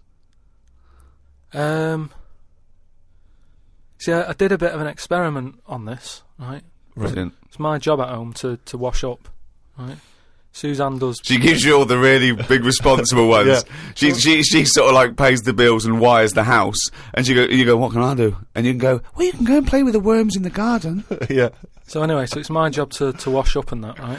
And I thought to sort of make it interesting and stuff, I thought, I wonder if I can do it, right? If I didn't have any thumbs. And so what did you do? So I just sort of sliced off your thumbs? I just sort of held them in. And it's amazing how, like, it took me ages. Just having that one thing gone. Well, it's part of our evolution, the opposable thumb. Basically, that's when we soared. These are milestones in human evolution. The opposable thumb, the forward-facing eyes, the upright. These are massive things in taking us out of the animal kingdom. And one day, Carl, you'll walk upright. But what do you mean about eyes facing forward? You mean... Before we got here, there was people whose eyes were looking in their head. I don't understand. Is that what you mean? No, because when we got sort of binocular vision, where we could, because we were predators have a forward face. I'm going way back. I'm not just saying. I'm not saying chimps had eyes on the side of their head, but I'm saying big, major milestones in any evolution. Mm. I lost you at evolution. Yeah.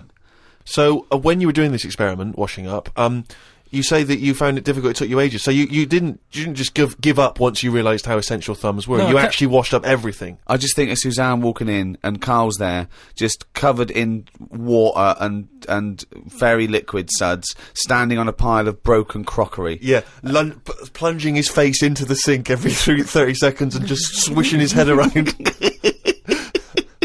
But we talked about the washing up thing before, haven't we, when I was stood there washing up. And I sort of look out of a window, so the sink's in front of the window. Yeah. And that's why I quite like washing up, because I can just look out onto the street, see people going past. There's like a local homeless fella called Franco. You know, I look out, that he's all right and everything. Sure. But I was looking across the way, right, and there's some some Chinese people who live in a flat, right, really small flat.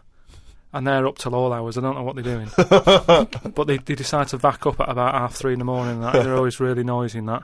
But above them, there was some woman, right, who, the sort of bedroom is on par to our kitchen, right? Yeah. So I'm sort of washing up. Yeah. And I sort of look across and see this woman with, no pants on and that, no bra and that. Naked. Yeah, just... That's the word you're looking for. Yeah, she's just wandering about, on that. So I was like, oh, what's going on here? So I carried on washing up and that, right? And kept looking, and then I was looking and she looked at me. Right, so we made eye contact. Sure. So I was like, oh, God, right? So what I thought the best thing to do was sort of drop me pants a little bit. just a little bit, just like, you know, I had boxer shorts on and that. I thought if I just show a little bit of sort of arse cheek, then it's kind of like, right, we quits. Right? I don't understand the thinking. So Suzanne's watching the telly, right? I think she was watching Sex and the City or something. Yeah. She sort of turns around to see how I'm getting on with the washing up, right? She sees me with, like, my pants sort of down a little bit with my arse out. She said, "What you doing?" I said, "Don't look now." I said, "But there's a woman over the road, right, with no pants on and that." She caught me looking. I'm just giving her a bit back. I love the fact that he explains the rules, and Suzanne's meant to go, "Okay." That makes sense. But I don't. So hang on. So you showed a bit of your arse. You turned presumably to show the arse, or waggled the arse at the woman. I had to lift it up a little bit on the sort of on the draining board. What? Hang on though. What did she do? Did you register her reaction when she saw a bit of your arse? What happened? When she saw my arse, yeah. Well, then I wasn't looking because I thought, in a way, I don't want it to look like, well, I've seen a bit of your stuff, here's a bit of mine. I just thought, at the end of the day, I caught a glance of you. It's only fair. You've had a bit back. You know, I'm not making a big deal out of it. I genuinely think James Stewart missed a trick here in Rear Window. Yeah. This would have been, you know, a much better film had James Stewart just popped his pants down. It would have given a whole new meaning to the title Rear Window. Yeah, exactly. It's tricky though. I seem to be surrounded by people like that because I've told you before. There's the old woman across the way who's just sat there reading a book. I look through everybody's windows like that. Remember that film, that Sliver or something? Okay, right. When they've got video cameras. Yeah. I'm just looking onto everybody's world and just seeing what people are getting up to. There's nothing wrong with that. Brilliant. That's why I like washing up. The Ricky Gervais Show on Guardian Unlimited. Chris has emailed a mantra for Carl. We were talking about famous mantras and sayings and things. Yeah. Never as a mank said so much to so many that means so little. Brilliant. So you can have that on your headstone. Rupert. Your little round headstone. Rupert's in the Isle of Man. He says, I don't know if you knew this, Carl, but apparently octopus's testicles are located in their heads. Yeah.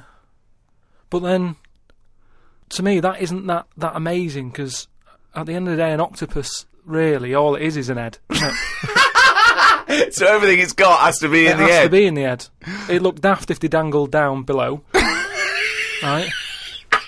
So all it is... I mean, there's a lot of facts... It'd look daft if they dangled down below. I'm wondering again, that's almost... I don't think you should start sending them in, but that could almost be the B-side to... B-side to Knob at Night. I could eat a knob at night. James Round says, Carl, if you could be anyone in the world, who would it be? Dead or alive? Why would you choose to be a dead person? No, but sometimes, like, there's people who are now dead, but everybody raves about them. But are you saying... But he wants you to live that life, not have been that person. Are you saying that if you chose Napoleon, you'd be Napoleon, but he'd be back to life, walking around now on the bus, or it'd be the 18th century, or what? What are you saying? What I mean is, if... Oh, just answer the question. Who would you be and why? It's someone you admire or you think had a good life. Just answer the question. But what I mean is, it's good to be remembered, like Winston Churchill is remembered as being a decent bloke, but I wouldn't want the hassle that he had. So I don't want to live his life. Right. But it's good to be... You'd like to be Winston Churchill, but you'd like to have a paper round instead of... saving the world. Yeah. Well, that's what I mean, but is he saying whose job would I want to take on? It's not that complicated. The question is this: if he could be anyone in the world, who would Carl be? That's the question. That's all the information I've got. A lot of responsibility on a lot of jobs, isn't there? So, some of the names flowing through your head now? I was thinking Bruce Willis. I never expected that! So his responsibility in your mind is what? Saving people who are trapped in a building with terrorists? Well, yeah, maybe, his worries are different worries. With, people who have a lot of money come other worries. Yeah. Do you know what I mean? So Bruce Willis, he's always going on these marches, isn't he, saying stop war and all that. Mainly because he's got more to lose if there's a war. He's got loads of houses. One of them's going to get damaged. Whereas if you're poor, you've got the one house. If there's a war, it's like, oh, just end it all for me then. I'm sick of it anyway. Do you know what I mean? Sure. So with successful life and happy life, There's more for you to lose, is what I'm saying. Right. Like at the moment, because I've finished a job that I've been at for 10 years. Right. I've finished working there, so suddenly I've got my timetable's a bit out, and I haven't got enough of a routine. And I'm a man who likes to know what I'm doing. Right?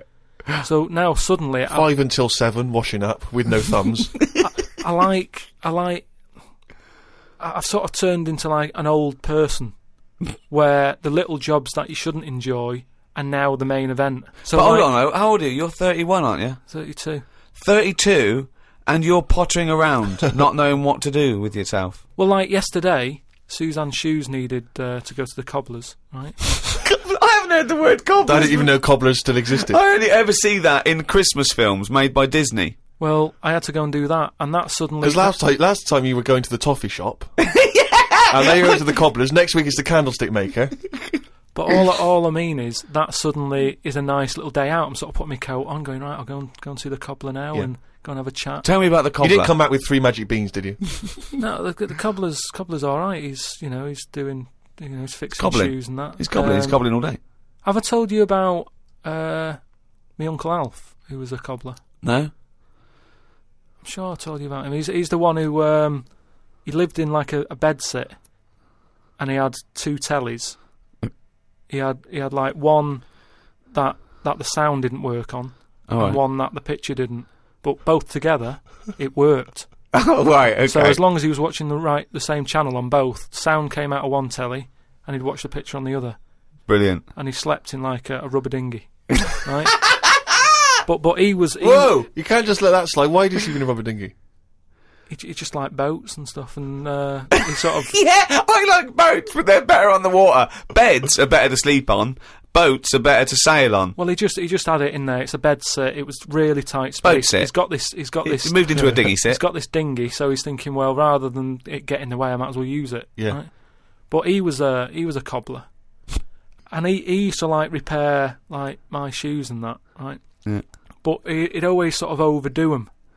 Right, so what do you mean? Like fancy. Do you know like Pimp My Ride on MTV? Yeah. Because he does up shoes, he'd go mental on them. What do you mean? There was the stereo. Yeah. Well, no, there was horns. It sounded... Here comes faster stripes down the side. Yeah. Here comes Mr. Pilkington. He's got the fastest shoes in the land. No, it just makes shoes that would last forever. So instead of putting like 1 sole on, he'd put about 5 on. So it looked like one of them built-up shoes that you never see. It just put loads of stuff on. They'd last forever, but they didn't. But they look like orthopaedic shoes. Yeah. It just like suddenly I was like 6'7" whenever he'd sort of sorted my shoes out. But he's a cobbler, and it's work that's always there for you, isn't it? I suppose so. So you went out with to take Suzanne's shoes to the cobbler. Yeah, so that's it. Yeah, so I just took him to the cobblers and that was like a nice little job for the day. I got a leaflet through the door saying, if you want to walk a dog, the rates are good. I don't know what they pay and that, but I got a little letter in my little letterbox saying, if you're free in the day. What, they pay you to walk a dog? They pay you to walk a dog and that. And I thought if I do that and get a paper round, 2 in 1. Sorry, you just went from a job, right, where you were the head of production at a radio station, dare I say it, on... can I discuss your... well, it was an alright wage, yeah. It was very good. But I wasn't happy, so it's pointless. No, I know that, but to go from the head of a department on a lot of money to walking dogs and doing a paper round, I don't know. No, but it's about being happy, isn't it? I know, but that's commendable if that's true, but... okay. And that makes you happier? Well, I haven't walked the dog yet, but I'm just saying if I do... I mean, I'm not taking it if it's raining. I'm just thinking if it's a nice sunny day and I fancy a potter, I'll go round to her and say, well, how much are you paying? I'll take the dog a walk and stuff. But I can't believe some of the words that have cropped up in this. It's 2006 now. Potter, cobblers, toffee shop. It's very, very strange. Do you live in Narnia? The Ricky Gervais Show on Guardian Unlimited. Right, a lot of people are sort of emailing in sort of brainy stuff. Brilliant. Right, which, the more the merrier. I'm happy getting all this stuff, and if it grabs my eye, I'll run it by you, and you can sort of tell me about it and that. And getting a lot of stuff about philosophy. Oh yeah. And all that. Descartes, that's another one that's mentioned on an email. Descartes, yeah. the French philosopher. Yeah. What's your question? Well, he sort of cropped up on an email. Someone said, "What do you think of him?" And I was like, "Oh, I don't know." He famously he pondered his own existence. Cogito ergo sum. I think, therefore I am. He was thinking about that. He was thinking, how do I know all this is true, everything around me? And he thought, well, I can see it, and I can smell it, and I can hear it. And he went, oh yeah, my senses can be fooled. I could be dreaming. And he thought, well, that's true, I could be dreaming. But if I'm dreaming, then at least I'm alive. At least I have some sort of consciousness. So if I'm even thinking about anything, I exist. I think, therefore I am. Cogito ergo sum. But we don't need to know the Latin bit. Why is everyone always going back to Latin? It was ages ago. Why is that language always being... And were Latin people always in a rush? Because they seem to be like words for full sentences. Why couldn't they just take the time and say what they want to say? And it's just like, what was the rush? I love you to teach Latin! What about Plato? Right, Greek. Right, now, would you say he's a bright bloke? Yes, I would. I'd say he's a very, very bright bloke. Right, let me tell you this. Right, if he's that bright, you know how he got killed? No. Got hit on the head by an egg.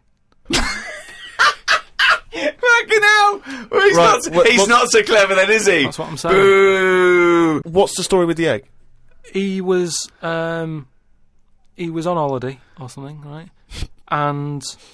He was on holiday in Greece, probably. He was having a walk about, and a bird was flying over his sort of. This over bird beach. was what? A great auk? What size bird killed him with his egg? It was a big one, yeah. Was it? And the way they used to crack an ostrich on a hang glider. The way they used to crack the eggs open to let the kids out, they used to drop them on rocks. What bird is this? Dropping its egg to let the kids out? You're a maniac! You are a maniac! And Plato had a little bald head. Right. So from the top, the bird's there looking down, and it goes, oh, there's a little rock, I'll drop the egg. Hit him on the head. Killed him. Now, this is what I was saying before about... I'm letting too much go now, because I'm so desensitised to his nonsense. I let him go. The bird saw Plato and said, there's a rock down there. Yeah.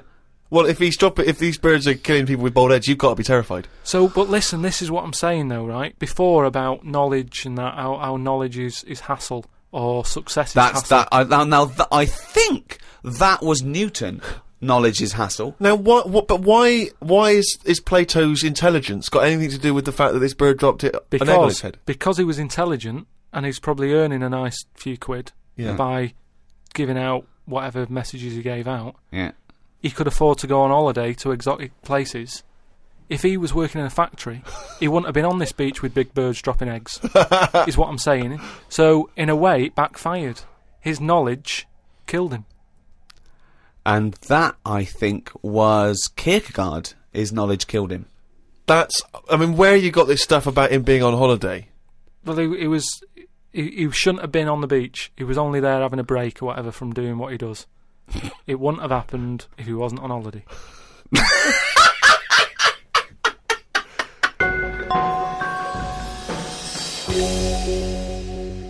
Again, I can't remember which show this was that we were discussing this, but we talked about well-known phrases and quotes from the past. We talked about Benjamin Franklin.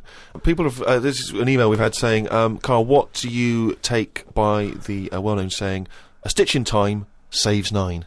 A stitch in time saves 9. Oh, a stitch in time saves 9. Yeah. See, it's another one that I don't think I've picked up on a lot of these sayings that are being sort of thrown about willy-nilly. Willy-nilly? Willy-nilly. Okay. Willy-nilly. No, but I, again, it's one of them like last week. I've heard of it, but what does willy-nilly mean? Just sort of like throwing it about all over the place. What do you mean? But what someone said, what does the term willy-nilly mean? It just sort of means, carefree. That's right, yeah. Okay, so but what does a stitch in time save 9 So you understood willy-nilly, so you used a phrase. Yeah, but it sounds nice, you said it willy-nilly, but you sort of got the gist of it. So what does a stitch in time saves 9 mean? I don't know. What do you mean you don't know? Think about it. A stitch in time saves 9. Is it to do with sewing? Well, yeah, sort of. So if it's not that clear. So if you've got a jacket, Yeah. and the seam starts coming undone, oh, there's a little bit of seam. I'll leave it. Oh, it's getting worse and worse. Soon your sleeve falls off. So you just need one stitch there. That'll do it. If you do it now, later you'll need 9 stitches. And that, of course, is an analogy to other things. If you leave something that needs attention or repair, it'll get worse. So do it now. Do it in time. Yeah, but they could have said a tile in time saves 9 on your roof. They just used a sewing analogy. But it depends if you're busy at that point, because if you've got something else that needs doing, that means that isn't being done because you're messing about sorting out a hole in your coat, is what I mean. Yeah. You can't always do stuff straight away. So maybe, I don't know if there's a sort of a middle ground where you don't have to do it straight away, but stitching a stitch sometimes time, today, say in 15 or whatever, meaning you don't have to do it straight away, but just do it before it gets really bad. Brilliant. Do you think yours is less poetic than a stitch in time saves 9? So yours is, this is what you wanted to be a quote, right? Where, well, you could do it now, but if you're doing something else, then, well, don't do it immediately, but do it soon so it doesn't get really bad. Carl Pilkington. No, but it's the same, that's the same way I treat most things in life. It's like, I never go to the doctors unless it's really That is sensible. bad. That is very good advice. No. That's brilliant advice for anyone listening. Never go to the doctors. Unless it's really bad. But that's why a lot of people, particularly working class people, die because they don't want to bother the doctor, or they're mildly embarrassed, or they don't know symptoms, bad symptoms. Go to the doctor if you're not sure about something. Like you were terrified to go and have your prostate. Still not doing it. Why not? I wish I wouldn't talk about it, because now Suzanne will listen to this and she'll go, oh yeah, you haven't been, and start dragging it up again. But why are you worried about a little a qualified doctor? I don't know what they're doing up there. What they just pop? What year are we in? They. What are you talking about? They pop their finger up. That's what I mean, though. Why? Well, it's 2006. Yeah. Why are they still using the index finger? What would you prefer, the forefinger or the thumb? Would you? No, what I mean is, we've got... Or a thumb on a stick, some kind of thumb on a stick. Would you prefer it to be... A mechanical thumb, a robot thumb. Why isn't it just a little camera? Or something that can... Well, they put the camera up if they initially discover something. But just put the camera up straight away. No, they don't need to. They pop the finger up, feel that the prostate isn't swollen, wiggle it around a little bit up your back passage. What are you worried about? I don't think they need to do that. Are you embarrassed? Are you embarrassed about being in a room with your trousers around your ankles and little fella's popping A little bit, yeah. Why? And the other thing is, it's not just that, is it? So you go in there, they check your heart out and that, which to me is the most important thing, because that's what keeps you going, isn't it? Yeah. Right? You've got to go there. You sat on the bus stressing out, thinking, oh, in less than half an hour I'm going to have a finger up the arse, right? What is the problem? And they go in, they check your heart, they probably check your testicles and that. What's up with that? They check your testicles, yeah. Yeah, but it's all building, and you've sat there going, oh, soon that'll be happening. Yeah. And that's what puts me off. So if they just came round when you were asleep, Suzanne just let them in and goes, he's over there, right? Yeah. And they crept up and went, bang, you go, what are you doing? I just don't understand why they don't teach you how to do it yourself. How can they?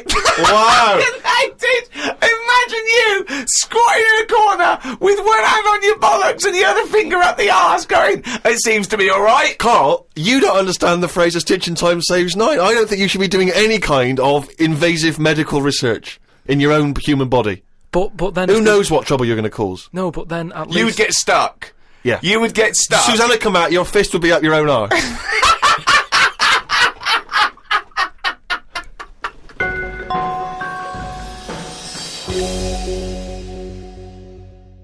Okay, I think it's probably time. Let me just check my watch. Yeah, it's monkey news time. Oh, chimpanzee that monkey news, you.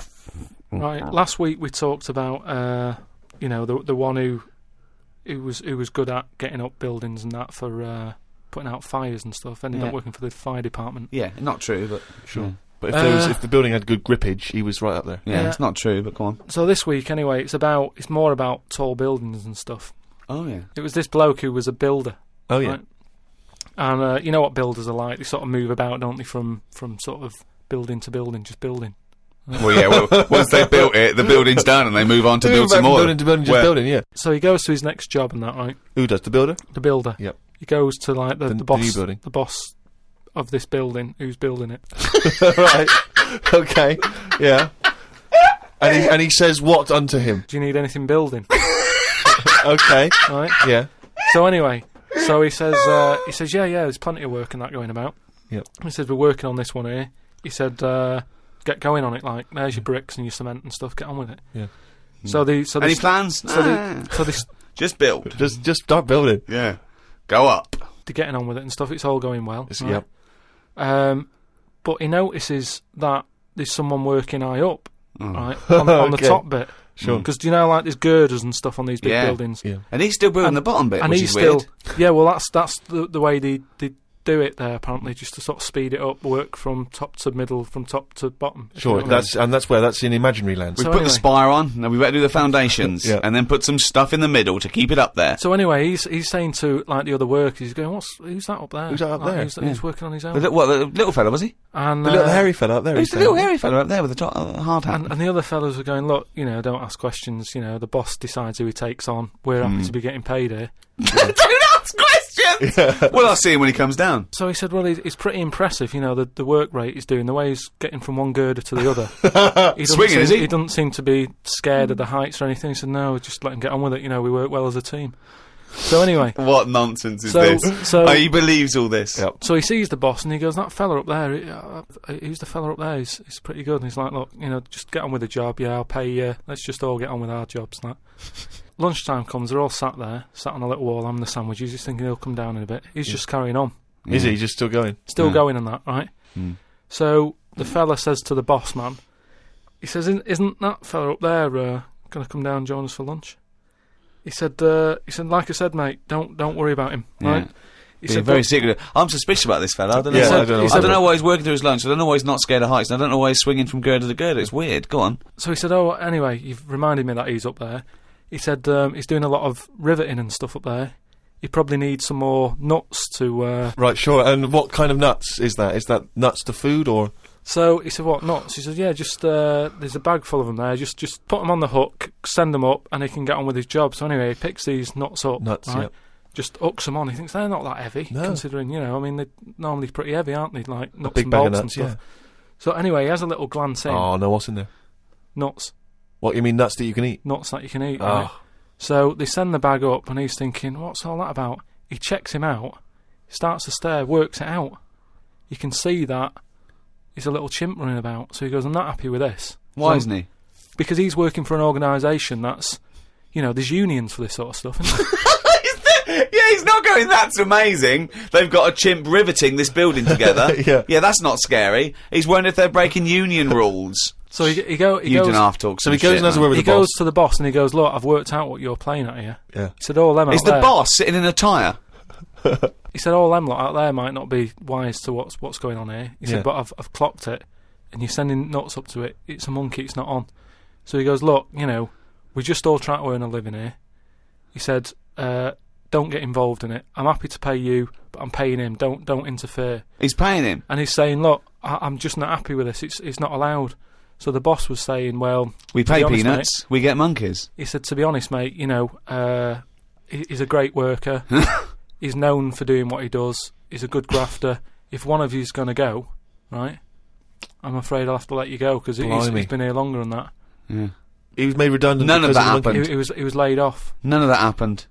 He's laid off and that. And that's where that saying about, like there's a lot of tower blocks and that in America, it's like the chimp off the old block, is where... So that's monkey news.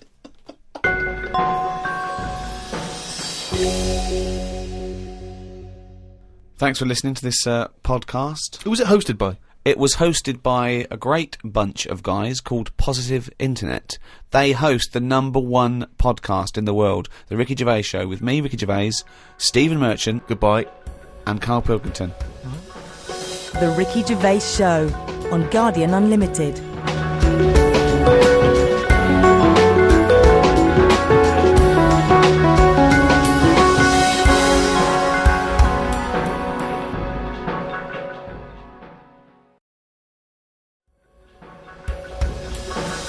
The Ricky Gervais Show on Guardian Unlimited. Hello, welcome to the 8th in this series of 12 podcasts, The Ricky Gervais Show, with The Guardian. I'm Ricky Gervais, hello, with me Stephen Merchant. Hello. And Carl Pilkington. All right. So, thank you again for all your emails. We're getting thousands. We're up to about 250,000 hits a week now, people listening to this show. Blimey. 250,000 people bothering to go in and listen to this show. Nothing else in their lives. Nothing All around the better to world. do. It's unbelievable, though. North America, Asia, South America, all over Europe, and thanks to everyone in England as well, where we do it from in a little room in London. Keep going to rickygervais.com and registering, because when we finish these 12, we can email you when we come back and start again. We're going to need a little bit of time off to record the second series of extras. Well, I'll tell you more than that, Rick. You're going to need some time off just to have a little breather, because I know how hard you work. And you, mate. Well, thanks, mate, but I mean, you blinking work hard. But Carl's been on holiday again, hasn't he? Oh, yeah, that's right, yeah, because, Carl, you don't do anything. And you have weekends off. You take at least 5 or 6 weeks holiday a year, even though you haven't got a job now. You're meant to be doing this, and yet you still go. So your on whole holiday. life's a holiday, basically. Yeah. Why do you need a holiday? You potter around. Your big day last week was going to the cobblers. So why do you need a break so much this week? It's just that, it's good for your brain and that, isn't it? It opens it up a bit. You are not evidence for that. Where did you go?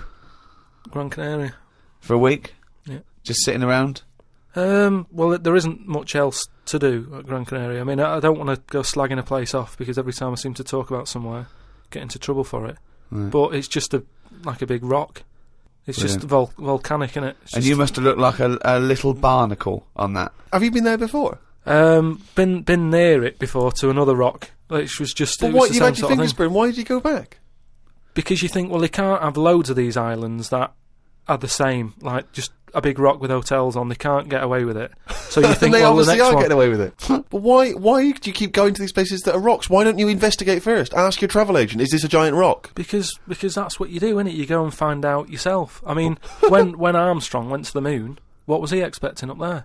That's a fact. That's a big rock, and he still went all that way. I don't know what that point was. No, so what I'm saying is, though, sometimes Tell us about the moon landing. As you started it, what do you know about that? Because I mean, so far you've given us a lot of insight into the moon landing. So there was Armstrong. There was Armstrong and that. Yeah. There was fella called Buzz. Yeah. And another bloke. Yeah. Poor bastard. Yeah, never remembered. Yeah, go on. And they went up there, got out. 2 of them did. One of them didn't bother. The one whose name, don't know who he was. Didn't even get out to stretch his legs, right? Went all that way. They had a potter about, had a wander, came back again. Yeah. So that's all you need to know, isn't it? Yeah. And in your opinion, pointless? To me, yeah.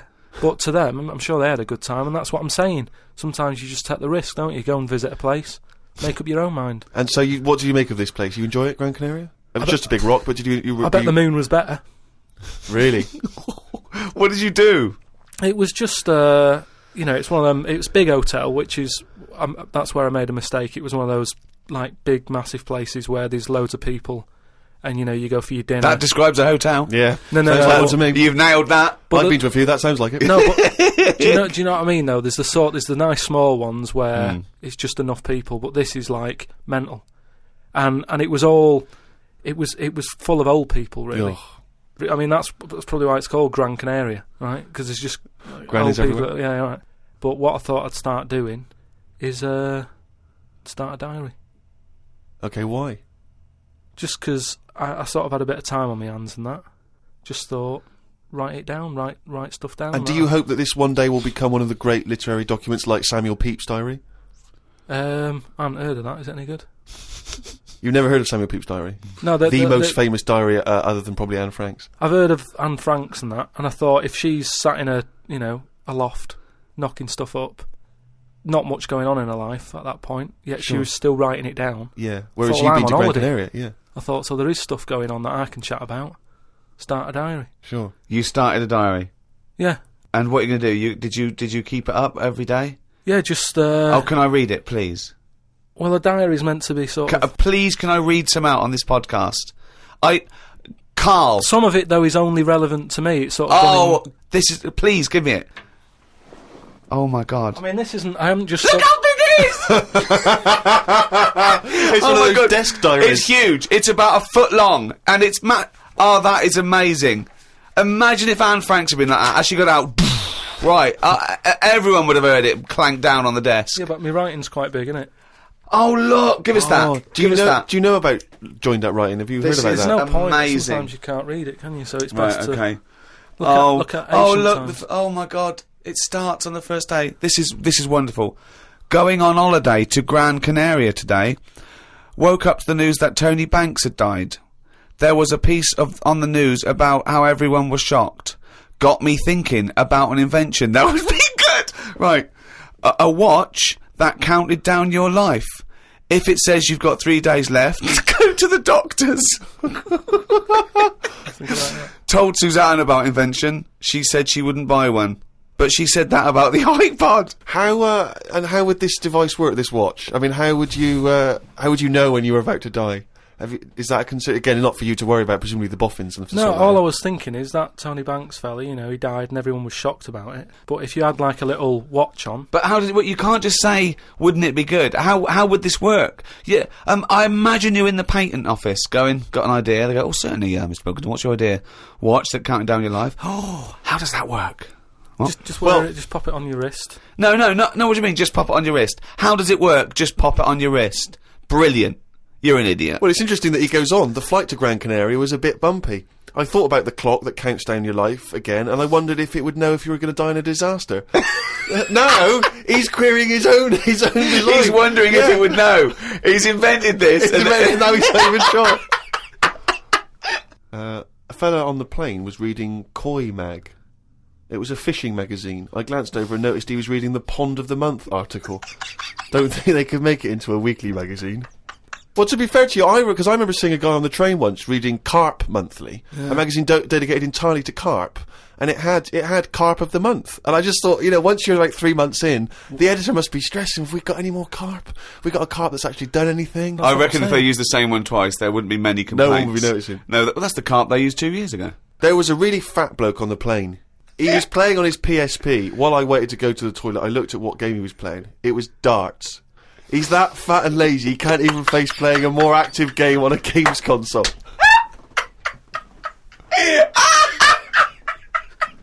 Me and Suzanne got off the coach along with a couple of old people. One of them was in a wheelchair. I don't think it was wise of them to come to a volcanic island with a wheelchair. Everywhere's pretty rough paving and slopey. Guess I'll keep an eye on it as the weeks go on. Day 2 in Gran Canaria. Brilliant, we're only at day 2. The hotel's a bit odd. I've never seen as many cross-eyed people in one location. That's enough, isn't it? That's amazing! Well, you may as well let me read on a bit more. No, this is amazing. We'll come back to this it is a later brilliant diary. This might be the best diary ever written. Oh. While sat listening to the Kinks on my iPod, I wondered if everybody thinks in their accent. I know I do. What's this? What are you talking about? Just that, you know, when I've been sat there lying on the lounger, right, and I was thinking about stuff. How do you know you think in your accent? Tell me a typical thought. Because what I mean is, say if I was like, if I saw something, right, do you know how I say, like, oh, that's a bit weird, isn't it? No, but that was I don't have said. to. But when you think, I don't think the sentence is like I'm saying it. It's just a thought. The thought appears. It's conceptual and it's already there. It's not like I go, Rick, what? Just looking at that fellow over there, were you? Yeah, I was. Yeah. I was thinking it looks a bit weird. Oh, so was I. I don't think out whole sentences. Whereas you have Carl, stop listening to the Kinks for a minute. Look over there. More cross-eyed people. No, well, that's Is that how your mind works? In a way, yeah. And Brilliant. that's when because I thought explains a lot. It's great that he has to think about whole sentences. Because I thought that's weird, isn't it? Like I didn't think that's weird, isn't it? And I thought I actually think in my accent. And then I thought, does Stephen Hawking, does he, when he's doing his maths and that, is he? I don't know where he's from, so I don't know what his accent would be like. I think he's from Kent or Cambridge or Oxford. Right. Or something. So you think he might think in his voice, in that voice, the computerised voice. Just wondered. Had lunch inside today due to shite weather. Sat next to an old fella. Old men's ears and noses carry on growing as they get older. Suzanne noticed his fingers were fat too. Maybe they continue to grow. Suzanne didn't laugh when I said her arse had the same problem. Day 3, cloudy start to the day. Had pie and chips in a cafe. had a bit of an argument with Suzanne because I thought it was daft that we were paying for food when we were on an all-inclusive holiday.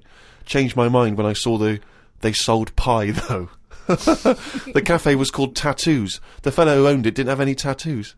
But we never saw his wife.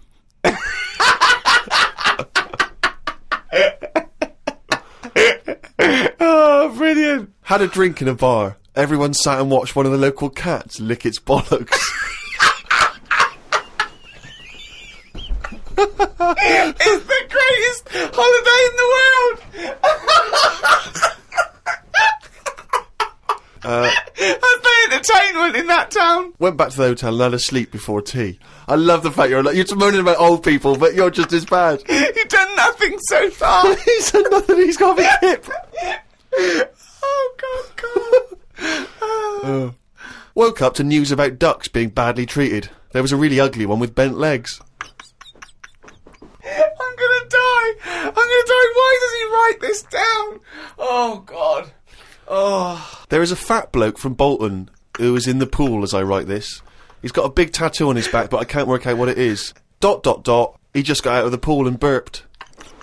Just felt like you had to keep us abreast of that. Everything's in the diary. I just seen it get to the point where you're going, breathed in, Yeah. breathed out again. There was a big fat fella in the sea who kept his t-shirt on. If you're big and fat, is there more chance of you getting burnt because there's more of you on show? I asked Suzanne and she said she didn't know in that sort of not listening kind of way.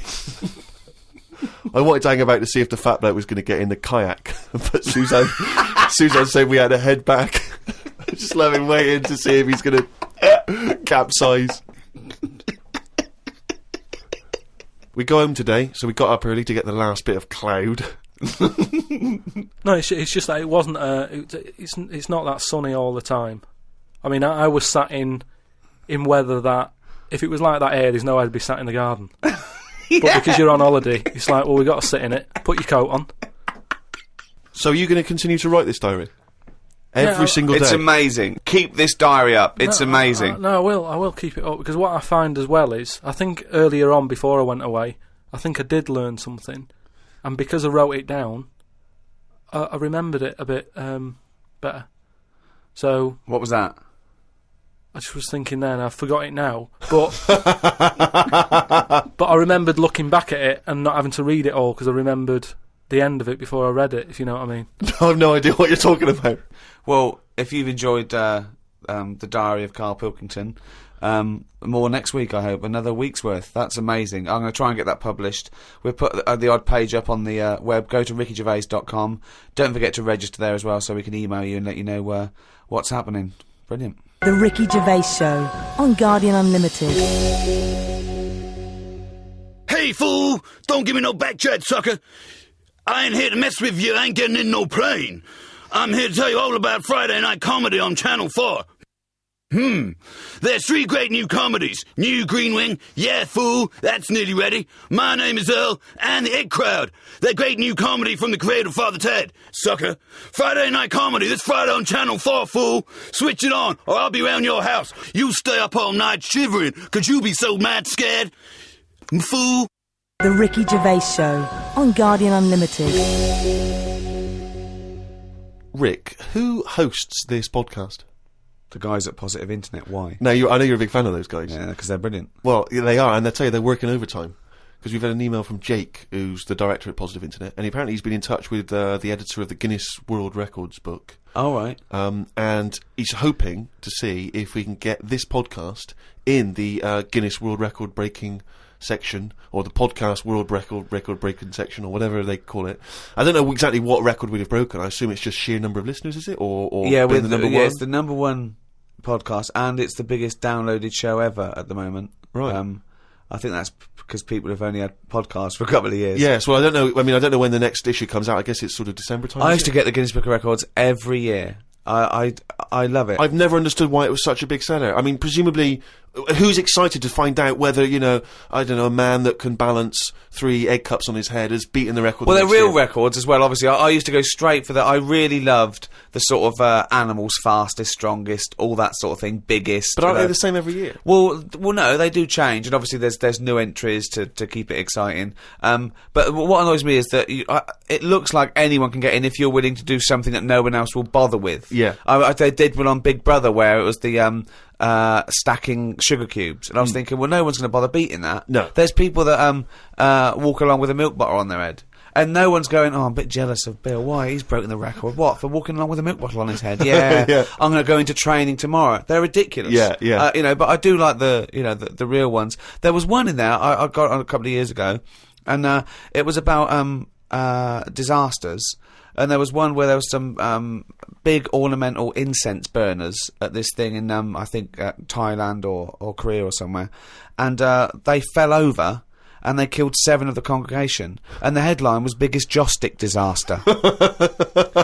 Now, again, there's no one trying to beat that. There's no one going, we need 8. Yeah. We need 8 people. We're going for it tonight. What do I have to do? You have to stand quite near those big joss sticks. Okay. And what record am I breaking again? We'll tell you after. Also, I think a lot of people waste their energy on this because there's one guy in there that can do the 100 metres in 11 seconds running backwards. And I want to say to him, turn round.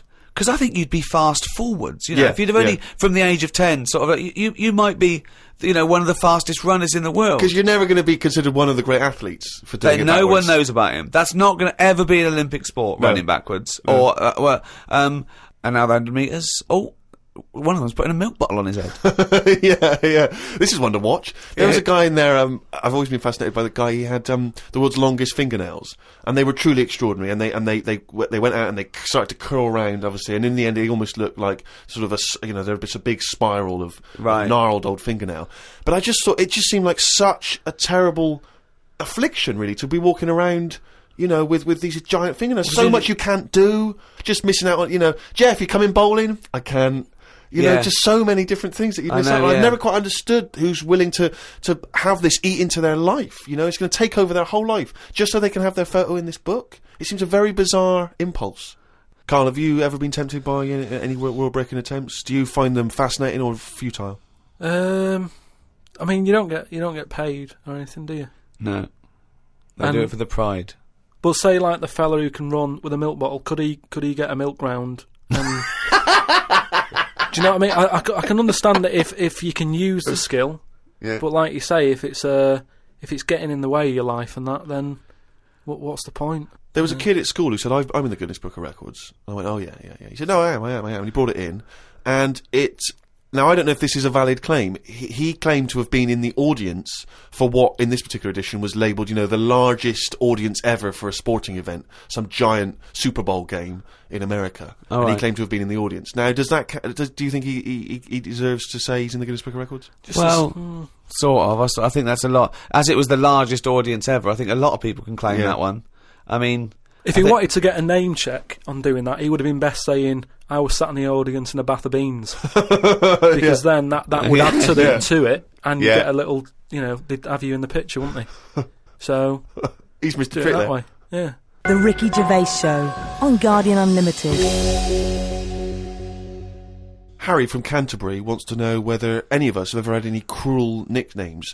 He claims that he's quite tall and rather hirsute. And he says he's often called Lurch or Wolfie. He's always thought that Carl looks a bit like Mr. Potato Head. Yeah. No, there's no potato that round. But I suppose you could fashion a potato to be that round. Maybe we could, if anyone can carve a potato into the roundest head ever, pop a couple of eyes on it.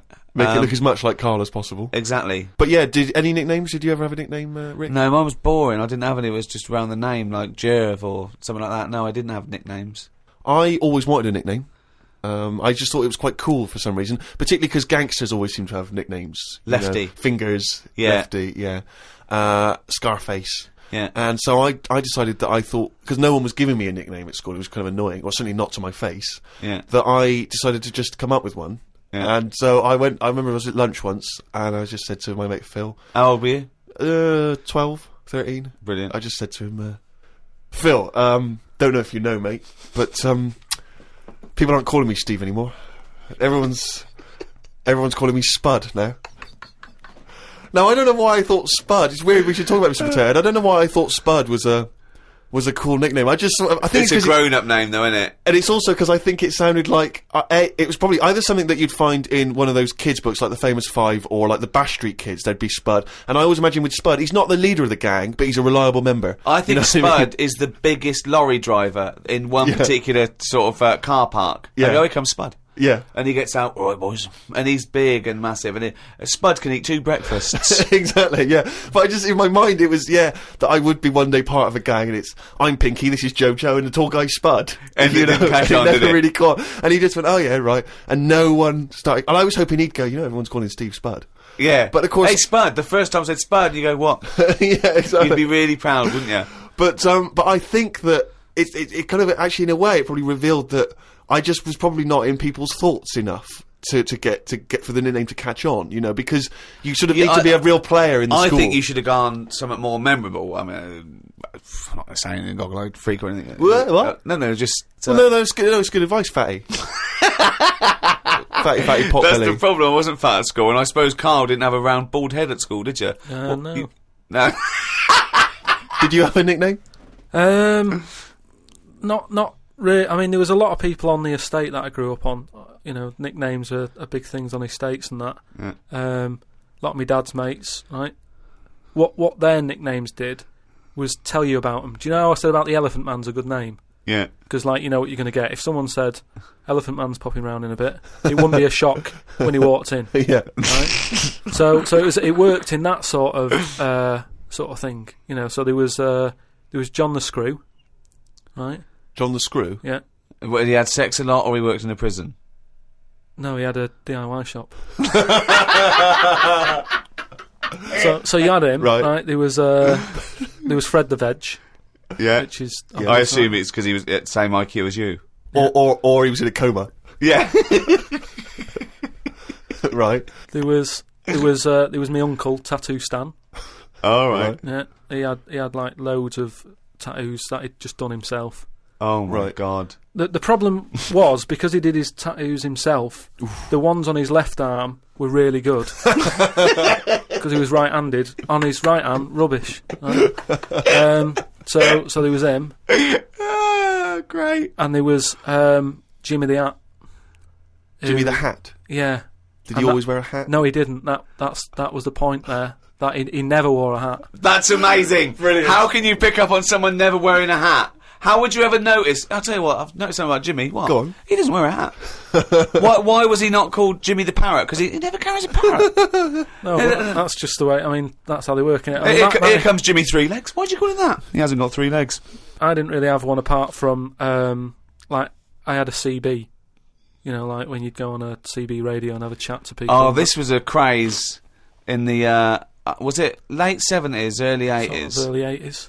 And, it was just short band radio, wasn't it? Everyone had these little handsets and they'd speak to each other in the sort of local area. Yeah, it was mainly, I think it started off with like lorry drivers, isn't it? Yeah, truckers, yeah, because there was that thing from like about 1977, it was Convoy, yeah. Yeah, so I had one of them, and my handle, I had 2 handle different names. Is your nickname, your name? Yeah, there's loads of code stuff. Yeah. I had a couple. I had, there was Pilkey 01, because like I say, there's a lot of Pilkingtons and that in Manchester, so I just thought, give it a number. If someone wants Pilkey 02, it's open. Do you know what I mean? They can have it. And then like it's people scrabbling for, I want a Pilkey 01. And then because I did boxing and that. Well, you did it once. Yeah. Well, I'd Boxer Boy, because I thought that's quite a good image as well. That's kind of like people going, oh, don't mess with him. Do you know what I mean? Yeah. If he asks what your handle is, tell him. Do you know what I mean? It's Boxer Boy and that. Yeah. So just had them 2, and I used to just go on there and... Pointless. What is the point of this? Well, you just meet people, don't you? And you don't meet people. You say, "What's your handle?" You go, "Box Boy." What's yours? Rubber duck. All right, cheers. No, it's but then you'll say then you go, "Oh, what's your 20?" What's that mean? That's where are you? Well, why don't you say where are you? Because just in case there's someone who's listening in who you hear about this all the time, don't you? People listening, jotting stuff down. Oh, right. So, just in case someone in the world doesn't know what handle means, they're out of the loop. They're out of the loop. It's not a difficult code to crack, is it? If you're trying to track someone. It's hardly the head of the mafia talking to each other because the FBI are on the wire. It's ridiculous. Like, I go, oh, he keeps saying that, wash your handle, and they come back with something else. I can't work out what's going on. No, it's like anything, isn't it? That's what codes are all about, isn't it? You set them up and that. Go on, and tell me the codes then. Reveal at long last to the world what these codes are. Right, so what's your 20? Where are you? This is better than the Enigma. Yeah. Right, now here we go. Right. How many candles are you burning? Does that mean how big's your car or something like that? Horsepower or something? See? No, that's Oh, what time is it? No, how old are you? How old are you? Okay. Right. How many candles are you burning, of course? Yeah. So what's the answer come back? You go, I'm 15. 14. Brilliant. That code, there's no one gonna work that out. There is no one gonna work that one out. So let's just play through this conversation. Give us an example of how it worked. Right, so you turn it on and that, and you start off, and there was something that you said at the start, like hello, just breaker. Yeah, breaker. Do you copy or whatever? Yeah. Then someone will go. What does copy mean? No, what his name was. I want to hear because I want to hear the fascinating conversations that Carl must have had. Yeah. And you go, all right, it's Boxer Boy, yeah. What's your 20? What's your 20? And you go, well, just I'm in Manchester. In the flat. Oh, right. And they go, right, yeah. How many candles are you burning? Oh. You go, oh, I'm 13. Oh. So and that's the end, is it? Then you might sort of say what was it? It was something like what am I burning? Right. Using burning again. Confusing, but go on, yeah. What am I burning? The bacon, because I'm busy talking to you, you twat. That's like, what's my power? What strength am I coming in at? Oh, yeah. Because then you can tell if they're quite close to you. So if you're getting someone burning a 1... Well, you've told them. You said, wait, what's your 20? You go, I'm in Macclesfield Street. Yeah, but then wonder where they are. We've just told you. Wonder how far away they are. But then you go, oh, that's interesting, because you're burning, burning 3. I don't normally get a 3. This is the least interesting hobby do you know what I ever do. I wish you'd have kept a diary of this, because this has been fascinating. Now and again, someone will come in and go, side on, right? What's that mean? And that means, like, there's someone sat there listening into this chat and going, this sounds interesting. Yeah, no, it doesn't. Unlikely. Yeah. And they want to join in, so they sort of go side on, you go, side on, bring it in, right? And they go, alright. How many candles are you burning? Yeah. What's your 20? That's it goes round again. Yeah. See you later. What's your 20? How many candles are you burning? Oh. And, I mean, it seems to me that what you should have done is made a note the first time, so that when you then speak to them again, you don't need to ask them those questions. Can I just confirm that you're burning 15?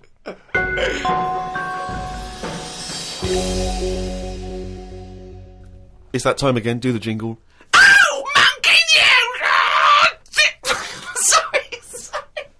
Okay. I'm gonna do a really good one. Okay, go. Okay. Oh, chimpanzee! That monkey news, yeah. Right, do you know it's nearly time for the Winter Olympics again? Okay. Is it? Okay. They sort of come round every 4 years. Is it this year? Is it? Yeah, and the last one that happened 4 years ago. Yeah. there was a bit of an incident. Oh no. Oh well, I'd know about this then because it would be. Well, it'd be big news because it's a well-known. It's televised as well. Yeah. Do you remember any winners that were monkeys in any of the No, tournaments? of course No, not. No. So yeah. So anyway, it's not going to be that because it wouldn't be true. Go on. Yeah. So anyway, one of the popular events, bobsleigh. Okay, right. You know it works. Well, you It's need like a 4 sleigh. men. Is it 4 men or 5 4 men? men. It's 4. So it's definitely 4 men that you need Need on 4 a men. team. Is it and there's two team bobsleigh as But well. they're always men. Is that right, Rick? Well, yeah, they have to be. Yeah. Anyway, humans. Well, it has to be humans. Yeah, Yeah, it's the okay. Winter Olympics for. Yeah. So let me just clarify. With the Winter Olympics, you can't have any animals taking part. No, and they also no, because they wouldn't be allowed. And two, there's no way they could disguise it because not only would they see it straight away, right, but they have blood tests, Right. Okay. So, which would show up. so they definitely know if it was Well, they have any blood kind of tests. non-human. It's impossible. It would be literally impossible to have anything other than a human Taking involved part. in a bobsleigh team. Fine. Okay. So carry on. So anyway, this country, I don't want to name them because they try to shake off this sort of, this bad news. Oh yeah, and you don't know. And It's it not didn't true. happen. Yeah. So anyway, the country was doing really well in the qualifying stages. Oh, yeah. But the problem was there was like 2 members Mm. who were getting all like the press and stuff. Oh right, yeah. and one of them never got a look in, right? How tall was he? Anyway, so this one member was getting fed up because the other two were getting all the press and what have you. So he said, I'm not happy with this. Yeah. I'm jacking it in. So they were like, you're joking, we've qualified, we're getting into like the main race and everything. You can't leave us now. And he said, well, you could do it all on your own before, you know, the way you were acting and that, you didn't need me, so I'm going. So they were like, oh. Well, they need to replace him because there's a certain amount of people needed. So anyway, so the clock's ticking, it's getting close to the big race and everything. Of course it is, yeah. They're like, what are we going to do here? The substitute they took with them.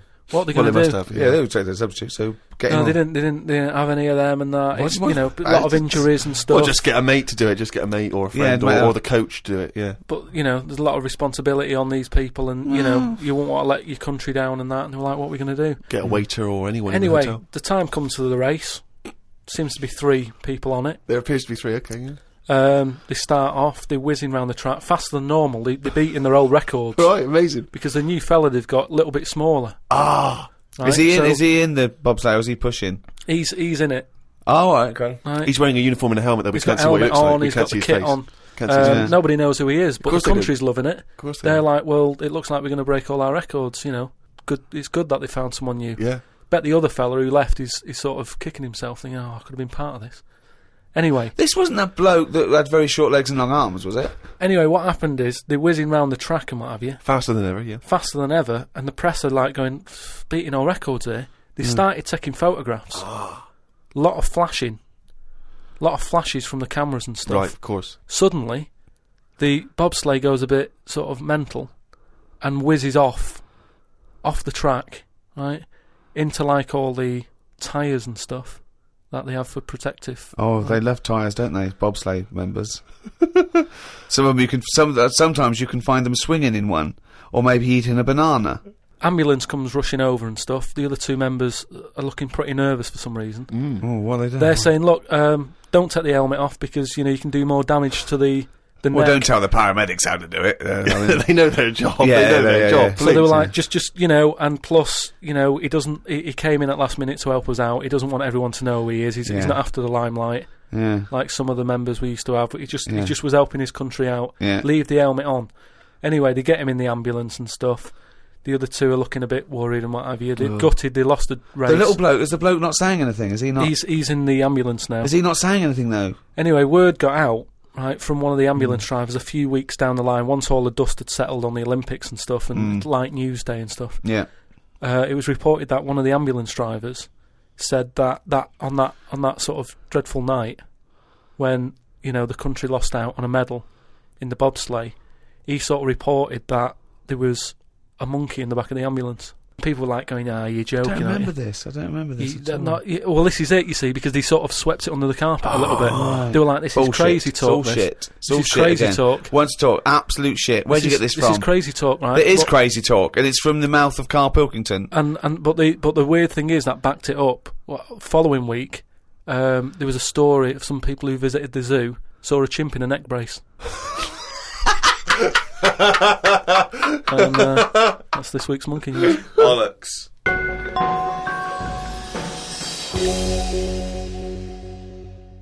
Hasta la vista, baby. I'll be back. I'm here to tell you about Friday night comedies on Channel 4. There's 3 great comedies. New Green Wing, it's nearly ready. My name is Earl and the It Crowd. The great new comedy from creator of Father Ted. Get your ass to Mars.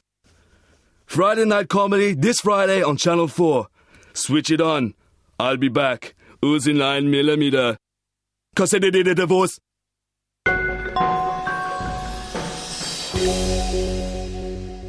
Well, that's the end of another podcast. Thanks very much from me, Ricky Gervais, with me, Stephen Merchant. Goodbye. And Carl Pilkington. Right.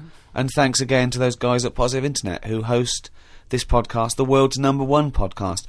We'd also like to congratulate Steve Carell from the American office, who won a Golden Globe. Yes, congratulations, Steve, and obviously everyone involved with the American office. And for our American listeners, if you haven't checked out the American office on NBC, it's dynamite. It really is a cracking show. I don't know if you're a fan of the original, but if you are, or even if you're not, just watch it. It's great. It gets better and better week by week. It's absolutely brilliant. That's NBC. I think that's Thursday nights, isn't it? After My Name Is Earl. That's got to be the first time a Golden Globe has been won by 2 different people for the same character.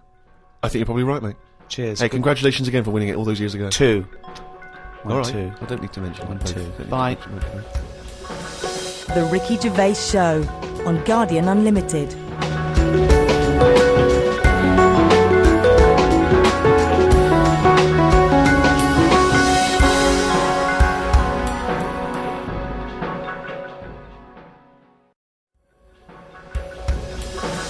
The Ricky Gervais Show on Guardian Unlimited. Hello and welcome to another Ricky Gervais Show with me, Ricky Gervais, Steve Merchant. Hello. And Carl Pilkington. All right. The 9th in a series of 12 podcasts we're doing for free. Absolutely free of charge. We're getting, we've already done over sort of 2.5 million downloads. We'll probably do 4 million downloads by the end of the series. If I had a quid... I don't even want to discuss it, Rick. You are gutted, I'm aren't you? absolutely furious, because I said to you when we studied, I said, why, you were going, oh, let's give something free back to the fans, and I was saying, it's not worth it, they don't deserve it. But no, you demanded it, and I wanted to pay, I want to charge crazy money for it. I've been a fool. We've had about something like 6,000 emails as well. If we could channel this to good, because you know what I mean, this internet has been set up, billions and billions and billions of dollars go on this cyber highway, back and forth, doing good stuff, communicating, sending people into space, commerce, and people, hundreds of thousands of people are sending me pictures of Carl as a monkey. I know, exactly. I mean, it's unbelievable. It's not what this system was created for. Thank you for all your emails as well. That cost us as well a little bit, because they're going through the website, which costs us a little bit of money. But it also costs me my precious time, having to wade through the crap that gets sent to us. Thanks to Kieran Gabriel from Merseyside, who sent me a picture of Carl as Bruce Willis. It's the effort. We'll put all these up on the website. David Weinstein has started his own T-shirt range, I Could Eat a Knob at Night. And Paul Devon has sent me this caricature of Carl, and it's brilliant. Again, I think they're wasting their energies. It's actually a brilliant painting of a little round, bald-headed Manx, some sort of like freak creature. Yeah. Whereas he could have done a beautiful painting. But thanks to all those. I mean, I have actually waded through the emails, and I obviously, again, like Ricky, I echo the thanks for sending in all the different questions and comments about the show. And there's so many, it's impossible to obviously even reply to them or talk about them. But a couple of that have struck me. Emily from New York has asked Carl this. Carl, if you were on a sinking ship, or you were in a burning building, and you were with myself and Ricky, but you could only save one of us. I don't know why that's the case, but you can only save one of us. Yeah. Who would you save? Would it be Ricky, or would it be me? I think it's a 2-man dinghy. Right, okay. Possibly. And we're trapped, and he knows that if he stays there to get both our legs out from under this thing... the girder. Yeah, he dies, so he's got room, he's got time to save one. It's obviously me. It's hard to say, isn't it, at this point? What, because Steve's in the room, you mean? Well, no, just because we don't know what the situation is. Okay, well, let's say we're on a sinking ship, all right? So you're gonna have to rescue one of us, drag us into the dinghy. It's going under. You know, in 30 seconds, okay, this ship's gonna go under and drag you down, and you're gonna die, right? And our legs are trapped, and you've got enough time to untangle one set of legs. Whose legs do you untangle? Now, just because my legs are long does not necessarily mean it's more complicated. No, it's exactly the same amount of time. Just have to make a choice. A terrible choice that Steve would not, hate you for. Well, no, listen. He won't be around for long. He's going to drown in 30 seconds. Well, forget him. Bear in mind this, Carl. You are going to be stuck in a dinghy with Ricky Gervais, and who knows how long that's going to take. Think of all the head squeezing that's going to be going on, the comments, the wind up. And do you honestly think that he's going to, if there's any provisions, that he's going to split them evenly with you? I mean, he's going to have drunk all the water, and there's only going to be about half an hour in. The food's going to be gone. Look at his gut. Look how much, of the food he's going to have to eat, the baked beans that you've got on board. Whereas me, you know how generous I am. I'm always sort of helping you out. Oh, there we go, Carl. I think he's put the nail in his own coffin there. You know how generous I am, Carl. Let's talk about that, Carl. Come on, think about that one. Yeah, I mean, have you forgot about that, Steve? What? The time when we went for a coffee and we had to have a bit of a heated debate about the 50p change. Yeah, you owed me 50p, and you decided you didn't want to give it to me because it was only 50p. And my point was, it's not a question of 50p, it's the fact that it's not your decision to decide not to give it to me. If I want to be generous, that's my decision, but you can't go, oh, it's only 50p, Steve. It's my decision who But you just given him a free keg of beer. Yeah. But that did not come to you, and you didn't pay for the free keg of beer. It was a promotional thing that was sent to you. It's the same thing as the way I gave Suzanne my leaving present from my last job. A lot of people may not be aware of this if they haven't heard us talking about it before. Yes, but you had a gift from your work as you were leaving after however many years of service, which you then gave straight to your girlfriend without telling her that it had been received from people at work. Doesn't matter. She wanted a camera. It's the same thing as you. You wanted that lager that I got for free. It hasn't cost you anything. It doesn't matter where I got it from. So you now decide, because you've given me a free lager, that you can now say, oh, actually, I'm not, in the future, I'll just take your money, Steve, on a whim. Well, listen, stop arguing with us. You're rocking the dinghy. Carl, have some of my cheese. Imagine if he would. Do you imagine he would ever say that? Can you imagine him ever offering you any of his cheese? Are you going to save Carl, mate? I don't want to say. Can we say on the website? Can you just do a little explanation of why on the website? Can they? We'll think about it, and I might do a sort of a for and against or something, and then sort of so the conclusion is okay. All right, something like that. Go to rickygervais.com. The Ricky Gervais Show on Guardian Unlimited. Hasta la vista, baby. I'll be back. I'm here to tell you about Friday night comedies on Channel 4. There's 3 great comedies. New Green Wing, it's nearly ready. My Name is Earl and The It Crowd. The great new comedy from creator of Father Ted. Get your ass to Mars. Friday night comedy this Friday on Channel 4. Switch it on. I'll be back. Uzi 9mm. Cause I did a divorce. The Ricky Gervais Show on Guardian Unlimited. Well, I've been waiting for this for a week. It's a regular feature now. When we read from Carl's diary. Carl decided to keep a diary. He's gone through with it. I can see it there. It's massive. It's a huge desk diary that he has to carry around with him, and the pages are getting full up. You're really keeping to this, right? This is extracts from Carl's diary. Did podcast and went for an Italian with Ricky and Steve. Italian place is good. We've been there a few times. I always have the same thing, spaghetti. Can't remember what everyone else had. Last time we went there, Steve had little octopuses with pasta. You could see that they were octopuses. They hadn't been cut up or anything. My rule is that I only eat stuff that looks nice when it's alive. A cow, a chicken, some fish. An octopus is an odd-looking thing alive. Even worse when it's dead and limp. It looks like it just shouldn't have been sat in the spaghetti. Yeah, I agree. I agree with that. Ricky drew another picture of my head. We've given a few of them away as prizes, but he draws so many of them that they won't be worth as much anymore. Everyone will eventually have one. Like those pictures of a boy crying that caused houses to burn down in the 1980s. What does that mean? What are you talking about? Don't you remember if you're listening in America, they might not have made it over there. Is it the sort of like the sugary ones with kids? Like, is it Techikov or something? It's just some kid. My auntie Nora had one, and it was just like a kid with like a blue jumper on, and it's like a painting, not a photo. Yeah, exactly. Yeah, and he's just crying. Like a chocolate box. It's really awful, sort of sugary. And what happened is they found out that a load of houses were being set on fire or burst into flames, whatever. And the weird thing was, oh, it's bollocks. every house that burnt down had that photo. Yeah, because every house had that picture in the fucking 70s and 80s. Idiot. It's like, we're linking it to sinks. Every house that's ever burnt down had a sink. You're talking shit again. Carry on. Wednesday. Saw a homeless bloke. I'm surprised that no companies have thought about sponsoring the homeless. Something like a clothing company. Give them some clothes that have an advert on the back. Everyone's a winner. Good idea. Not bad, is it? Got on the tube to Camden. Read in a free newspaper that hedgehogs could be gone by 2025. I think I've seen more dead hedgehogs than alive ones anyway, so I don't think I'll miss them. Went round to Ricky's house and had a game of pool. It should have been nice and relaxing, but Jane gave me some cake, and Ricky said I can't play pool if my hands are all sticky from cake. It was the sugar, and it wasn't that either. After he'd finished it, they weren't just sticky, he was licking his fingers, sucking his fingers off, and then was going to pick up pool cues and touch things, and I was thinking, go and wash your hands after licking your hands. You're not a cat. This turned into an argument when I said I didn't want to wash my hands. Why didn't he? Disgusting. He goes for a piss all the time without washing his hands, and then squeezes my head. I know I'd prefer to have lemon cake crumbs on my head than knob juice. Was going to do a crossword, but I'm tired and have learnt enough today. What have you learnt? Well, the stuff about hedgehogs and that.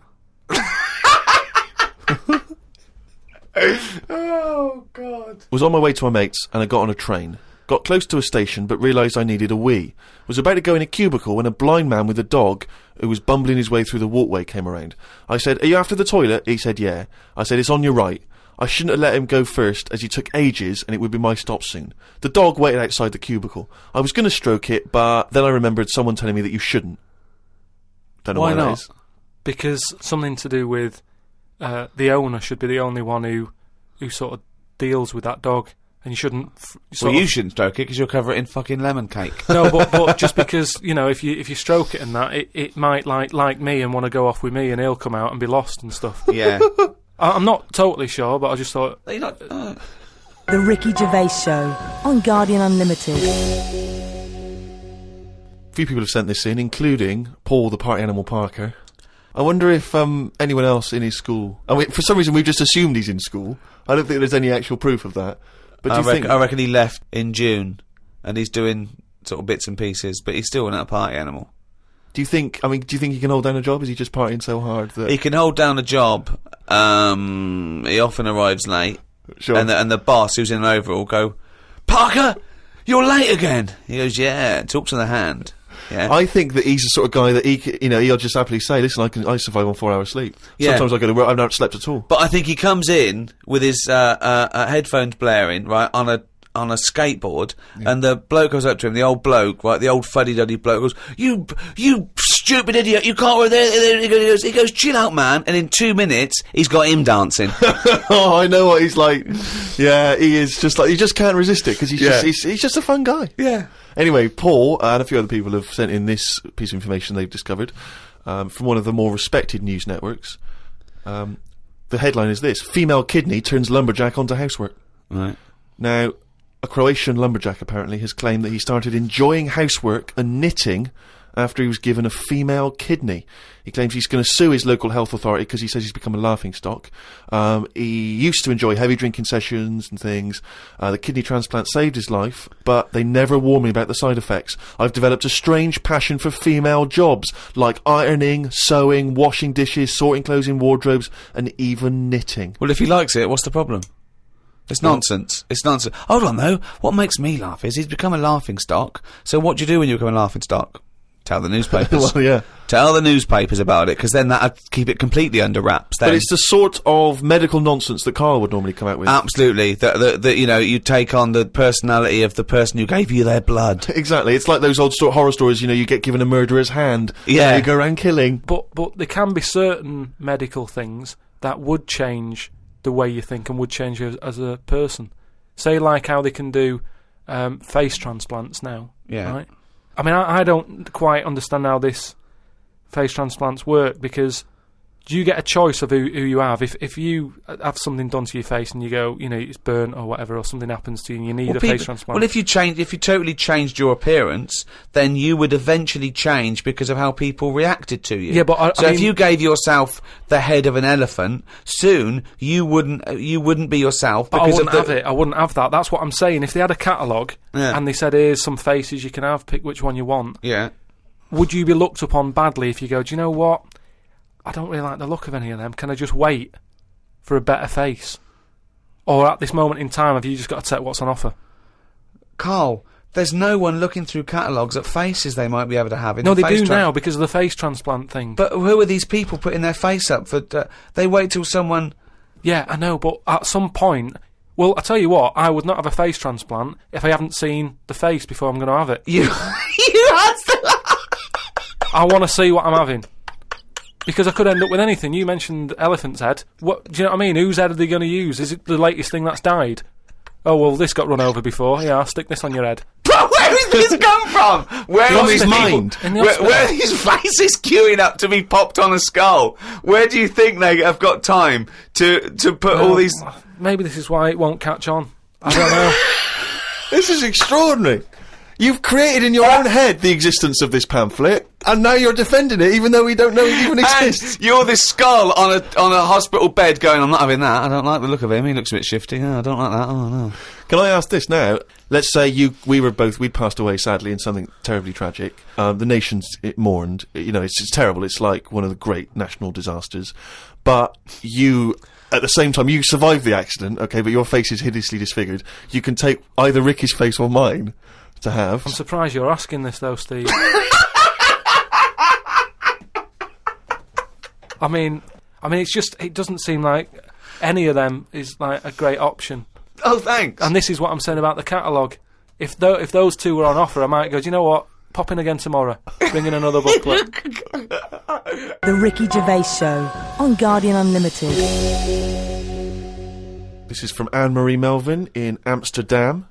She says that she loves the podcast. She listens with her 7 months old baby. That cannot be a good idea. And she says this to you, Carl. If you had children, what is the most important lesson you'd want to teach them? I mean, in a way, if you sort of look after a kid too much, it doesn't learn that much. But if you let it learn by its mistakes, it'll probably grow up all right. But there are some mistakes you can't afford it to make to learn from. Yeah, driving a car the wrong way down a motorway. Testing if the fire really is hot. No, but say like the time...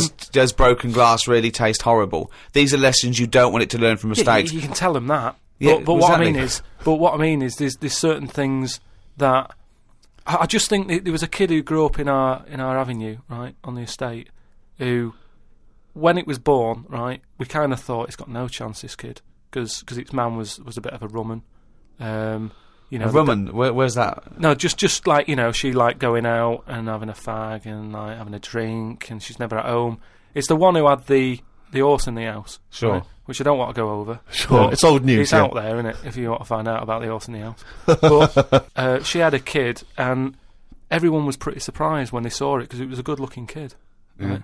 Which was a surprise, because, like, you know, the man wasn't that good-looking, the dad was a bit rough. But it came out, and she was showing it around the avenue, going, look at this I've had. And she was chuffed with it, because it's probably like one of the newest things she's ever had, because everything else was always sort of second down and what have you. But suddenly she's got this brand new little baby, right? Anyway, as it grew up, right, those looks went. Right. And I'm not talking getting old, I'm talking by the age of about 3. It looked rough already, right? And all that just happened because that's the life it was in, right? Yeah. So like it had like a patchy head. Its hair. It had a patchy head. A patchy head. It's just sort of. It wasn't a North American Indian. What do you mean, a patchy head? Just his hair was patchy. He used to chase sort of cars and stuff. Chase cars. Sorry. What do you mean? That's what he did for his. Sorry, did she let it get raised by wolves? No.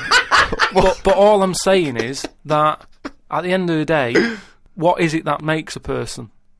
Do you know what I mean? Now, I don't know what state he's in now, but maybe he learned all his mistakes by the age of 4. I'm guessing he's not chasing cars now, but at least he's done it. I'm guessing he is. Yeah. Do you know what I mean? At least he can go, yeah, I've been there, done that, and you don't go back to it, and you can get away with doing dafter things when you're a kid, can't you? I nearly killed a man once, right? Okay, right. That time when I was in Wales, and I was having a walk with my dad on the cliffs and that, I just picked up a big rock, right? Chucked it off the edge, and as I chucked it off the edge, I noticed a fella was walking down below. Jeez. And I missed his head by, like, inches. Now, I've never chucked a rock off a bridge or, like, off a cliff or anything. And it only took one man to almost lose his life for you to learn that lesson. Yeah, but that's how you learn your lessons, isn't it? See, a lot of people would have said that maybe your dad should have said, wait, Carl, what are you doing? No, but he didn't know I was doing it. I didn't say I'm going to chuck this off here. I just picked it up and chucked it. And, like, as I let go of it, I noticed a fella was down there. You live and you learn. That's a little mantra. Right? All right. You live and you learn. So the woman who's had the kid, sort of look after it, feed it, make sure it's got shoes and that, but let it roam about. That's great. There's the advice for you, Anne-Marie. I love that. Good luck. Just let your 7-month-old baby roam about.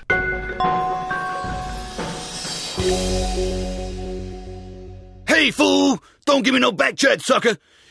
I ain't here to mess with you, I ain't getting in no plane. I'm here to tell you all about Friday night comedy on Channel 4. There's 3 great new comedies. New Green Wing, yeah, fool, that's nearly ready. My Name is Earl, and The Egg Crowd. They're great new comedy from the creator of Father Ted, sucker. Friday night comedy this Friday on Channel 4, fool. Switch it on, or I'll be round your house. You stay up all night shivering, 'cause you be so mad scared. Fool.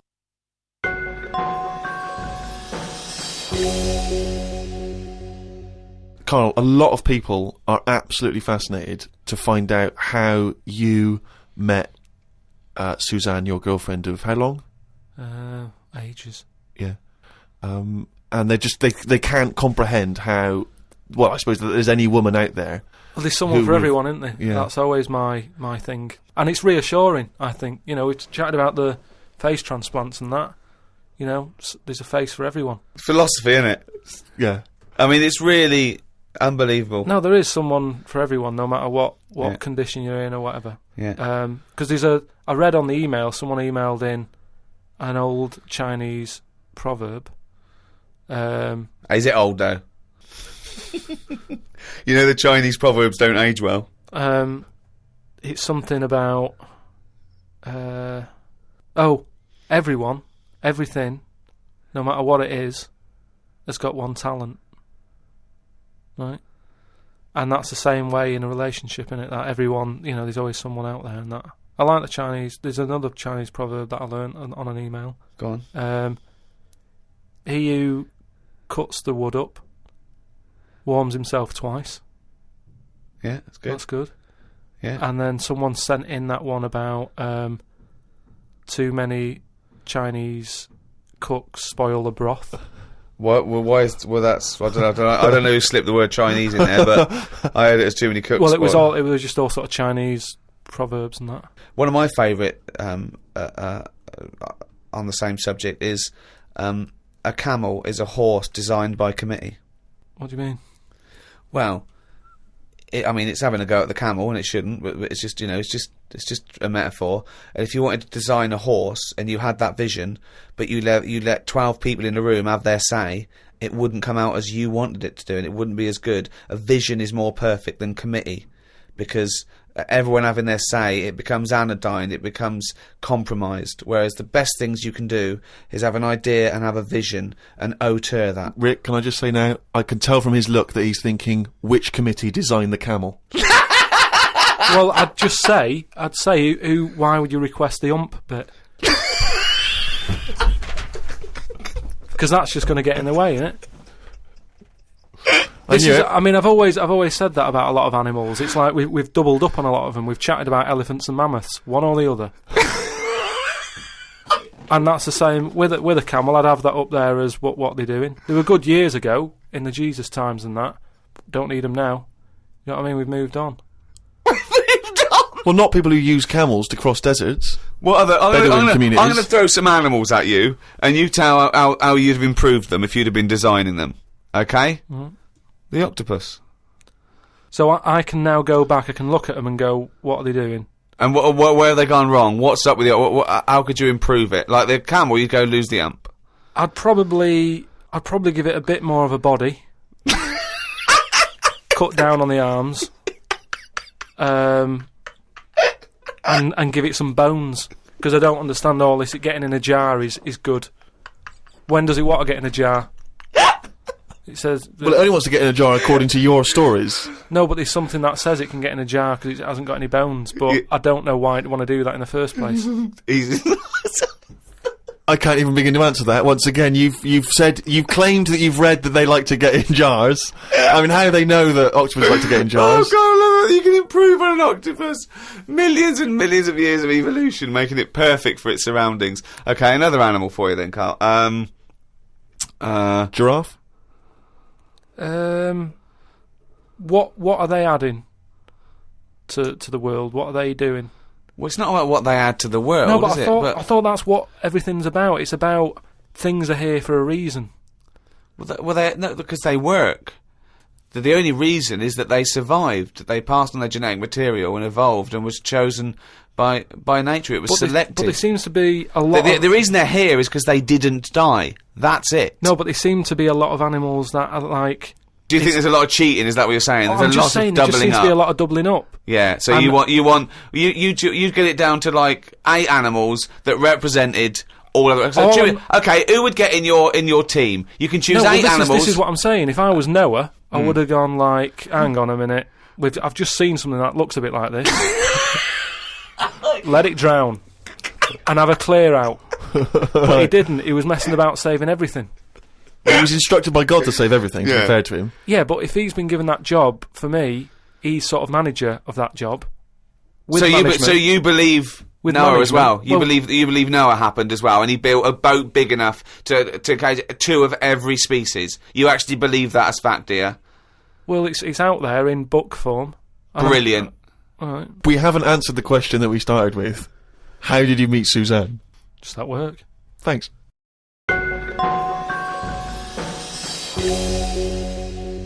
Oh, chimpanzee, that monkey music! There was this airline, and was having a lot of problems, and a lot What, of pilot's too tall? Yeah, the cabin was so tiny. Only bananas were allowed in the cockpit for fuel. Anyway, there was a lot of strikes going on, right? Sure. Because I don't know what it was about. It was over money or whatever. Yes. And Well, get something that doesn't need money.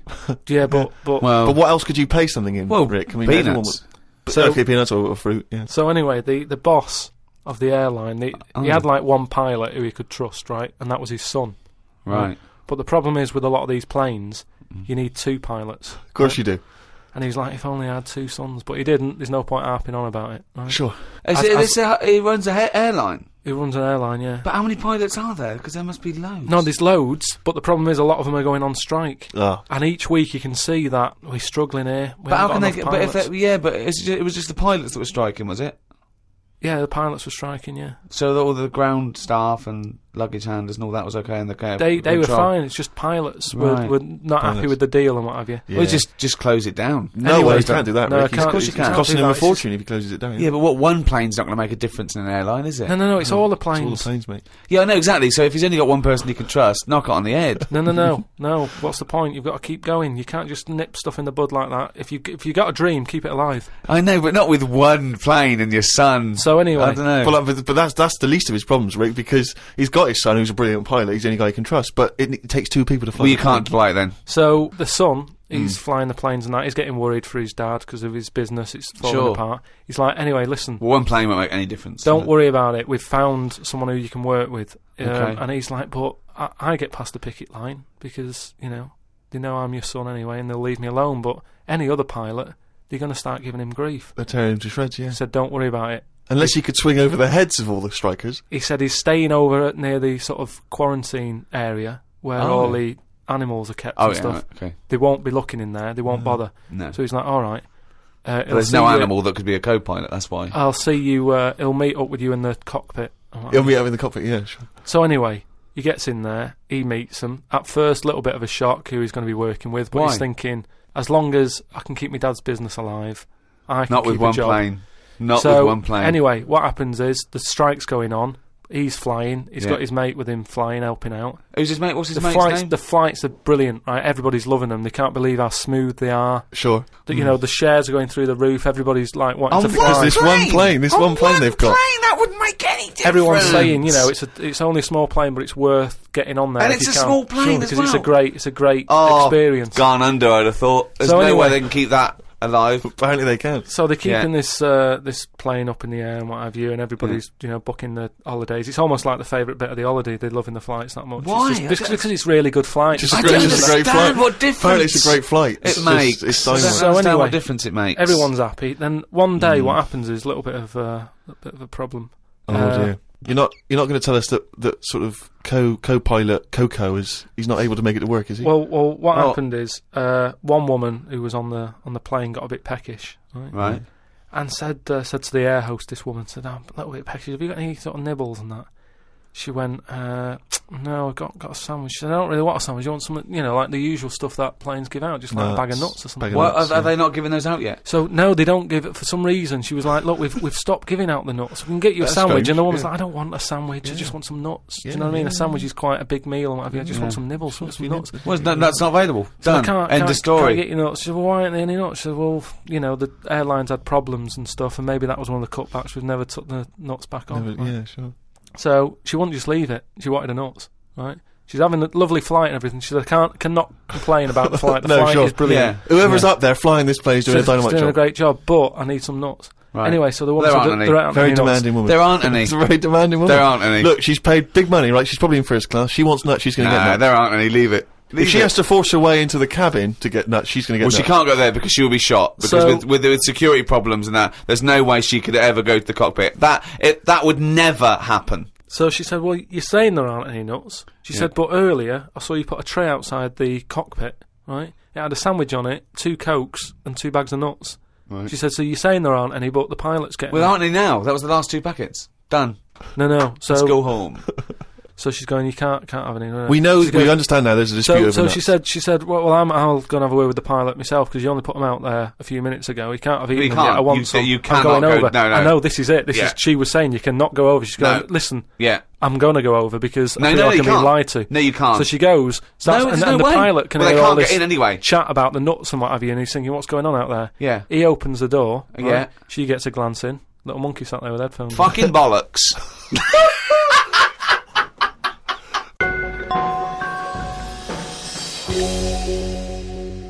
Well, that's the end of another podcast. Do register on rickygervais.com.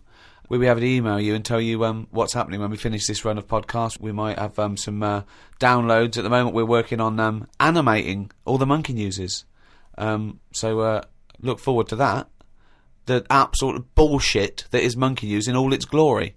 This was hosted by Positive Internet. Great guys. The great guys that host the world's #1 podcast. Cheerio from me, Ricky Gervais, and Steve Merchant. Goodbye. And Carl Pilkington. All right. The Ricky Gervais Show on Guardian Unlimited.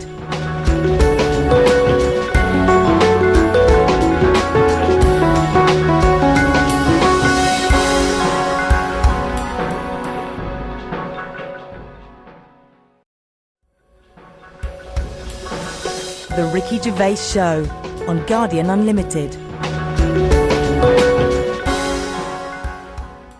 Hello, welcome to the 10th podcast in a series of 12, Ricky Gervais Show, with me, Ricky Gervais, Stephen Merchant. Hello. And, of course, Carl Pilkington. All right. Now, thanks for all your emails. We've really started a community here, I think. Yes. We're all brought together by one aim. The fascination of the brain of Carl Pilkington, basically. Yes, absolutely. There's thousands of people who are equally as obsessed as we are with it. I really don't know why it's called the Ricky Gervais Show anymore. I mean, I was cynical at the beginning, but it's farcical. Welcome to the Carl Pilkington Show. Well, people say they'd like to hear more from you and I, but I don't see why when you've got this specimen in the room. I feel like the ringmaster. But the real star is the shaved monkey in a jar that we bring out. Do you know what I mean? That's it. That's the star of the show, you know. Yeah. Well, we've had loads of emails, actually, and we've had one from Nige, who's done this brilliant cartoon of Carl on the beach. I think we should sell those as postcards.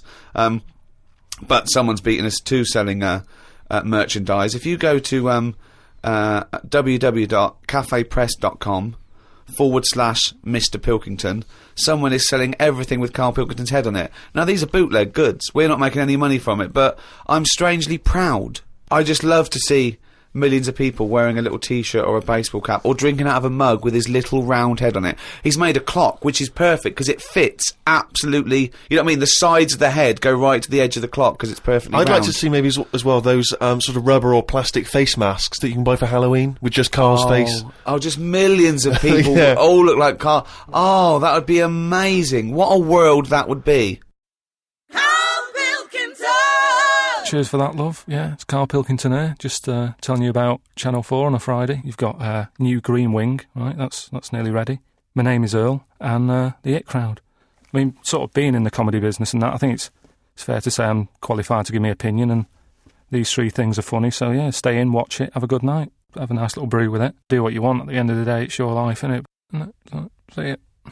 Carl Pilkington! The Ricky Gervais Show on Guardian Unlimited. Still to come, of course, Monkey News and Carl's diary, excerpts thereof. I wonder if we should have a jingle for questions for Carl, because there's a lot of questions coming in for Carl. Okay. Oh, chimpanzee, that question's for Carl. Yeah, okay, no, fair enough, that works. This is from Jim and Bob in Manchester. Carl, if you could talk to any animal, which one would it be and what would you say to it? Insect, animal, anything, fish, anything. Well, they said animal, but that's broad to anything. Animal, any creature. Insect is an animal. Yeah, no, but I'm just, I don't want to get it wrong. I'm just thinking about. Yeah, there's a lot of stuff out there, isn't there? I'd probably go for the tortoise. Okay. Because it would take a long time to walk away from you while you were talking. No, just because most animals would be off straight away. Yeah. Just because they live for ages, so they'll have loads of stories. They've lived through a lot. You know what I mean? Through wars and stuff. Well, if you get an old one, that's about... Yeah. Most of them have lived in a box in a garden for 52 years. No, but you get some that have been about, and even if it's in a box, you can overhear. They've really travelled, have they? Yeah. I mean, some of them have experienced more than you. Yeah. But they've broadened their horizons a bit more than you. They could probably teach you a thing or two, yeah. And what would you hope to learn from them?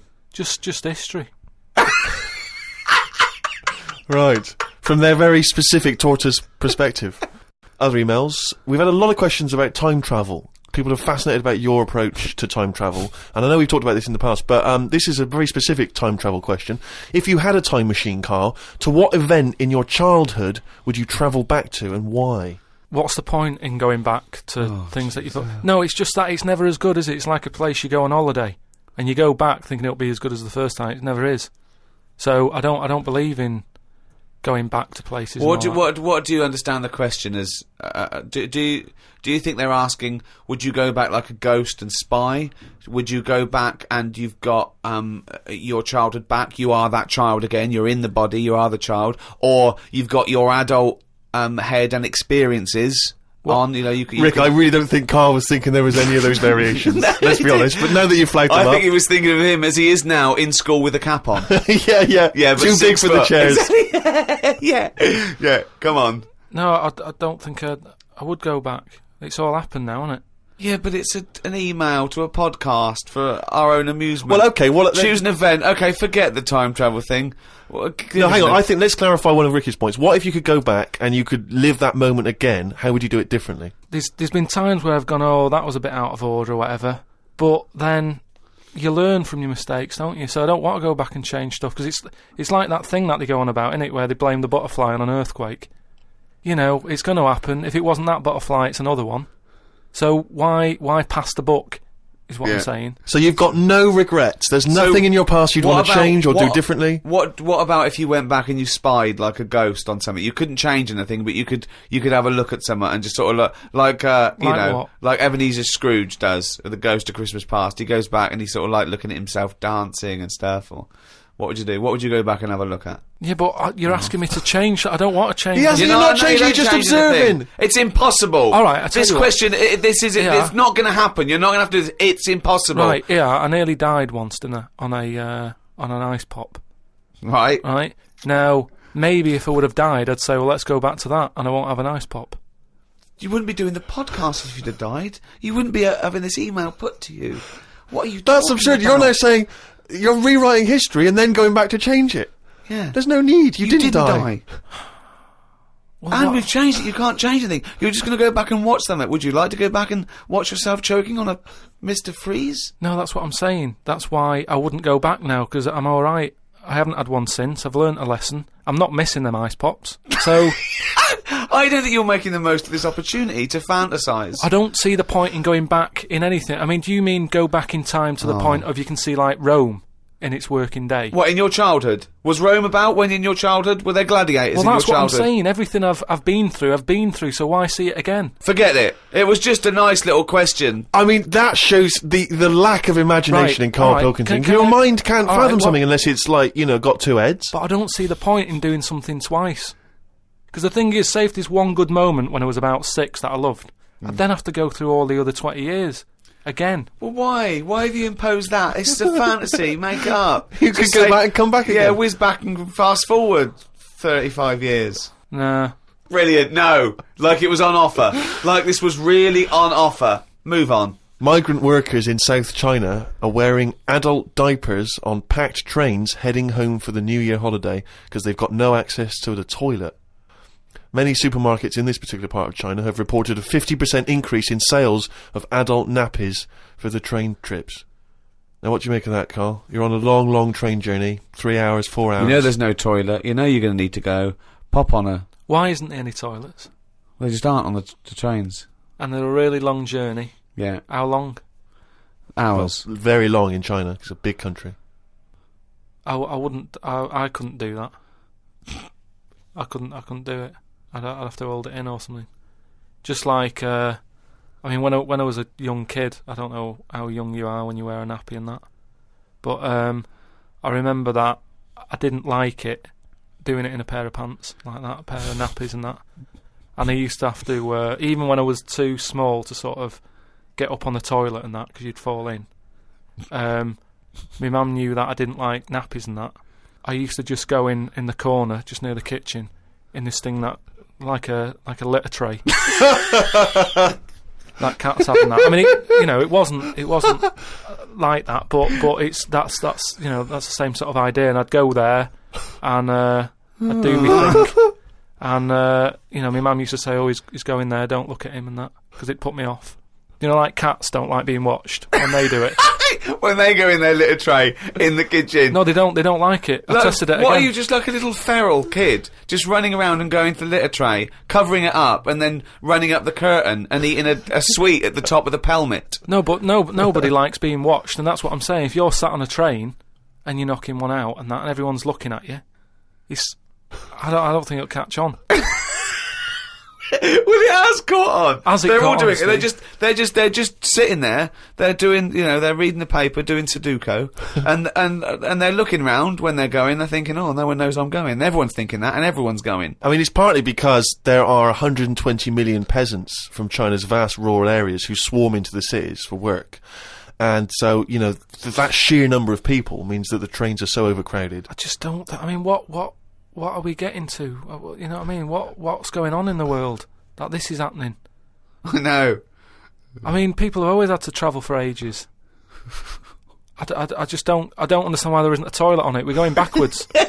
We're going backwards, aren't we? Why isn't there a toilet on it? Well, maybe there is, but maybe people are thinking the queue is going to take forever. If you've got 125 million people, but not everybody wants to go at once. I mean, I know Chinese and all that are like at the forefront of everything that goes on in the world, inventing stuff first, but this isn't one of the best that they've come up with. What have they invented then, the Chinese? Just loads of stuff, haven't they? Yeah, well, loads of stuff. I was going to ask you. You seemed quite educated on the subject. What? They did them cat mop things that I told you about. Brilliant. This was where you put mops on the feet of cats, was that right? Yeah. And they wander about the house, clean up and that, wash the floor for you whilst they're pottering about. They've done like hats with umbrellas on them. They've done.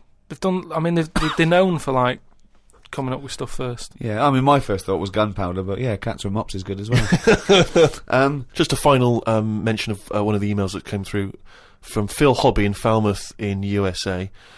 He says, "Hello chaps, just wanted to let you know that I was at a party on Friday and I bought 2 remixes of I Could Eat a Knob at Night on a CD. Let me tell you, I played them at the party. They were a huge success. They were a smash. By the end of the night, the party was hip to the words I Could Eat a Knob at Night.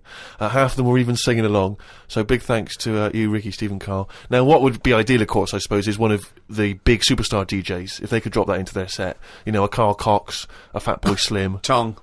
Pete Tong, yeah. Boy Tong. He got power, and I'd love to hear him drop it. Maybe even, and I suppose Westwood wouldn't be able to put that in. I know he's more of a hip hop guy, but yeah. So I mean, if you at any point ever hear I Could Eat a Knob at Night, the remix at any kind of club event, let us know. We'd love to hear about it. Yeah. The Ricky Gervais Show on Guardian Unlimited. Well, now to one of our most popular features. I mean, this could even rival Monkey News one day. It is Monkey News. It's it's news from the point of view of a monkey, a shaved monkey. It's Carl Pilkington's diary. Oh, he's written it down, yeah. Was that the jingle, or were you just annoyed about something? Okay. Went and did the podcast. We had a meeting after. I don't like meetings, as I can't keep focused on what people are talking about. I think Ricky has the same problem as after 25 minutes he was trying to wrestle me. I tried to do what spiders do and stayed still as if I was dead. But Ricky just stayed on top of me, not moving. A bit like when you see one of them big snakes swallowing a sheep. Ricky got bored and released me. I went home thinking, why had I left my old job for this? A homeless man asked me for some money, but I didn't feel like I should treat him, as I felt that he'd probably had a better day than me. Oh, God. Suzanne called me to say she'd gone for a haircut and that she'd meet me in the supermarket. I went to the supermarket, but she wasn't there. I called her and she said she was near the fruit aisle. I went to the fruit aisle and she wasn't there. Turns out she was in a different supermarket on the other side of town. And that if I'd listened to her properly, I'd have known that. I didn't want to say that I... Well, you just went to the first supermarket you thought of, as opposed to listening to what supermarket... I'm in the supermarket, alright, bye. I didn't want to say that I hadn't heard her properly, because my ears were ringing a bit from the wrestling from earlier. 25 minutes later, I met up with Suzanne. Her haircut wasn't that bad. Normally her haircuts are followed by an argument between us as she pays over the odds for some daft haircut that's the latest style. Brilliant. I wish she'd take a picture out of a magazine or ask for a style rather than letting the hairdresser do what she wants. I said I only tell her to do this as she's got a square head and a close-cut hairdo makes it look squarer. She said, what do you think of this cut? I said it looked alright, as I couldn't be bothered arguing about it. It's weird writing a diary. I don't know who thought of doing one of these first. The last time I did one was at school. They used to get you to do it so they could keep an eye on whatever you were up to. My diary used to say the same thing every night. Got home, went to the shop to get potatoes, bread, milk. Went home, watched telly, went to bed. I think I might have gone to Twiggy's Dance Club just so I had something different to write. You've not told us about Twiggy's Dance Club. It's just, you know, I sort of, when I was a kid, I sort of gave everything a bit of a go. I did boxing and that, didn't I? Gave that a go. For about 45 minutes. And, yeah, a mate sort of said, oh, you know, you're into your dancing, your robotics and that. You're doing your body popping, right? Body popping and that. He said, you ought to come to Twiggy's. And I went there, but I didn't go in, it was shut. They were just having, like, loads of toilet rolls delivered. I think, like, they were, like, using it as a storage place for toilet rolls and that. So I said, oh, I've come to have a dance. And like, oh, not tonight. Come back tomorrow. I never went back. Brilliant. What a waste of an anecdote. Right. Brilliant. Just to recap, you're convinced then that the teachers are asking you to keep diaries so they can keep tabs on you. And then to continue the diary, as there were more problems happening on the estate, they started to add Saturday and Sundays to the school diary to keep an eye on what we were doing at the weekend. I struggled to fill it on a Sunday as the shop I got potatoes and bread from was shut on a Sunday. I had to go over to Shepherd's Bush to meet someone. I got the tube. There was a badly burnt man on the tube. It's amazing how the body can continue through quite a lot of bad stuff. It got me thinking about how much stuff you could remove in your body, one by one, without dying. If it was a competition, the cockroach would win, as it can live for a week without a head. I just mean, like, say if, you know, they run out of ideas for TV programmes and that, right? They get someone who isn't well. They go, look, do you mind if we make a programme on you? And what they do, they sit them in the bed, and they go, right, what we're going to do now is take out the heart, but replace it with a pacemaker. Right, No. Sorry. People with pacemakers don't have their heart taken out and a pacemaker popped in. Alright then. Some sort of machine. What I'm getting to is... Have you been playing Operation? What I mean is the big finale would just be a head chatting with loads of wires going into it, and it's like, look what we can do with science. That's what the programme's called. It's the same every week. The volunteer is just a head with loads of wires coming out Look of it. what we can do with science. And he's going, goodbye. I feel ill. Got some post delivered to me today. It was... Oh, this is This great. makes it in the diary. Got some post delivered to me today. It was addressed to Mr. Dilkington.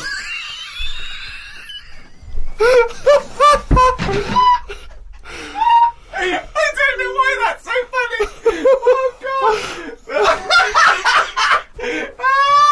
I got some post delivered to me today. It was addressed to Mr. Dilkington. I opened it and the first sentence read, Dear Mr. K. Dilkington, you're one of our most valuable customers. I put it in the bin.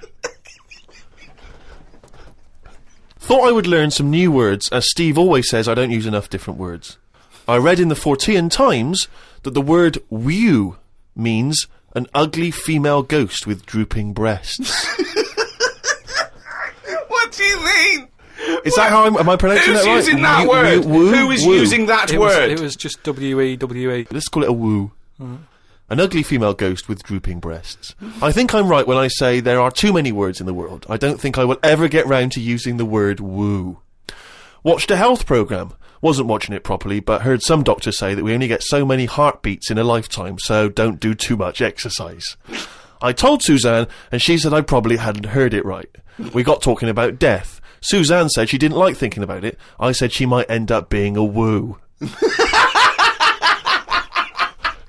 I was chuffed as I'd managed to use my new word. I went to the supermarket to get tonight's tea. On the way, I stopped and looked in the fishmongers at all the different fish they had in the window. It's like a child in one of those kids' TV shows. I know! Mr. Pilkington went to the fishmonger. He stopped and looked at all the fish in the window. Hello, Mr. Dilkington, they said. There was a newspaper clipping stuck on the glass about a two-headed fish that they've made in Taiwan. I don't see the point in doing this, as a fish having two heads ain't going to solve the world's hunger problems, as the head is the bit you throw away. Invent a fish with two bodies, and I'd say well done. Good point, though, isn't it? Suzanne watched one of her favourite TV programmes. I've told her the telly only goes on if there's something she wants to watch. If there's nothing on, she has to talk to me about stuff I've learnt. Like Descartes. Watched a programme on him the other day. He is the one who said something like, I know I'm about 'cause I dream. Doesn't work for everything, 'cause ants don't sleep. I don't know if I'd like that or not. You don't know if you would like it if you didn't ever Not sleep. Sleeping. It's just one long day. I don't know. Don't know how you'd put up with that. Do you think it'd be a good idea? No. Why not? Because, as you said, it would get a bit boring. You know, sleep is your rest, your time off. It helps you detoxify. It helps you sort of think things through on a subconscious level. But don't you ever get it where, I mean, sometimes it's brilliant to have a sleep when you're tired, but don't you sometimes feel that's like... the best time to have a sleep, when you're tired. No, but sometimes when you go to bed and you're not that tired and you're kind of thinking, oh, I'm going to waste some hours of my life now and I'm not really in the mood for this. Well, that's just wishing you had longer on this earth doing creative things. I mean, if you didn't have to sleep, you could spend more time talking to a tortoise and going to the toffee shop.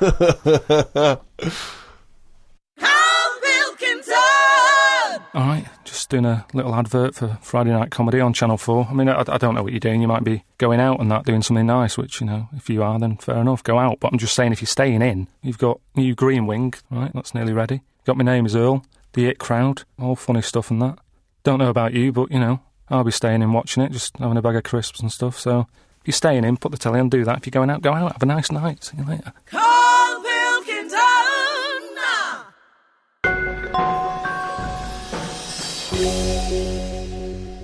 Well, it's that time again. If you'd give us the jingle, please. Oh, chimpanzee day. Fucking news! Okay, now that surely cannot be fair on anyone's ears listening. Right, ages ago, right, about the 1950s. Oh yeah. There was this gangster knocking about, and do you know how, like... Was he called Hairy Fingers? Do you know how, like, a lot of gangsters like to get into gambling and that? Yeah. And you know, like all his peers and that, all these mates who are like gangsters and stuff, they've all bought horses, right? Like they tech racing and they make money from them and that, don't they? Yeah. So anyway, he was Chuckles the Seagull was no different. And he was like, yeah, that's a good thing to get into. I might get into a bit of that, right? So he gets himself this horse, right? And there's a big race coming up. That's why he's a bit of a last minute. And the jockey turns up and it's fine. He's a human jockey and it's fine. Excellent. Okay, well that was another podcast. So anyway, please listen. Oh, hang on, next. there's more. Oh, hang on. So anyway, this big race is coming up. He's like, I've got to be involved in this because I can make a lot of money out of my horse here. Choose the jockey wisely, then. So he says to his mate, he said, "Look, I've got myself a horse and that." He said, "We just need a jockey, get someone to sort it out and what have you, so we can get in this race." Go to the jockey club. His mate's like, "Yeah, all right, I'll have a word and that, have a look round and that, see if there's anyone decent." And the good thing about jockeys is there's never been a shortage of jockeys because a lot of them don't make the grade. So there's always too many jockeys to go round. Always too many human jockeys. Yeah, there's never a problem getting jockeys. Fine. Go on. So anyway, he comes Was that back. true in the 50s as well? It's always been true. It's always been true. It's always been true. There's no lack of jockeys. So it's sort of close shot. People are trying to do it and they don't make the grade. So, but in the 50s, from your knowledge, there was not like in 1951 a shortage of jockeys for just 1 year. Absolutely never. I'd have known about Okay, that. fine, I'm quite keen. Right. Go on. So anyway, right. So his mate says, "Look, I'm having a problem getting a jockey." Seems odd because Ricky's just been saying he's just been saying it's not a problem. What do you mean? So just because the main problem was, go on. A lot of jockeys were aware of this gangster and were saying, "I'm not getting involved with this guy." the chances are I won't get paid. You know, he's a gangster. It's not No, worth you it. would do it if it was a gangster asking you. You'd be scared of the consequences. So anyway, he's saying, look, don't be coming to me with problems and that, right? I've got the horse. I want it in the race. Sort it out. So they're like, oh, but boss. And he's like, don't give me any of that. Go Exactly. sort it out. They do what he says, so any jockey would do it. Go on. So anyway, so the day before... The big race, yeah. Left it to the last minute, okay, but Yeah. fine. And he says, have you got a jockey then? They're like, yeah, but... And he's going, don't worry about it. Have you got a jockey? Yeah, but... And he's like, well, look... He wants to say, sure, yeah. So, they won't let him. he's saying, has he ridden the horses before and that? He said, well, yeah, he has, but mainly... And he's like, brilliant. He goes, yeah, but mainly in like a circus. In the jung... No, like in the circus and that. He'd worked with horses and stuff. In the apparently. circus. It's fine. So he's like, that's enough. That's all I need to know. Well, they'd be too heavy, because circus people so- are quite built, aren't they? They're He said a bit so- heavier than the jockey, because the jockeys are about 8.5 stone. He said, brilliant. Get him down there and that, right? Anyway, the race happens. He didn't want to meet him beforehand, he wasn't worried No about it? point, not bothered. no. As far as he's concerned, It's all sorted. he's putting his money on it and what have you. Yeah. Right? Sure. What happened is they were trying to make him put on the jockey outfit, Yeah. but for some reason it didn't fit that well. Sleeves And too it was- short, it was legs too long. It's that sort of problem. Okay. So they let him, like, you know, wear his stuff that he wore in the circus and that, because it's comfortable with that. He's happy with it. Do you know what I mean? That's what he's happy with. Anyway, race starts and what have you. This horse straight out of the trap and that, high speed, right? This jockey's got a really big grin on his face. He's loving it, right? Everyone's cheering, going, "Who is this? Who's this jockey here?" Yeah. It's amazing. Never seen him before, and yet look at him. But they can see his face, clearly. Anyway, Gangster's happy in that because he's won. But I just want to say the crowd can see the jockey, can they? What? The crowd can... I mean, it's Yeah, but face he's not- so fast and what have you. It's a blur, it's all a blur. Rick. He's good at it. I mean, apparently he was Right. close to falling off, and people were like, he's gone, he's a goner. Right. He's got such a good reach that he managed to grab hold of Oh, the... sure. good reach. Oh. And Right, well, they so- could tell he was smiling. They could tell he was smiling, but they couldn't see the detail of his face. Is that right? Just well, to clarify it's that. just, it's just blur and that. and Sure, just but saw they could big tell he was teeth. smiling. Yeah, Yeah, they knew he was happy. At the end of it, do you know, like, the winner sort of rides around the crowd bit, Yeah. doesn't he? Sort of, you know, show off and what have you. Yeah, And all the women are there, and do you know, like, women are all dolled up at these events. sure. They've all got big hats on. Sometimes they got fruit on those hats. Yeah. Okay. Right. Yeah. Right. And one of the women, In one the of the 50s, women, particularly, Carmen Miranda was very popular. Yeah. one of the women had like you say, fruit and what have you on it, Yeah. a little banana. Right. Some kind of They're Cuban not real. woman. They're not real though. The hats. They're no, they're It's not real fruit, is it? No, of Yeah. course not. Never. So But I don't know Really? who. I thought they wore those sort of kind of Cuban Yeah, but entertainment shows. I didn't realise they wore them at but events. even if it's like a big event, you know, you might have a hat with fruit, and it's sort of joke, but it's fake fruit because it would Yeah. perish. It well, would. this jockey didn't understand that. He'd never seen false fruit. I don't understand. But why did the jockey suddenly? Why was he so desperate for fruit? I don't understand. So anyway, meanwhile, the gangster's collecting his 500 quid winnings. Yeah. Right, he's over the moon. Yeah. He kicks off because of this woman with the fruit. Yeah, I don't understand. I still don't understand don't why the understand. jockey would go. Everyone noticed. Jockey, little monkey fella. Oh, that makes sense. If he was a monkey, that would make sense. Yeah. What year was this? Because I want to. It was 1950s, and that's where the saying comes from about, do you know, like in Cockney slang, 500 quid is a monkey. He sort of put, he put a monkey on it, and it all goes back to the time when. So this happened in England. in this country, It yeah, happened in England. So someone could well still be alive that we could easily contact. That well, would that's it. confirm We that, always, 'cause they were at there's the no event. time length on this monkey news. If you've got any, if it's history, if it goes back, Or if it's years made ago, up, bullshit. just send it in. If it's to, bollocks, If you've got send any it in. bollocks If it's that absolute you wanna bollocks, send in. please send it in. That's this week's monkey news. RickyGervais.com.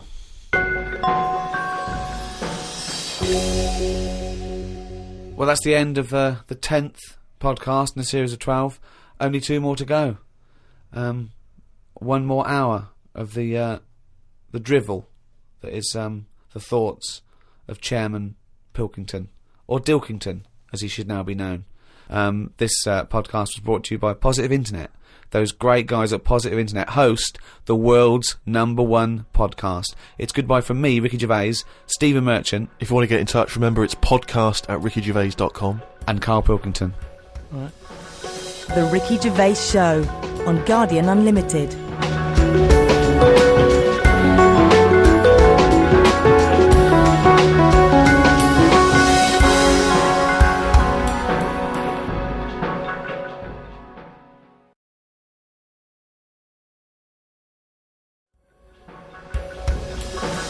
The Ricky Gervais Show on Guardian Unlimited. Hello and welcome to number 11 in our series of 12 podcasts with me, Ricky Gervais. Hello, Stephen Merchant. Hello. And Carl Pilkington. All right. Now, Carl, you have become a phenomenon. Okay? Right. This is a news story that's gone everywhere. It started, I think, in New York, Reuters, and then that's been taken up by every Reuters network everywhere. India, all over Australia, England. Okay, here it is. The headline is, Podcast makes Britain an unlikely internet icon. Britain there, Briton. Okay? Now, this is the story by Mark Egan, and it came out of New York originally. Unemployed British radio producer Carl Pilkington has become an unlikely superstar by using the medium of podcasting for his bizarre statement about eating an animal's private parts. Remember that? Yeah, it was more about, like, that reality show. Well, it says that here. It was during a discussion on the Gervais Show about a reality TV show where contestants were asked to eat an animal's penis. Pilkington made internet history while talking about this, it says, right? First, he said he could not eat an animal's penis in the morning because he had a delicate stomach. He then proclaimed, using the British slang for penis, I could eat a knob at night. Okay? His knob soundbite has become so popular that a Google search for I could eat a knob at night yields more than 500,000 listings, okay? Among them are T-shirts featuring the slogan, okay, and Pilkington's bald head, selling for $17. Why did I have to make a point about your bald head? I don't know. Why is that getting a little mention? Wow! That doesn't matter. See the T-shirt. Have a look at it. I mean, what is bald? I'm not buying one then. It's not going to make any difference. Either you want a T-shirt with me head on or you don't. It's not an issue. All it says is, but among also, them are T-shirts featuring the slogan and Pilkington's bald head. I also liked it when it said, Pilkington plays the village idiot on the Ricky Gervais Show. Okay? Now, plays the village idiot suggests that he thinks you're a character, that character being a village idiot. The problem is, the fact that you're not a character, to me, suggests that you are just a village idiot. A global village idiot? Yeah. Now... Just on the websites, though, when it said there's loads of websites about eating a knob at night. Yeah. Have they looked at each website and gone, yeah, that's to do with the podcast? Yeah. Or is it just like gays and that saying, oh, I love a bit of knob at night? It's a valid question. It's a valid question. That's why you're an internet icon, Carl, because you say things like that. After Gervais mused on the show that the soundbite could be used in a dance remix, it took just a few days for the internet to be awash with songs using the soundbite as a hook. So what do you think of that, Carl? Oh, I mean, is it big in India? Well, I don't know. It goes around the world. This is a story. I know, but I just can't believe the the problems that if I was in India, I wouldn't be getting upset about someone in London talking about a knob at night with the problems they've got. Well, I don't think anyone's getting upset in India. No, he's just saying that the information's... I can't imagine people walking around India. Have you heard that song, Knob at Night? I can't imagine that happening with the, they're hungry and that, and it's dusty and everything. That's your image of India, is it? They're hungry and it's dusty. I assume it's, the parts of India that aren't dusty and in poverty. There is a lot of poverty in India, but there's also, Yeah, but these parts it's still a major civilization, and the people that live in apartments with computers, they probably might tune in. But I don't think it's an issue all over the world, is it? Because there's some places where they eat dogs. They'd go, knob at night, not a problem. Might not be a bad thing. You know, why is that out on a T-shirt? I had one last Wednesday. Not an issue. What do you mean? That's what I'm saying. Yeah, again, if there are cannibals listening, if it's, in places that you wouldn't travel to, and they get hold of a little laptop and an iPod, and they're listening to that, I can eat a knob at night, then they're going, what's the problem? What's the big deal? We love a knob at night. Yeah, we love a little knob at night, yeah. Bollocks in the morning, knob at night. That's the rule. But what about the fact that they're saying you're a phenomenon, a global phenomenon? Because when you were, a tiny little round-headed mank growing up in Manchester, you could not surely have ever anticipated that you would one day be described as a phenomenon, an international phenomenon. But, at the end of the day, I went to that school, with a kid with a big head and webbed hands. Now he should be being talked about. Maybe he doesn't want to be talked about. If you've grown up with a big head and webbed hands, the last thing you want to be is talked about. He wants to put on to blend into society. He wants to put on a bit of a pair of mittens, and paint his head like a crash helmet, so people think, oh, it looks like a big head, but it's probably just a crash helmet. Yeah, just go about his business. Yeah. Unnoticed. Won't get stopped on a bike or anything. Yeah, but I say if you've got something that's a bit weird, use it. That's what we're doing. That's exactly what me and Steve are doing. We have got something that's a bit weird, and we're using it. And I want to speak to the people all around the world. Thanks for listening. But how famous can you make Carl Pilkington? Are you a journalist? Please write about this for people who probably haven't listened to Carl. Talk about Carl Pilkington. Put a little poster up in your window. I love Carl Pilkington. Print a badge. Give it away. Email your friends. Tell one person about this podcast and let them discover the amazing beauty that is Carl Pilkington's mind. Right.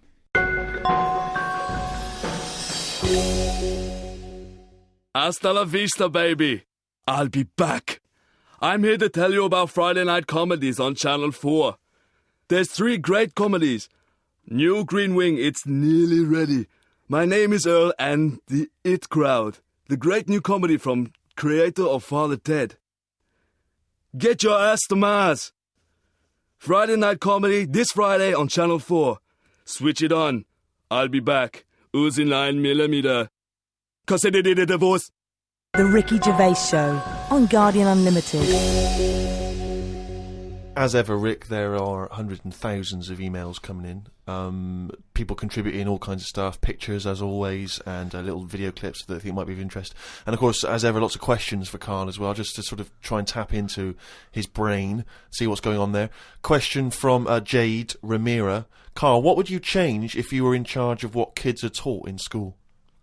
Right, you know, because I mean, your school experience was a bit iffy. You got very bored, didn't you? You got very disillusioned by school. Yeah.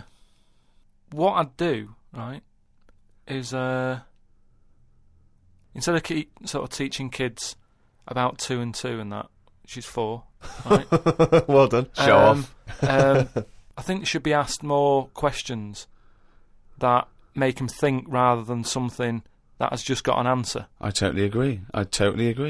Right? So, to teaching them the quest for knowledge, inflaming their imagination. But just freaking them out a bit as well. Just going like... See, I knew that's where it was going. Because as soon as you started talking, Rick, I was thinking you're thinking some of the big existential or philosophical questions. You know, what does it mean to be human? What does it mean to interact with other humans? To be a humanist? Or teaching them sort of like philosophy on a basic level, that, you know, teaching them the love for learning. So, you know, get them back to a roots level so they want to learn and then they will learn, as opposed to just teaching them facts. Whereas... He was thinking, freak them out a bit. Yeah. No, just like, you know, like I read the other day, and someone sent it in on email, like, how there's a dishwasher that's been found on Mars. Rubbish. Whoa, what? Right? But it's not true. So tell them that. But it's not true. Go home and write about it. How did that happen? But it didn't happen. Well, it did happen. It was in a science magazine. No, it didn't happen. There's not a dishwasher on Mars. Why not?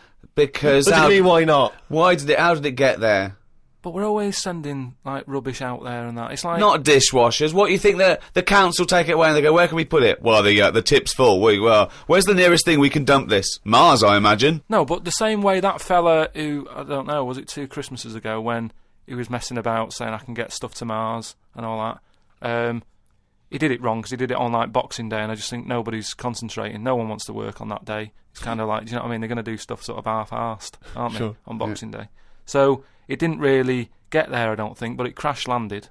What are you talking about? What was he trying to do? He was sending something up to Mars. Yeah, that little fella that wanted to get something on Mars, and it got... probe, you mean? And it didn't open properly. Yeah. It got there, didn't open But the thing is, it got there, it didn't open properly. No one's been back to pick it up. And what I'm saying is, we're saying about going to Mars as our next planet. It's a tip. There's loads of stuff that's been flirted up there. No, it's not. What are you talking about? It's just all, like, that probe thing is still there, rotting away. Yeah. So... ipso facto, there is a dishwasher on Mars. We've settled that. Why would they have a dishwasher on Mars? Would they take the dishwasher up in the space shuttle in case they had dinner parties? What are you talking about? I just think they would have a little dishwasher in there. There's a lot of them. Tight space. You don't want who's going to do that? You know, that means... Do you know how much fuel it takes to move a kilogram? Yeah. Out of the Earth's atmosphere? So they're going to take up a dishwasher, are they? Sorry, but what are they cooking up there, Carl? How many people does it take to fly a rocket? How many people? Tell me how many people. Well, it's either one monkey with a banana shoot that feeds it, or probably 2 or 3 humans. Right, say it's 3 humans. Yeah. Now, there's 3 humans, because they need one to steer it, one to, like, be going, yeah, we're all right. Yeah, one to make some hors d'oeuvres. One to stop at the petrol station to get more. What I'm saying is, if you're going to start having a sink, then whoever's they washing haven't got up... a sink. I know, because they've got a dishwasher.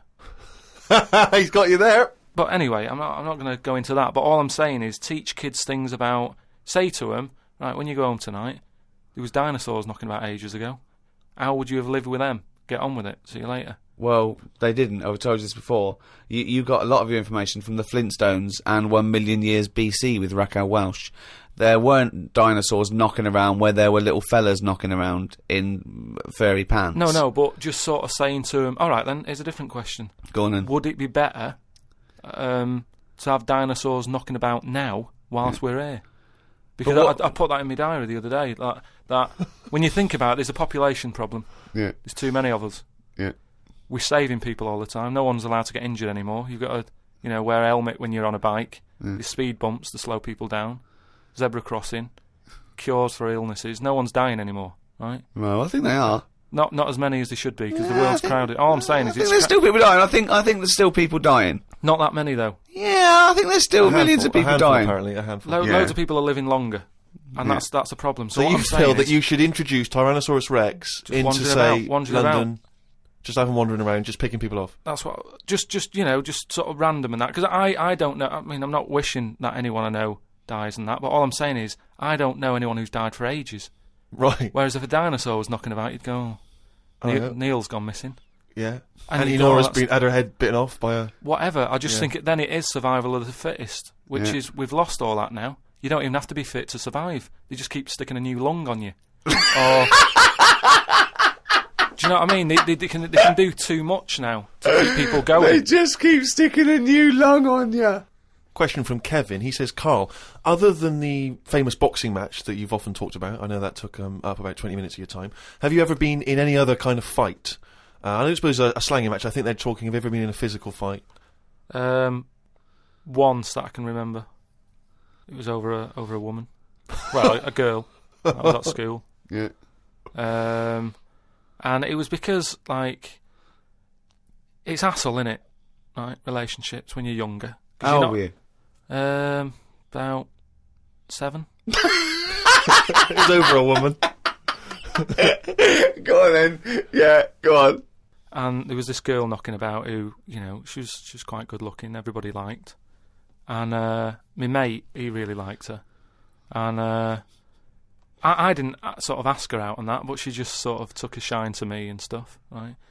And didn't really go out with her properly. It's at that age where going out with someone is just like sort of going, all right, in the morning. Do you know what I mean? You just sort of nod your head. Yeah. And that. Anyway, there was some sort of school disco. And they were playing Spin the Bottle or something, right? And I sort of wandered over to see what was going on. And I stood on this girl's dress and put a hole in it. And she started crying. I was like, I can't be doing with this, right? What's up with you? It's old, what's up with you? And everyone's going, Carl, what are you doing? That's meant to be your girlfriend and that. You should be sort of saying, oh, I'm sorry, and giving her a hug and all that, and saying it'll be all right, we'll sort the dress out. I said, I can't be dealing with this. Right. So she's crying her eyes out. I said, it's over, right? It's over, you saying, right, in the morning. Yeah. No more of that. Yeah, there's no more. Right. In the morning. So I go to the toilet, right, and this lad who fancies her comes in and goes, you're out of order, I'm saying, what are you on about? Sorry, there's 2 7-year-olds. Yeah, you're out of order. Keep out. Yeah. Cut it out. Show her a bit of bloody respect. Sorry, were you wearing trilbies? Yeah. He put his cigarette out in the sink, and he just said, leave it. Get out of my face. So I just sort of said, look, why are you getting involved and all that? Yeah. 2 7-year-olds. Yeah. Why are you getting involved? And it was obviously because he fancied her and that. We had a bit of a fight in there. Yeah. I accidentally sort of chipped his tooth on a sink. Right? Wow, is it like a proper... Sorry, this is like someone from Lock, Stock and Two Smoking Barrels. Yeah. What are you talking about? 2 7-year-olds in a toilet. So you put a hole in her dress. I don't know how that happened. What were you wearing? Football boots? How did you make a hole in her dress? I don't know. It was like that sort of material. You were wearing winkle pickers. Like crepe. You know what I mean? It was like a crepe dress or something. Yeah. Right. And that got a hole in it.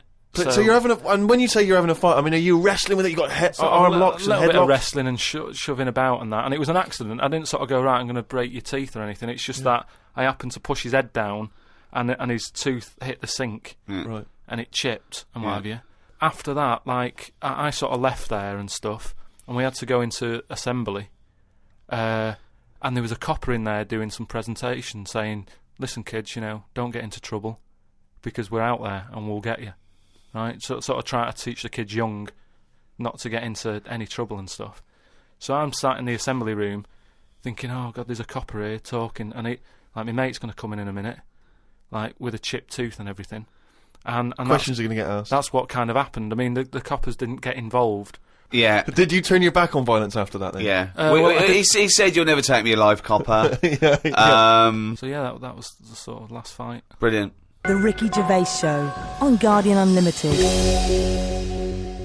Some of the questions coming in now, Rick, are just, I don't know what they're intending, what response they're hoping for, really. This is one from Rob. He just says, I was just wondering, what are Carl's views on the human appendix? What do you think, Carl? What do you think of the human appendix? Never worried about it. Well, no, I think Rob's point is that it's sort of pretty redundant now. Yeah. The appendix used to be an organ that was packed with these enzymes that help break down things like cellulose, but because of our diet now, and because cooking and other things, we don't need to eat a lot of cellulose. We don't eat very, very low grade things like rabbits, for example, huge appendix and cecum, and they use it to break down cellulose. They actually eat their own feces to get it through again, but we get a lot of nutrients out of food now. We eat very rich food, so we sort of don't need the appendix. And also, when something goes wrong with the appendix, if it bursts, it can infect you and you can die from it. So sort of what's the point in having it? We don't need it, and it can only cause us harm. That was the question, I think, that Rob was putting to you. So now what are your thoughts on the human appendix? So this is kind of what we've talked about before, where... He always says that. He always says something like, "Oh, we've talked about this before," and the thing that he's talked about is nothing like it. Yeah. There's never... Go on. No, but just like in the way that we've messed with our body and we've messed with the world too much. Yeah. If we've got an appendix, we must need it. If it's dangling about, right? Well, no, because such is the human evolution is that as you said before, it's no longer based on survival of the fittest, because we can fight nature and combat it. So our evolution, if you like, socially and everything else, it has been much faster than our biological evolution. What I mean is we've obviously interfered somewhere along the way, and we have interfered. Yeah, we shouldn't have done, because it's the same way. Like if we didn't have planes and that, would we have wings now? If we'd have needed to get about, would we have had wings? No, the answer's no. Next. No, but you say that, but look at the way... Because he's right, says it because he's right. No, but all I'm saying is you see that little picture of like an ape to man. Yeah. At first, they're crawling about on all fours because probably you're looking for food, so you want to be down there.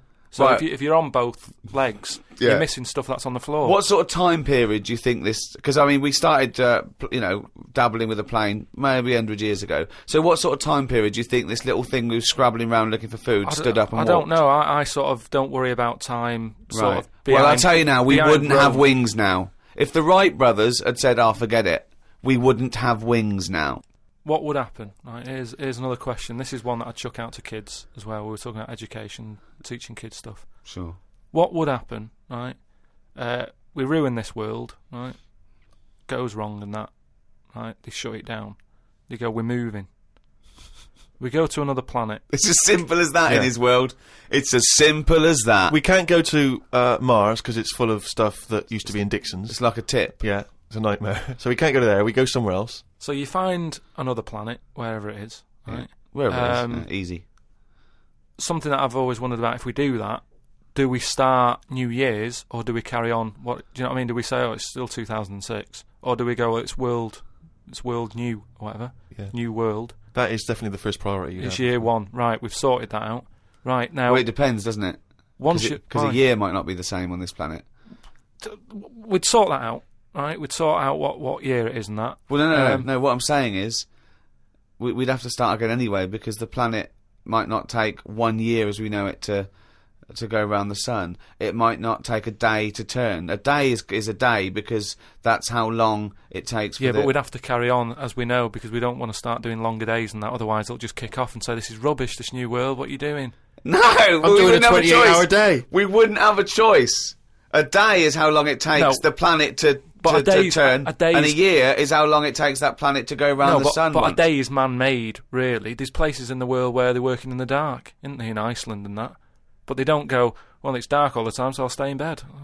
Well, no, but there's still a day. It's still 24 hours in a day in Iceland. Yeah, but we only work by that clock because that's what people use at the moment when they go, what time is it? You go, it's 20 past 11. No. We use that because that's how long it takes the planet we're on to I've never worried about it like that. I've just always I'm telling you... that's because you weren't asked to get involved when they came up with the idea. I'm telling you, that's what a day is. It's how long it takes your planet to...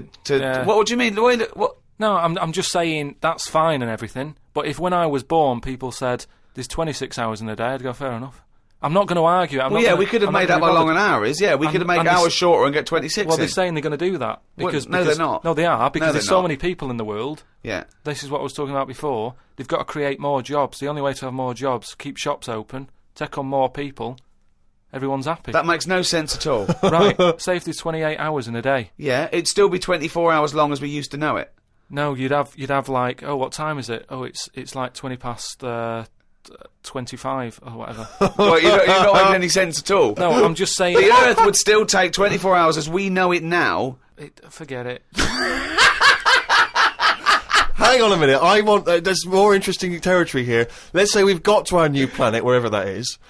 It takes 14 hours... Okay, to do its turn. So we call that a day, right? So we've now agreed that 14 hours is a day. But nothing. It's going to take ages to get the town centre built and that. If you've only got... I'm going with you. I'm defending you here. All right. Yeah. So we've got that. We've established what the day is. We've established what a year is, right? It's year one. It's Carl year one. What next? All right. We've got all the people. We've moved to another planet. You said you had a bunch of other questions. Don't forget, our sleep patterns have evolved on a day. The reason we sort of like go to sleep at night and have about 8 to 10 hours sleep is because that's our evolution. No, but that's that's just because that's what we've got used to, isn't it? Yeah. You look at a sloth, that's asleep all the time. Yeah, that's got the same watch as us. It's doing what it wants. But it evolved differently, didn't it? It evolved but it's living now in 2006, so wake it up. Right, you can't get away. You're not getting away with this anymore. If you want to live now, join in with us.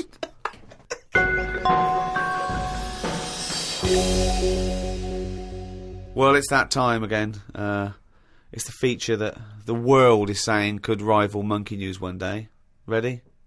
Oh, what's he written today? Well, Carl's diary. You didn't explain what it was. Carl's diary. Actually, as one person said, if we are going to get it published, we could maybe publish it as The Diary of an Idiot. Very good. So, a little riff there on one of the most famous diaries. Sunday, got up. Sunny day, so went for a walk in the park. There was a bloke walking down the street who was whistling. Some kind of annoying tune. He seemed quite happy with himself. Do people only whistle when they're happy? I don't whistle very much. It's a good point. Whistling is so inane to me. But yeah, it's sort of like going, I'm content. It really is that thing that if they go, you go, well, Mr. Mellors, I'm afraid we've got some bad news. Not only has your wife died, but you've lost the house. Thanks, Doctor. Wouldn't happen, would it? No, you don't whistle when you're sad. The other place you hear it, of course, is changing rooms. And that's men going, I'm whistling, so I'm not looking at your cock. How could I be? I'm concentrating on whistling. The lake was frozen over where I was walking. The ducks looked worried. They were sat on the edge of the lake, waiting for it to melt. Were they, Carl? Yeah, we just sat there looking, sort of going, oh, what's going on? I don't know. How long is a duck's memory? Because I wondered whether they're going, this doesn't seem right, but I don't know why. I asked Suzanne why ducks don't use their wings much. They seem to walk and swim more and don't bother using their wings. Suzanne said she had to call her mum and dad, so I never got an answer. The old excuse. Yeah. Suzanne. Oh, I can't talk now, Carl. Gotta phone my mum. There was a marathon type run going on in the park. It reminded me of the time when we were moving flat. It was the day of the London Marathon. Me and Suzanne were walking down the middle of the road taking some stuff to our new flat. I was carrying a lamp and a kitchen bin. People were clapping me, thinking I was doing some kind of fun run.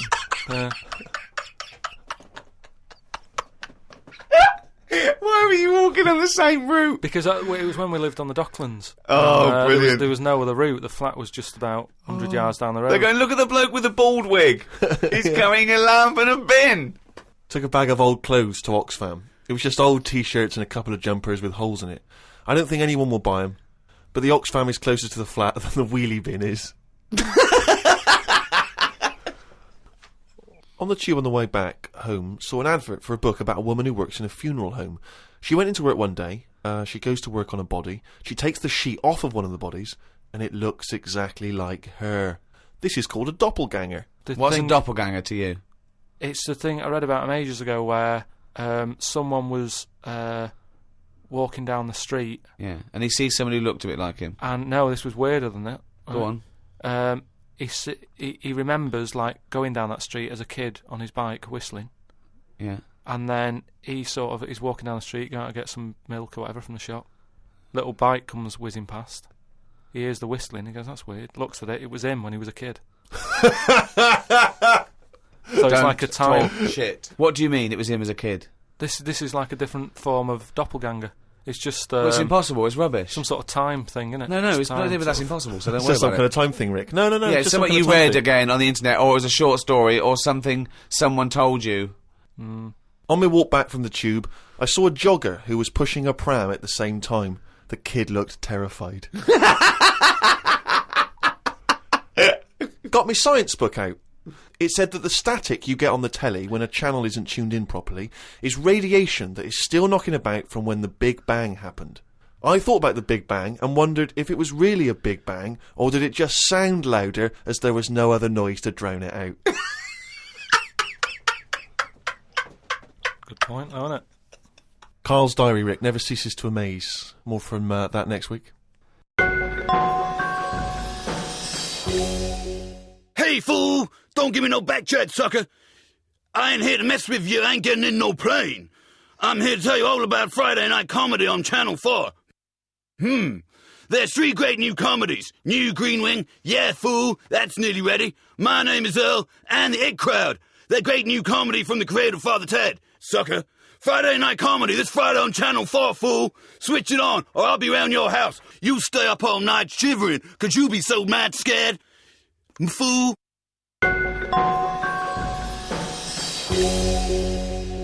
Oh, well, it's that time now. Yeah? It's the big one. Oh, chimpanzee that monkey news! Right, there was this monkey?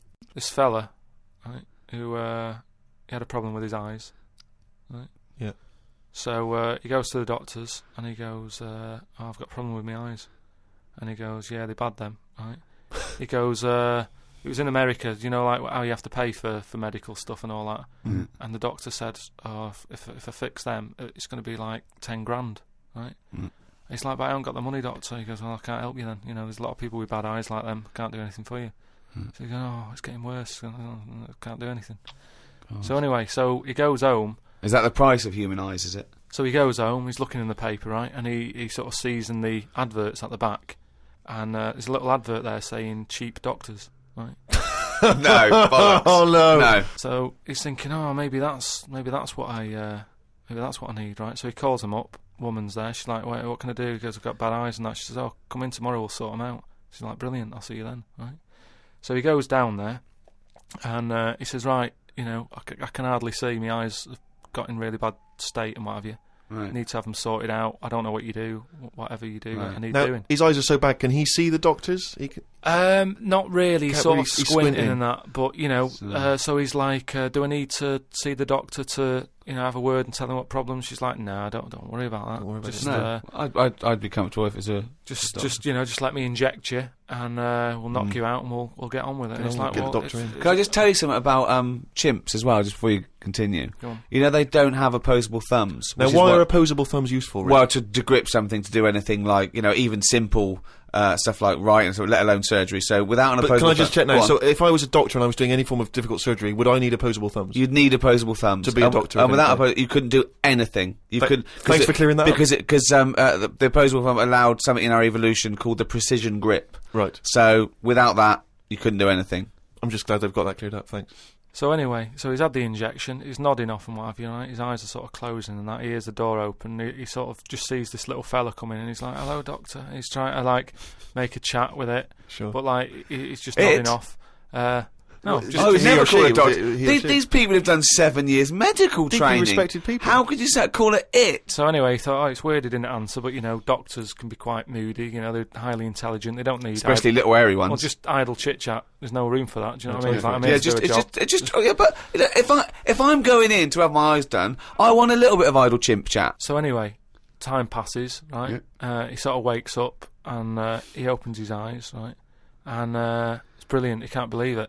Eyes are perfect. He's had the op. He can't believe the sight. He's like, nurse, right? And the nurse comes in because I can't believe it. This is brilliant. I've never had such good sight. Do you know what I mean? Even when I was a baby, Yeah. and my eyes were new, Yeah. I didn't see this good. Great. So she's like, well, that's You realise the nurse is a panda. That's what we do, right? So he said, right, so can I just see the doctor and just say thanks and that? She's like, well, to be honest, he's specialised in what he does. There's a lot of What work. a load of bollocks this is getting. Please. Where did you get this from? No, come on, let's hear the end of the news. There's a lot of like operations he's got to do. Yeah. So leave him to it. He's just having a kip. I'll let him know that you were grateful. Pays the check. Off you go. Go and enjoy looking at stuff. Yeah. So he said, no, I just what's wrong with that? I just want to see that. She's No, like, that's fine. Leave it. Just leave. Yeah, exactly. Leave it. And If he's like, yeah, but I can't. I want to thank him. He's done such a good thing for me. So they're getting into a bit of an argument and what have you, and the voices are raising, right? Door opens. Going to wake the doctor up. Well, that's what they did. They woke it up, right? They woke it up. It. So the door opens, right? Little monkey comes out, Oh. and he's like, "What's going on here? It's a hospital. Why is a monkey knocking about?" Yeah. So the woman said, "Well, what do you mean? He's the doctor." Right? so he's like, "You are having a laugh, aren't you?" She goes, "Look, don't complain. Your eyes are sorted. Yeah. The doctor's done it. What's the problem?" He said, "Well, if I'd have known that, I wouldn't have come here." She said, "Well, what do you mean you didn't know that?" She said, "The advert in the paper you read, it's like chimp doctors." That is the biggest load of shit I've ever heard. That really is the worst. What? And because his eyes were so bad, he thought it said cheap doctors. He saw the advert and it said chimp doctors, but because his eyes were bad, he just saw it. What journal is this in? It was years ago, because it sort of says how the monkey sort of carried on working for a few years. He couldn't do anything Then about just it. He had to retired to leave play it. golf. It's absolute bollocks. There's no way. I mean, it's not even worth talking about. So. It's the most ridiculous thing I've ever heard. It's the most ridiculous monkey news we've ever heard, and that's saying something. Chimp doctors, cheap. It's easy mistake.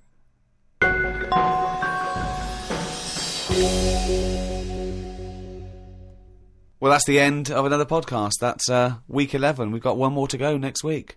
So go to rickygervais.com, see some of the things we've been talking about, register, so we can let you know what's happening when we're back. Who hosted this podcast? It was the great guys at Positive Internet who host the world's #1 podcast, The Ricky Gervais Show, with me, Ricky Gervais, Stephen Merchant, bye-bye, and Carl Pilkington.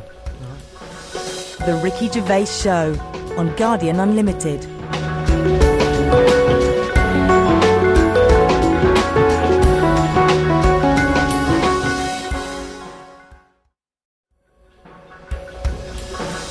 The Ricky Gervais Show on Guardian Unlimited. Hi, Ricky Gervais here, with me Stephen Merchant. Hello. And Carl Pilkington. All right. Welcome to the final episode in our series of 12 podcasts. I say final, it's final of 12, but we may be carrying on. Go on. Well, next week we're going to try and do another one to continue this for at least a little while. We may have to charge a small fee for it because it'll cost us money, and Carl is unemployed, but we mean a real tiny little fee. But hopefully we'll be back next week. Now, we're not sure where it'll be. It'll probably be on iTunes, but just go to rickygervais.com and we'll guide you there. Hurrah! Yay! And thanks for listening for this long and supporting us. I hope you continue to support us. Go on, continue to support us. Yeah, particularly Carl, who has no money whatsoever and is desperate. He's a desperate man. Is that right, There's Carl? no one out there going, oh, look, they're charging for it now. But, people forget we gave 12 for free. This is it. So quickly people forget. We're big shots. Yeah. Well, Carl's not, but, we are, aren't we? Exactly. I mean, we were generous, but we're not that generous. We're not mad, and Carl needs a little bit of money. Look at his little round little head. He's like little tiny Tim over there. Exactly, yeah. Look at him sitting there. Carl, you've had a good week? It's been alright, yeah. Brilliant. Well, more of that next week. You have to, but you'll have to pay for it now. I'm surprised you're not buzzing, because we just had our photograph taken to enter the Guinness Book of Records for the greatest downloaded podcast of all time. We went along to The Guardian, and the press were there, and they took a little picture of his round head, didn't they?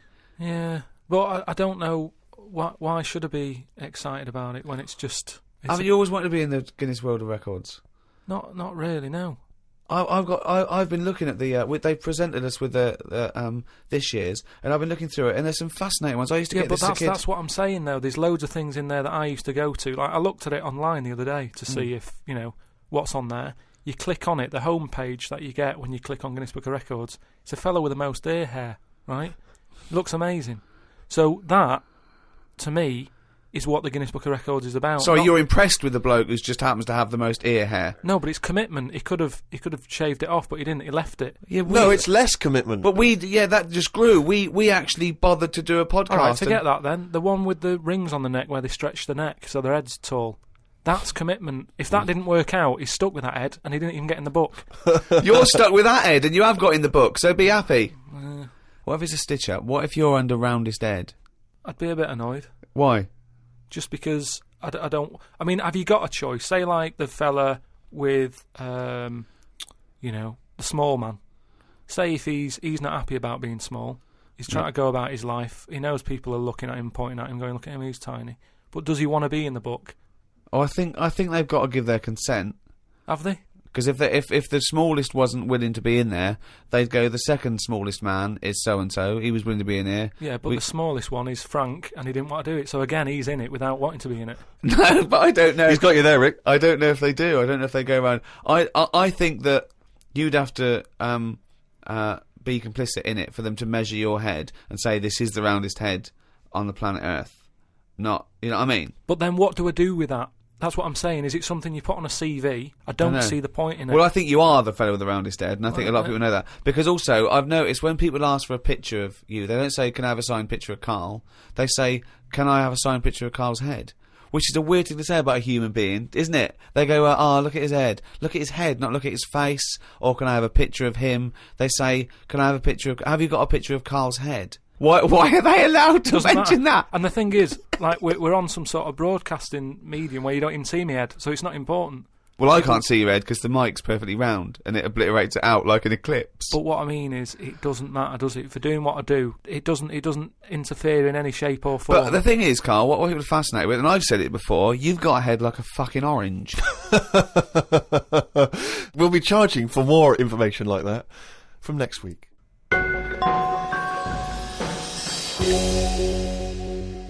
We do, of course, Rick, every week get thousands of emails. I mean, it's crazy. It takes us ages to go through them and read them. And we are going through them, we are reading them. Freddie Gerstrom from Winchester says, of course, it was recently Valentine's Day. What's the most romantic thing that you've done for Suzanne, Carl, that you can think of? I don't really do all that. Sure. The Valentine's Day stuff. It's just...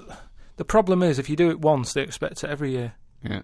Sure. That's the problem with Christmas and stuff, innit? It's like, that's what you do now, every year. Every day, yeah. So I prefer to just sort of wait, you know what I mean? And if I think of an idea or I know of something that she wants, I might get her something, but I might not do it on Valentine's Day. It's that thing, it's like how I've said about Pancake Tuesday.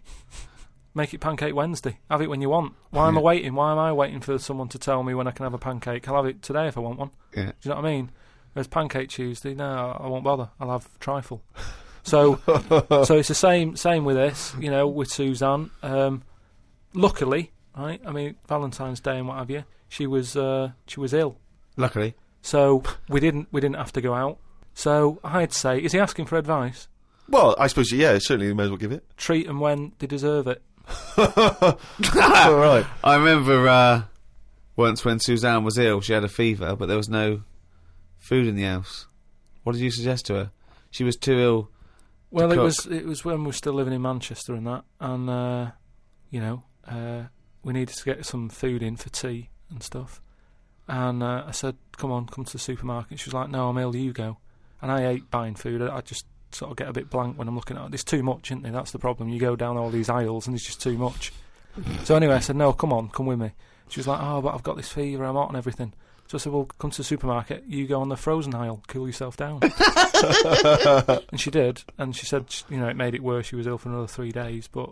How would you go about chatting up a woman in a bar? What tips could you give? I've never worked like that. It's always been like a friend of a friend and all that, and just happened to meet them, and then you have a chat, and then. How did you meet Suzanne? That was when I was working with her, and she gave me 20p for the hot chocolate machine. She never asked for it back. Thought she's all right.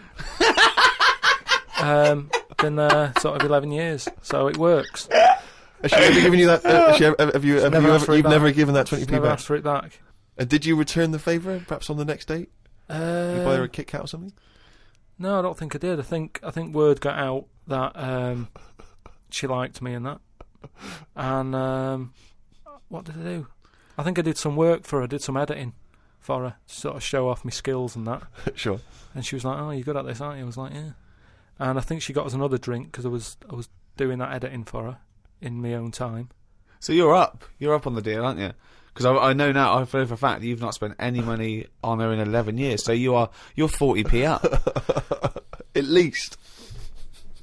Lawrence from New York says, I was wondering how Mr. K. Dilkington would interpret this famous saying of philosopher Ludwig Wittgenstein. The quote is, if a lion could talk, we could not understand him. Even if he's English?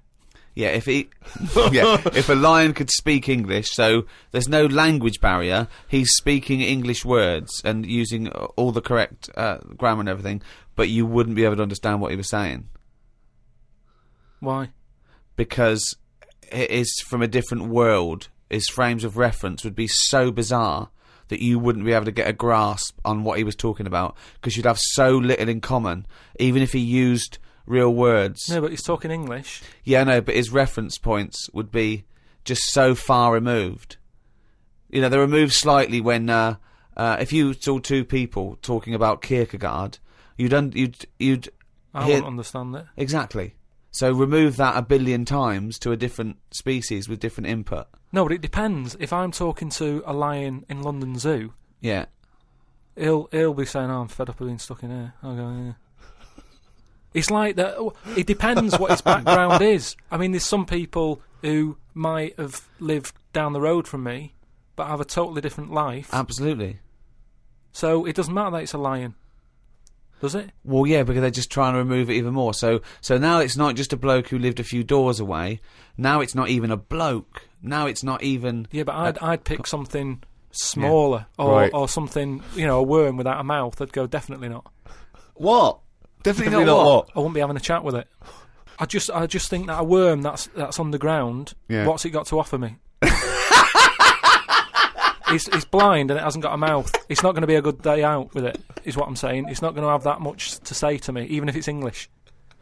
Right? Even if it's English! And how can you tell if a worm is English? Does it wear a very tiny bowler hat? Oh, Christ. But do you understand... What about a jellyfish? No, you see, I think that's where you can say you wouldn't be able to have a good chat with them, because to me, the sea might as well be another world. Yeah. Right? Yeah. In a way, I think the fish sort of have more rights than us. What do you mean? Just because when whoever made the world, right? Say, we're just bigging up God, but if I was to have a go at him, I'd say you added too much water. Criticism 1 to God, right? So, how would you have changed that? Just more land. Fair enough. Now, why have fish got more rights than us? Because there's loads of them, and when you look at the amount of sea on the world, right? There's loads of that. You only have to like I was in Malaga the other week, right? And you look in the sea. There's loads of different fish. And that's just in, like, 8-foot water. If you go miles out, there's, like, all sorts of weird fish, isn't there, with, like, lights on them and everything. So, and there's just millions of different types. Yeah. Yeah. Now... But why does that mean they've got more rights than us? Just because I think, rights come in numbers, don't they? If you know what I mean. Like, if there's one of you shouting, people go, oh, he's an idiot, shut up, whatever. If there's loads of you shouting, they go, oh, best listen to them, see what they've got to say. Right. And that's what I mean about fish. Yeah. There's loads of fish. Right. So... But they're not really making their voices heard, though, are they, Carl? Yeah. I know, because they're underwater. But what I mean is... I don't know what I mean.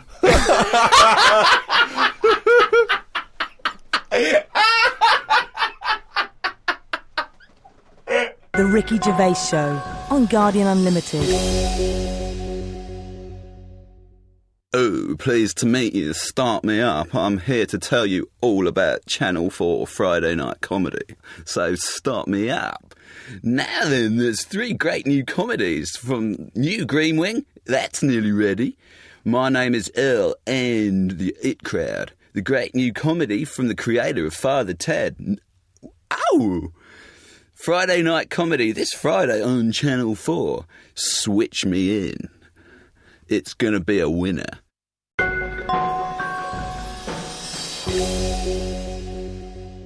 Carl, right? What do you think it's like being a crab? If you could go now, your mind into a crab, what would you see? Where would you be? What would you be doing? What would you be thinking?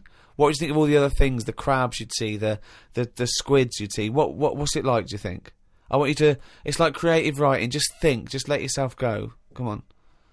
It's got to be a crab.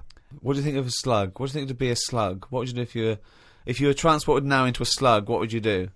And Suzanne, you're suddenly in the kitchen, but you're a slug, and Suzanne's sort of like there, just making tea and that. How do you let her know it's you? It's impossible. I'd just chuck myself into the salt pot or something. No, because what do you do? I'd hate that. That would be horrible, that. Oh, God. Have you ever read Franz Kafka's Metamorphosis? In which a man wakes up and he's turned into a giant beetle? And that's the whole story. I think it might be of interest to you. So what happened to him with the beetle? Well, I don't want to ruin it for you in case you read it. I won't be reading it, don't worry. He joined a pop group with 3 other people. He was brilliant. No, it's a really wonderful book. It's a kind of almost heartbreaking because, of course, he does, like Ricky's saying, he finds it very hard then to relate to other people, even though he still has the consciousness of a human. You know, his parents, his rest of his family, they don't know how to deal with him, you know, because he's a giant beetle. He becomes a freak, he becomes an outsider. It's terrible, you know. But hang on, though. Is he a giant beetle? Or is he... Well, yeah, that's not going to go down well, is it? That, of course, people aren't going to like you. But if it's a normal-sized one, then you just get in with the other beetles, don't you? Whereas if you're a giant... How would you do that? How would you ingratiate yourself? Right, so you're suddenly a beetle, you're Carl Pilkington, right? There's other people, they're doing their business, they're scuttling around, and you go in there, and they look at you as a new beetle. What's your first... What do you do? How do you ingratiate yourself? Well, for a bit, I wouldn't sort of barge into their house and that. I'd wait until they're out and about, and I'd like in life, right? Sort of help them out.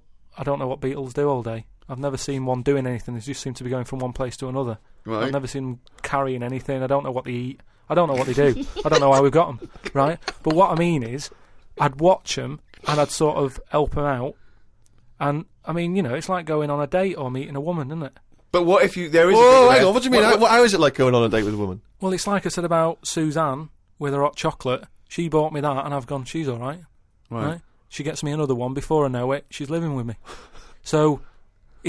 So you're all these beetles, they're scrolling around, right? You're sort of like watching them, and then you realise that you want to mate with this female beetle. What do you do? What's your first move?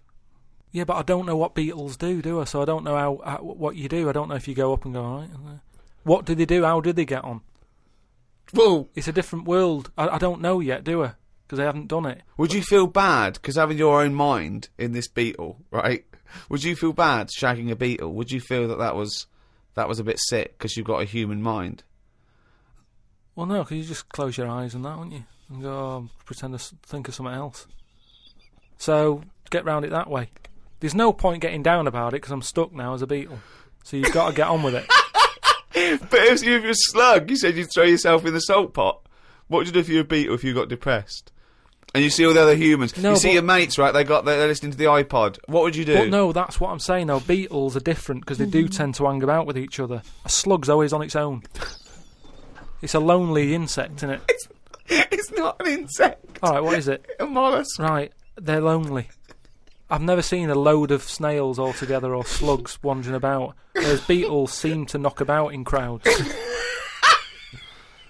Yeah. So, oh God, okay, right, another one. So they're sociable creatures, and it wouldn't bother you that you've got the mind of Carl Pilkington in there? Because you can't communicate with these people, because they don't speak English, they don't have any communication with you. Yeah, but if it's happened to me, there'll be another one in there. Okay then, right, okay. What would you do, right? That's the most disgusting thing. What could it be? Right, what would you do, right, if you were suddenly a fly, right? And you were knocking around with the flies, right? And you had to land on some... excrement? Yeah. What would you do? Yeah, but I don't have to. What do you mean? You're a fly. You're loving I wouldn't. No, I wouldn't be loving it, though, would I? Why? Because I'm me in that fly's head. So I don't think other flies would be going, come on, join in. I'd just be like, no, I'll wait here. Wait, watch and that. Because I don't see why they have to do that. What would you do, right, if you had to go back and you were in a... you had to go and put your mind in like an unhatched egg of something, like maybe one of those that a wasp was injected in a spider. So you're in an egg, right, which is really uncomfortable, in a spider. How would you feel about that, Carl? You're a baby wasp in the abdomen of a spider, and I know everything that I know now. I'm sat in there. Yeah. And now I'm in a spider as an unborn wasp. What the fuck am I doing here? What's going on? I don't know what I'll do there. Probably try and sleep.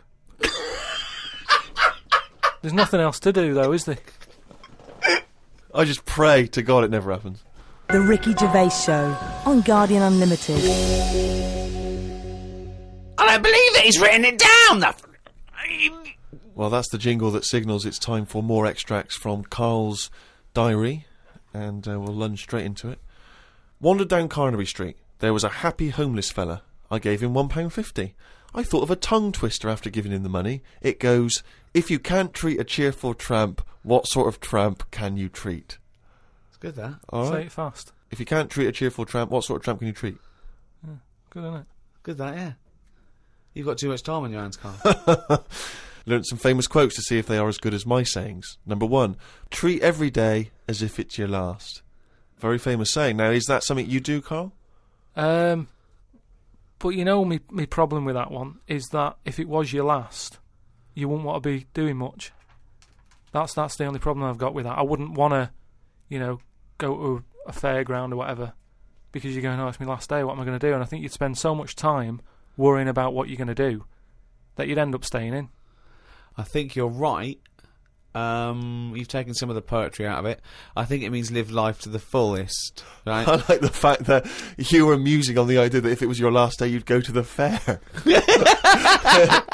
It's getting such a 19th century way of spending your final day. I know, yeah.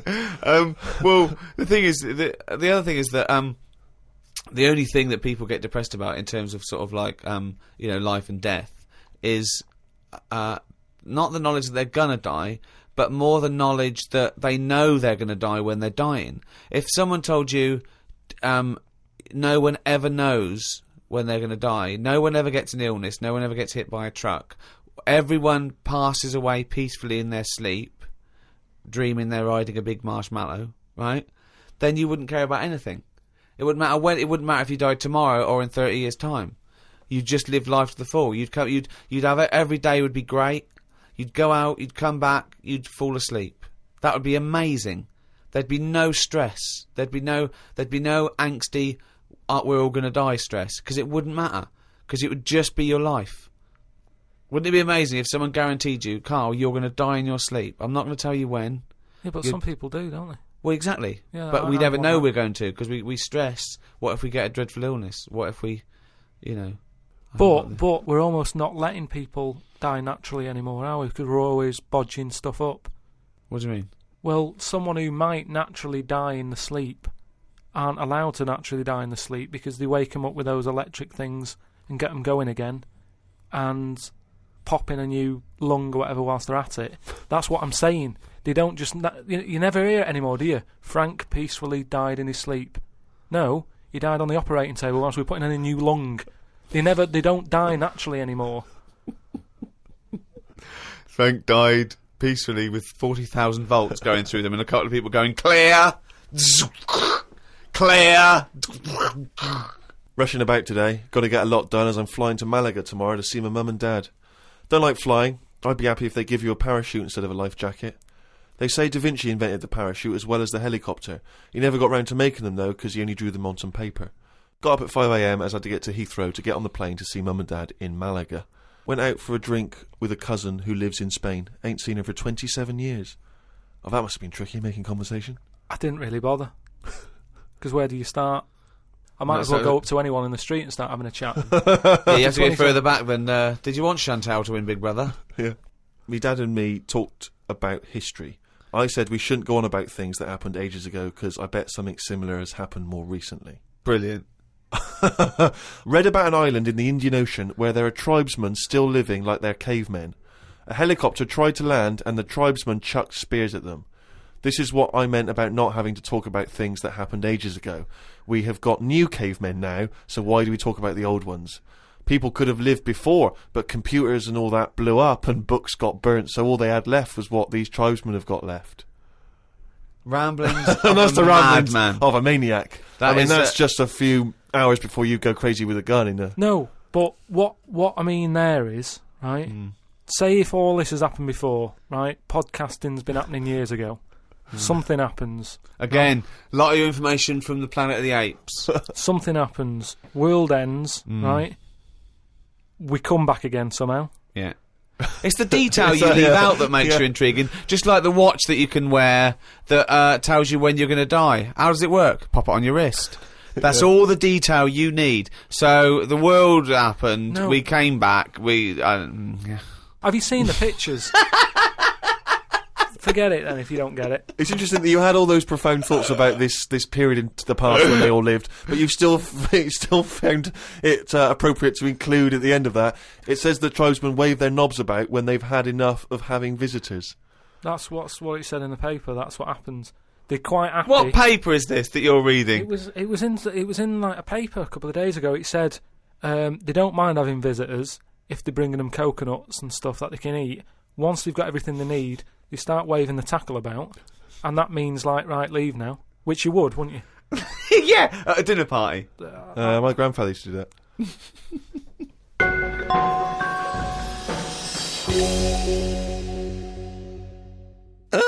Well now, what have we here? I'm here to tell you all about Friday night comedy on Channel 4. There's 3 great comedies. Green Wing, It's Nearly Ready, My Name is Earl, and The It Crowd. The great new comedy from the creator of Father Ted. And what have we here? Jingle, jangle, jingle, jangle as it happens. Friday night comedy, this Friday on Channel 4. Switch it on. Now then, well now, young man. Well now then, well now then, young man.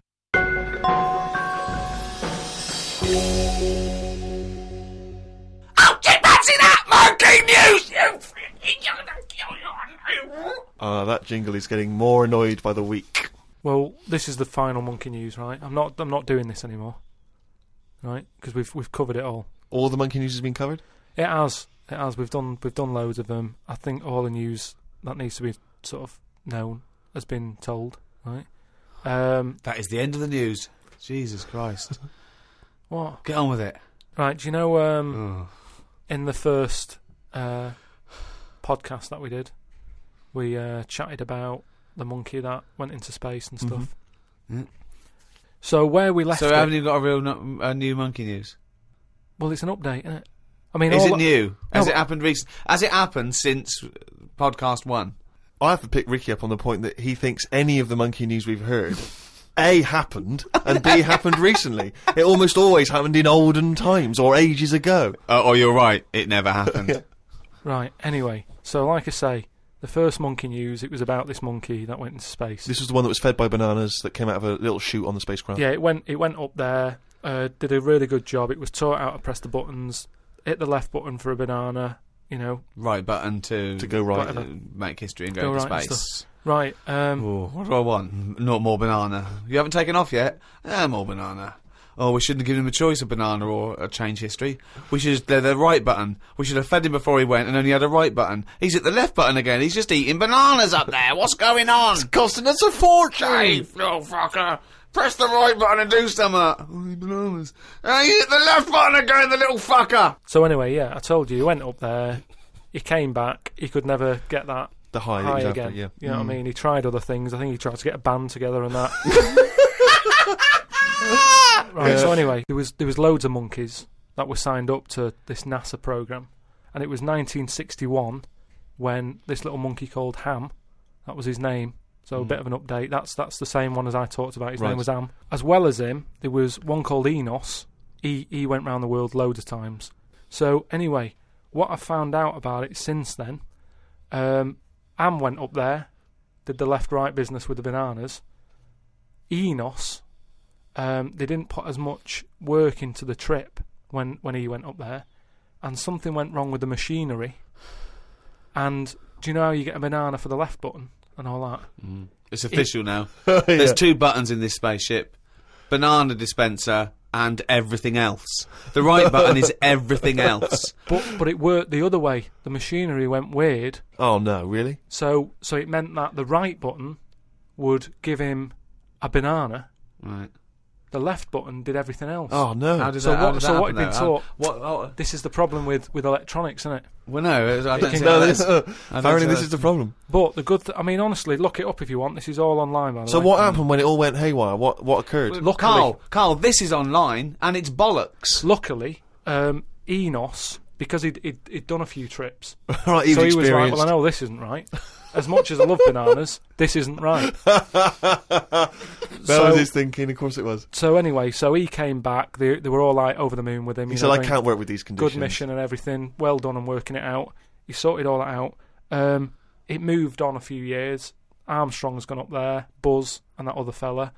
They've been up there. The monkeys aren't needed anymore. But they were like, we've got all these monkeys who have done NASA training. What are we going to do with them all? And they had to raise £14 million to make them like an old sort of chimps home for retired retired NASA trained monkeys. Chimpanauts. Something they've got in there is like a little museum, right, of all the missions and that they've been on, so they can sort of, even though they're not going to be going into space again, they can almost relive it and reminisce of the times that they've had. And they're reminiscing with each other, are they? Just sort of going, remember that time when it all went wrong, the button became the left when it should have been the right and all the rest of it. They just, you know, sort of talking about old times and what have you, like old people like to do. Yeah, sure. And yeah, that's it. So if you want to like give some money towards their home, you can go to like savethechimps.org, and it's all there. All that information that I've given you, it's all there. You can. I'd be surprised if all the information you've given us is there. It's all there. I'd be very surprised. It's all there. Just retired, you know, monkeys and that who have done the bit. Perhaps we should retire Monkey News to that same place. That's what I mean. So, you know, I hope you've enjoyed the Monkey News and that. That was the last one. Look after the monkeys. Do your bit, because they've done their bit. That's it, yeah. But just because I'm not giving the news, look it up. Do you know what I mean? It's all out there. Don't be ignorant. Wise words.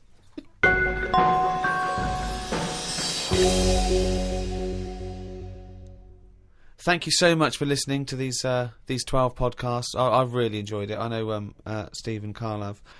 This podcast was, as usual, hosted by Positive Internet, the world's #1 podcast. Next week, a brand new podcast.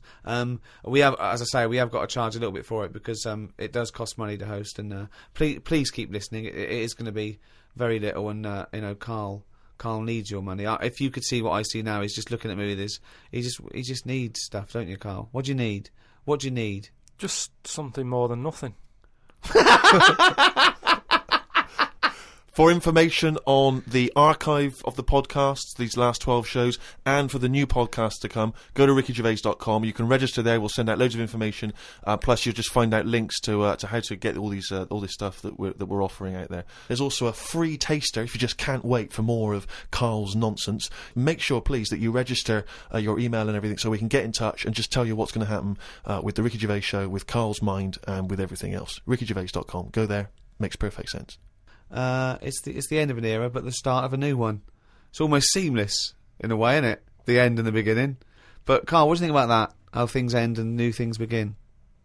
Well, I suppose you've got to have an end for a beginning, so it's just a bit odd that we've got an end and having a beginning. But that's science for you. The Ricky Gervais Show on Guardian Unlimited.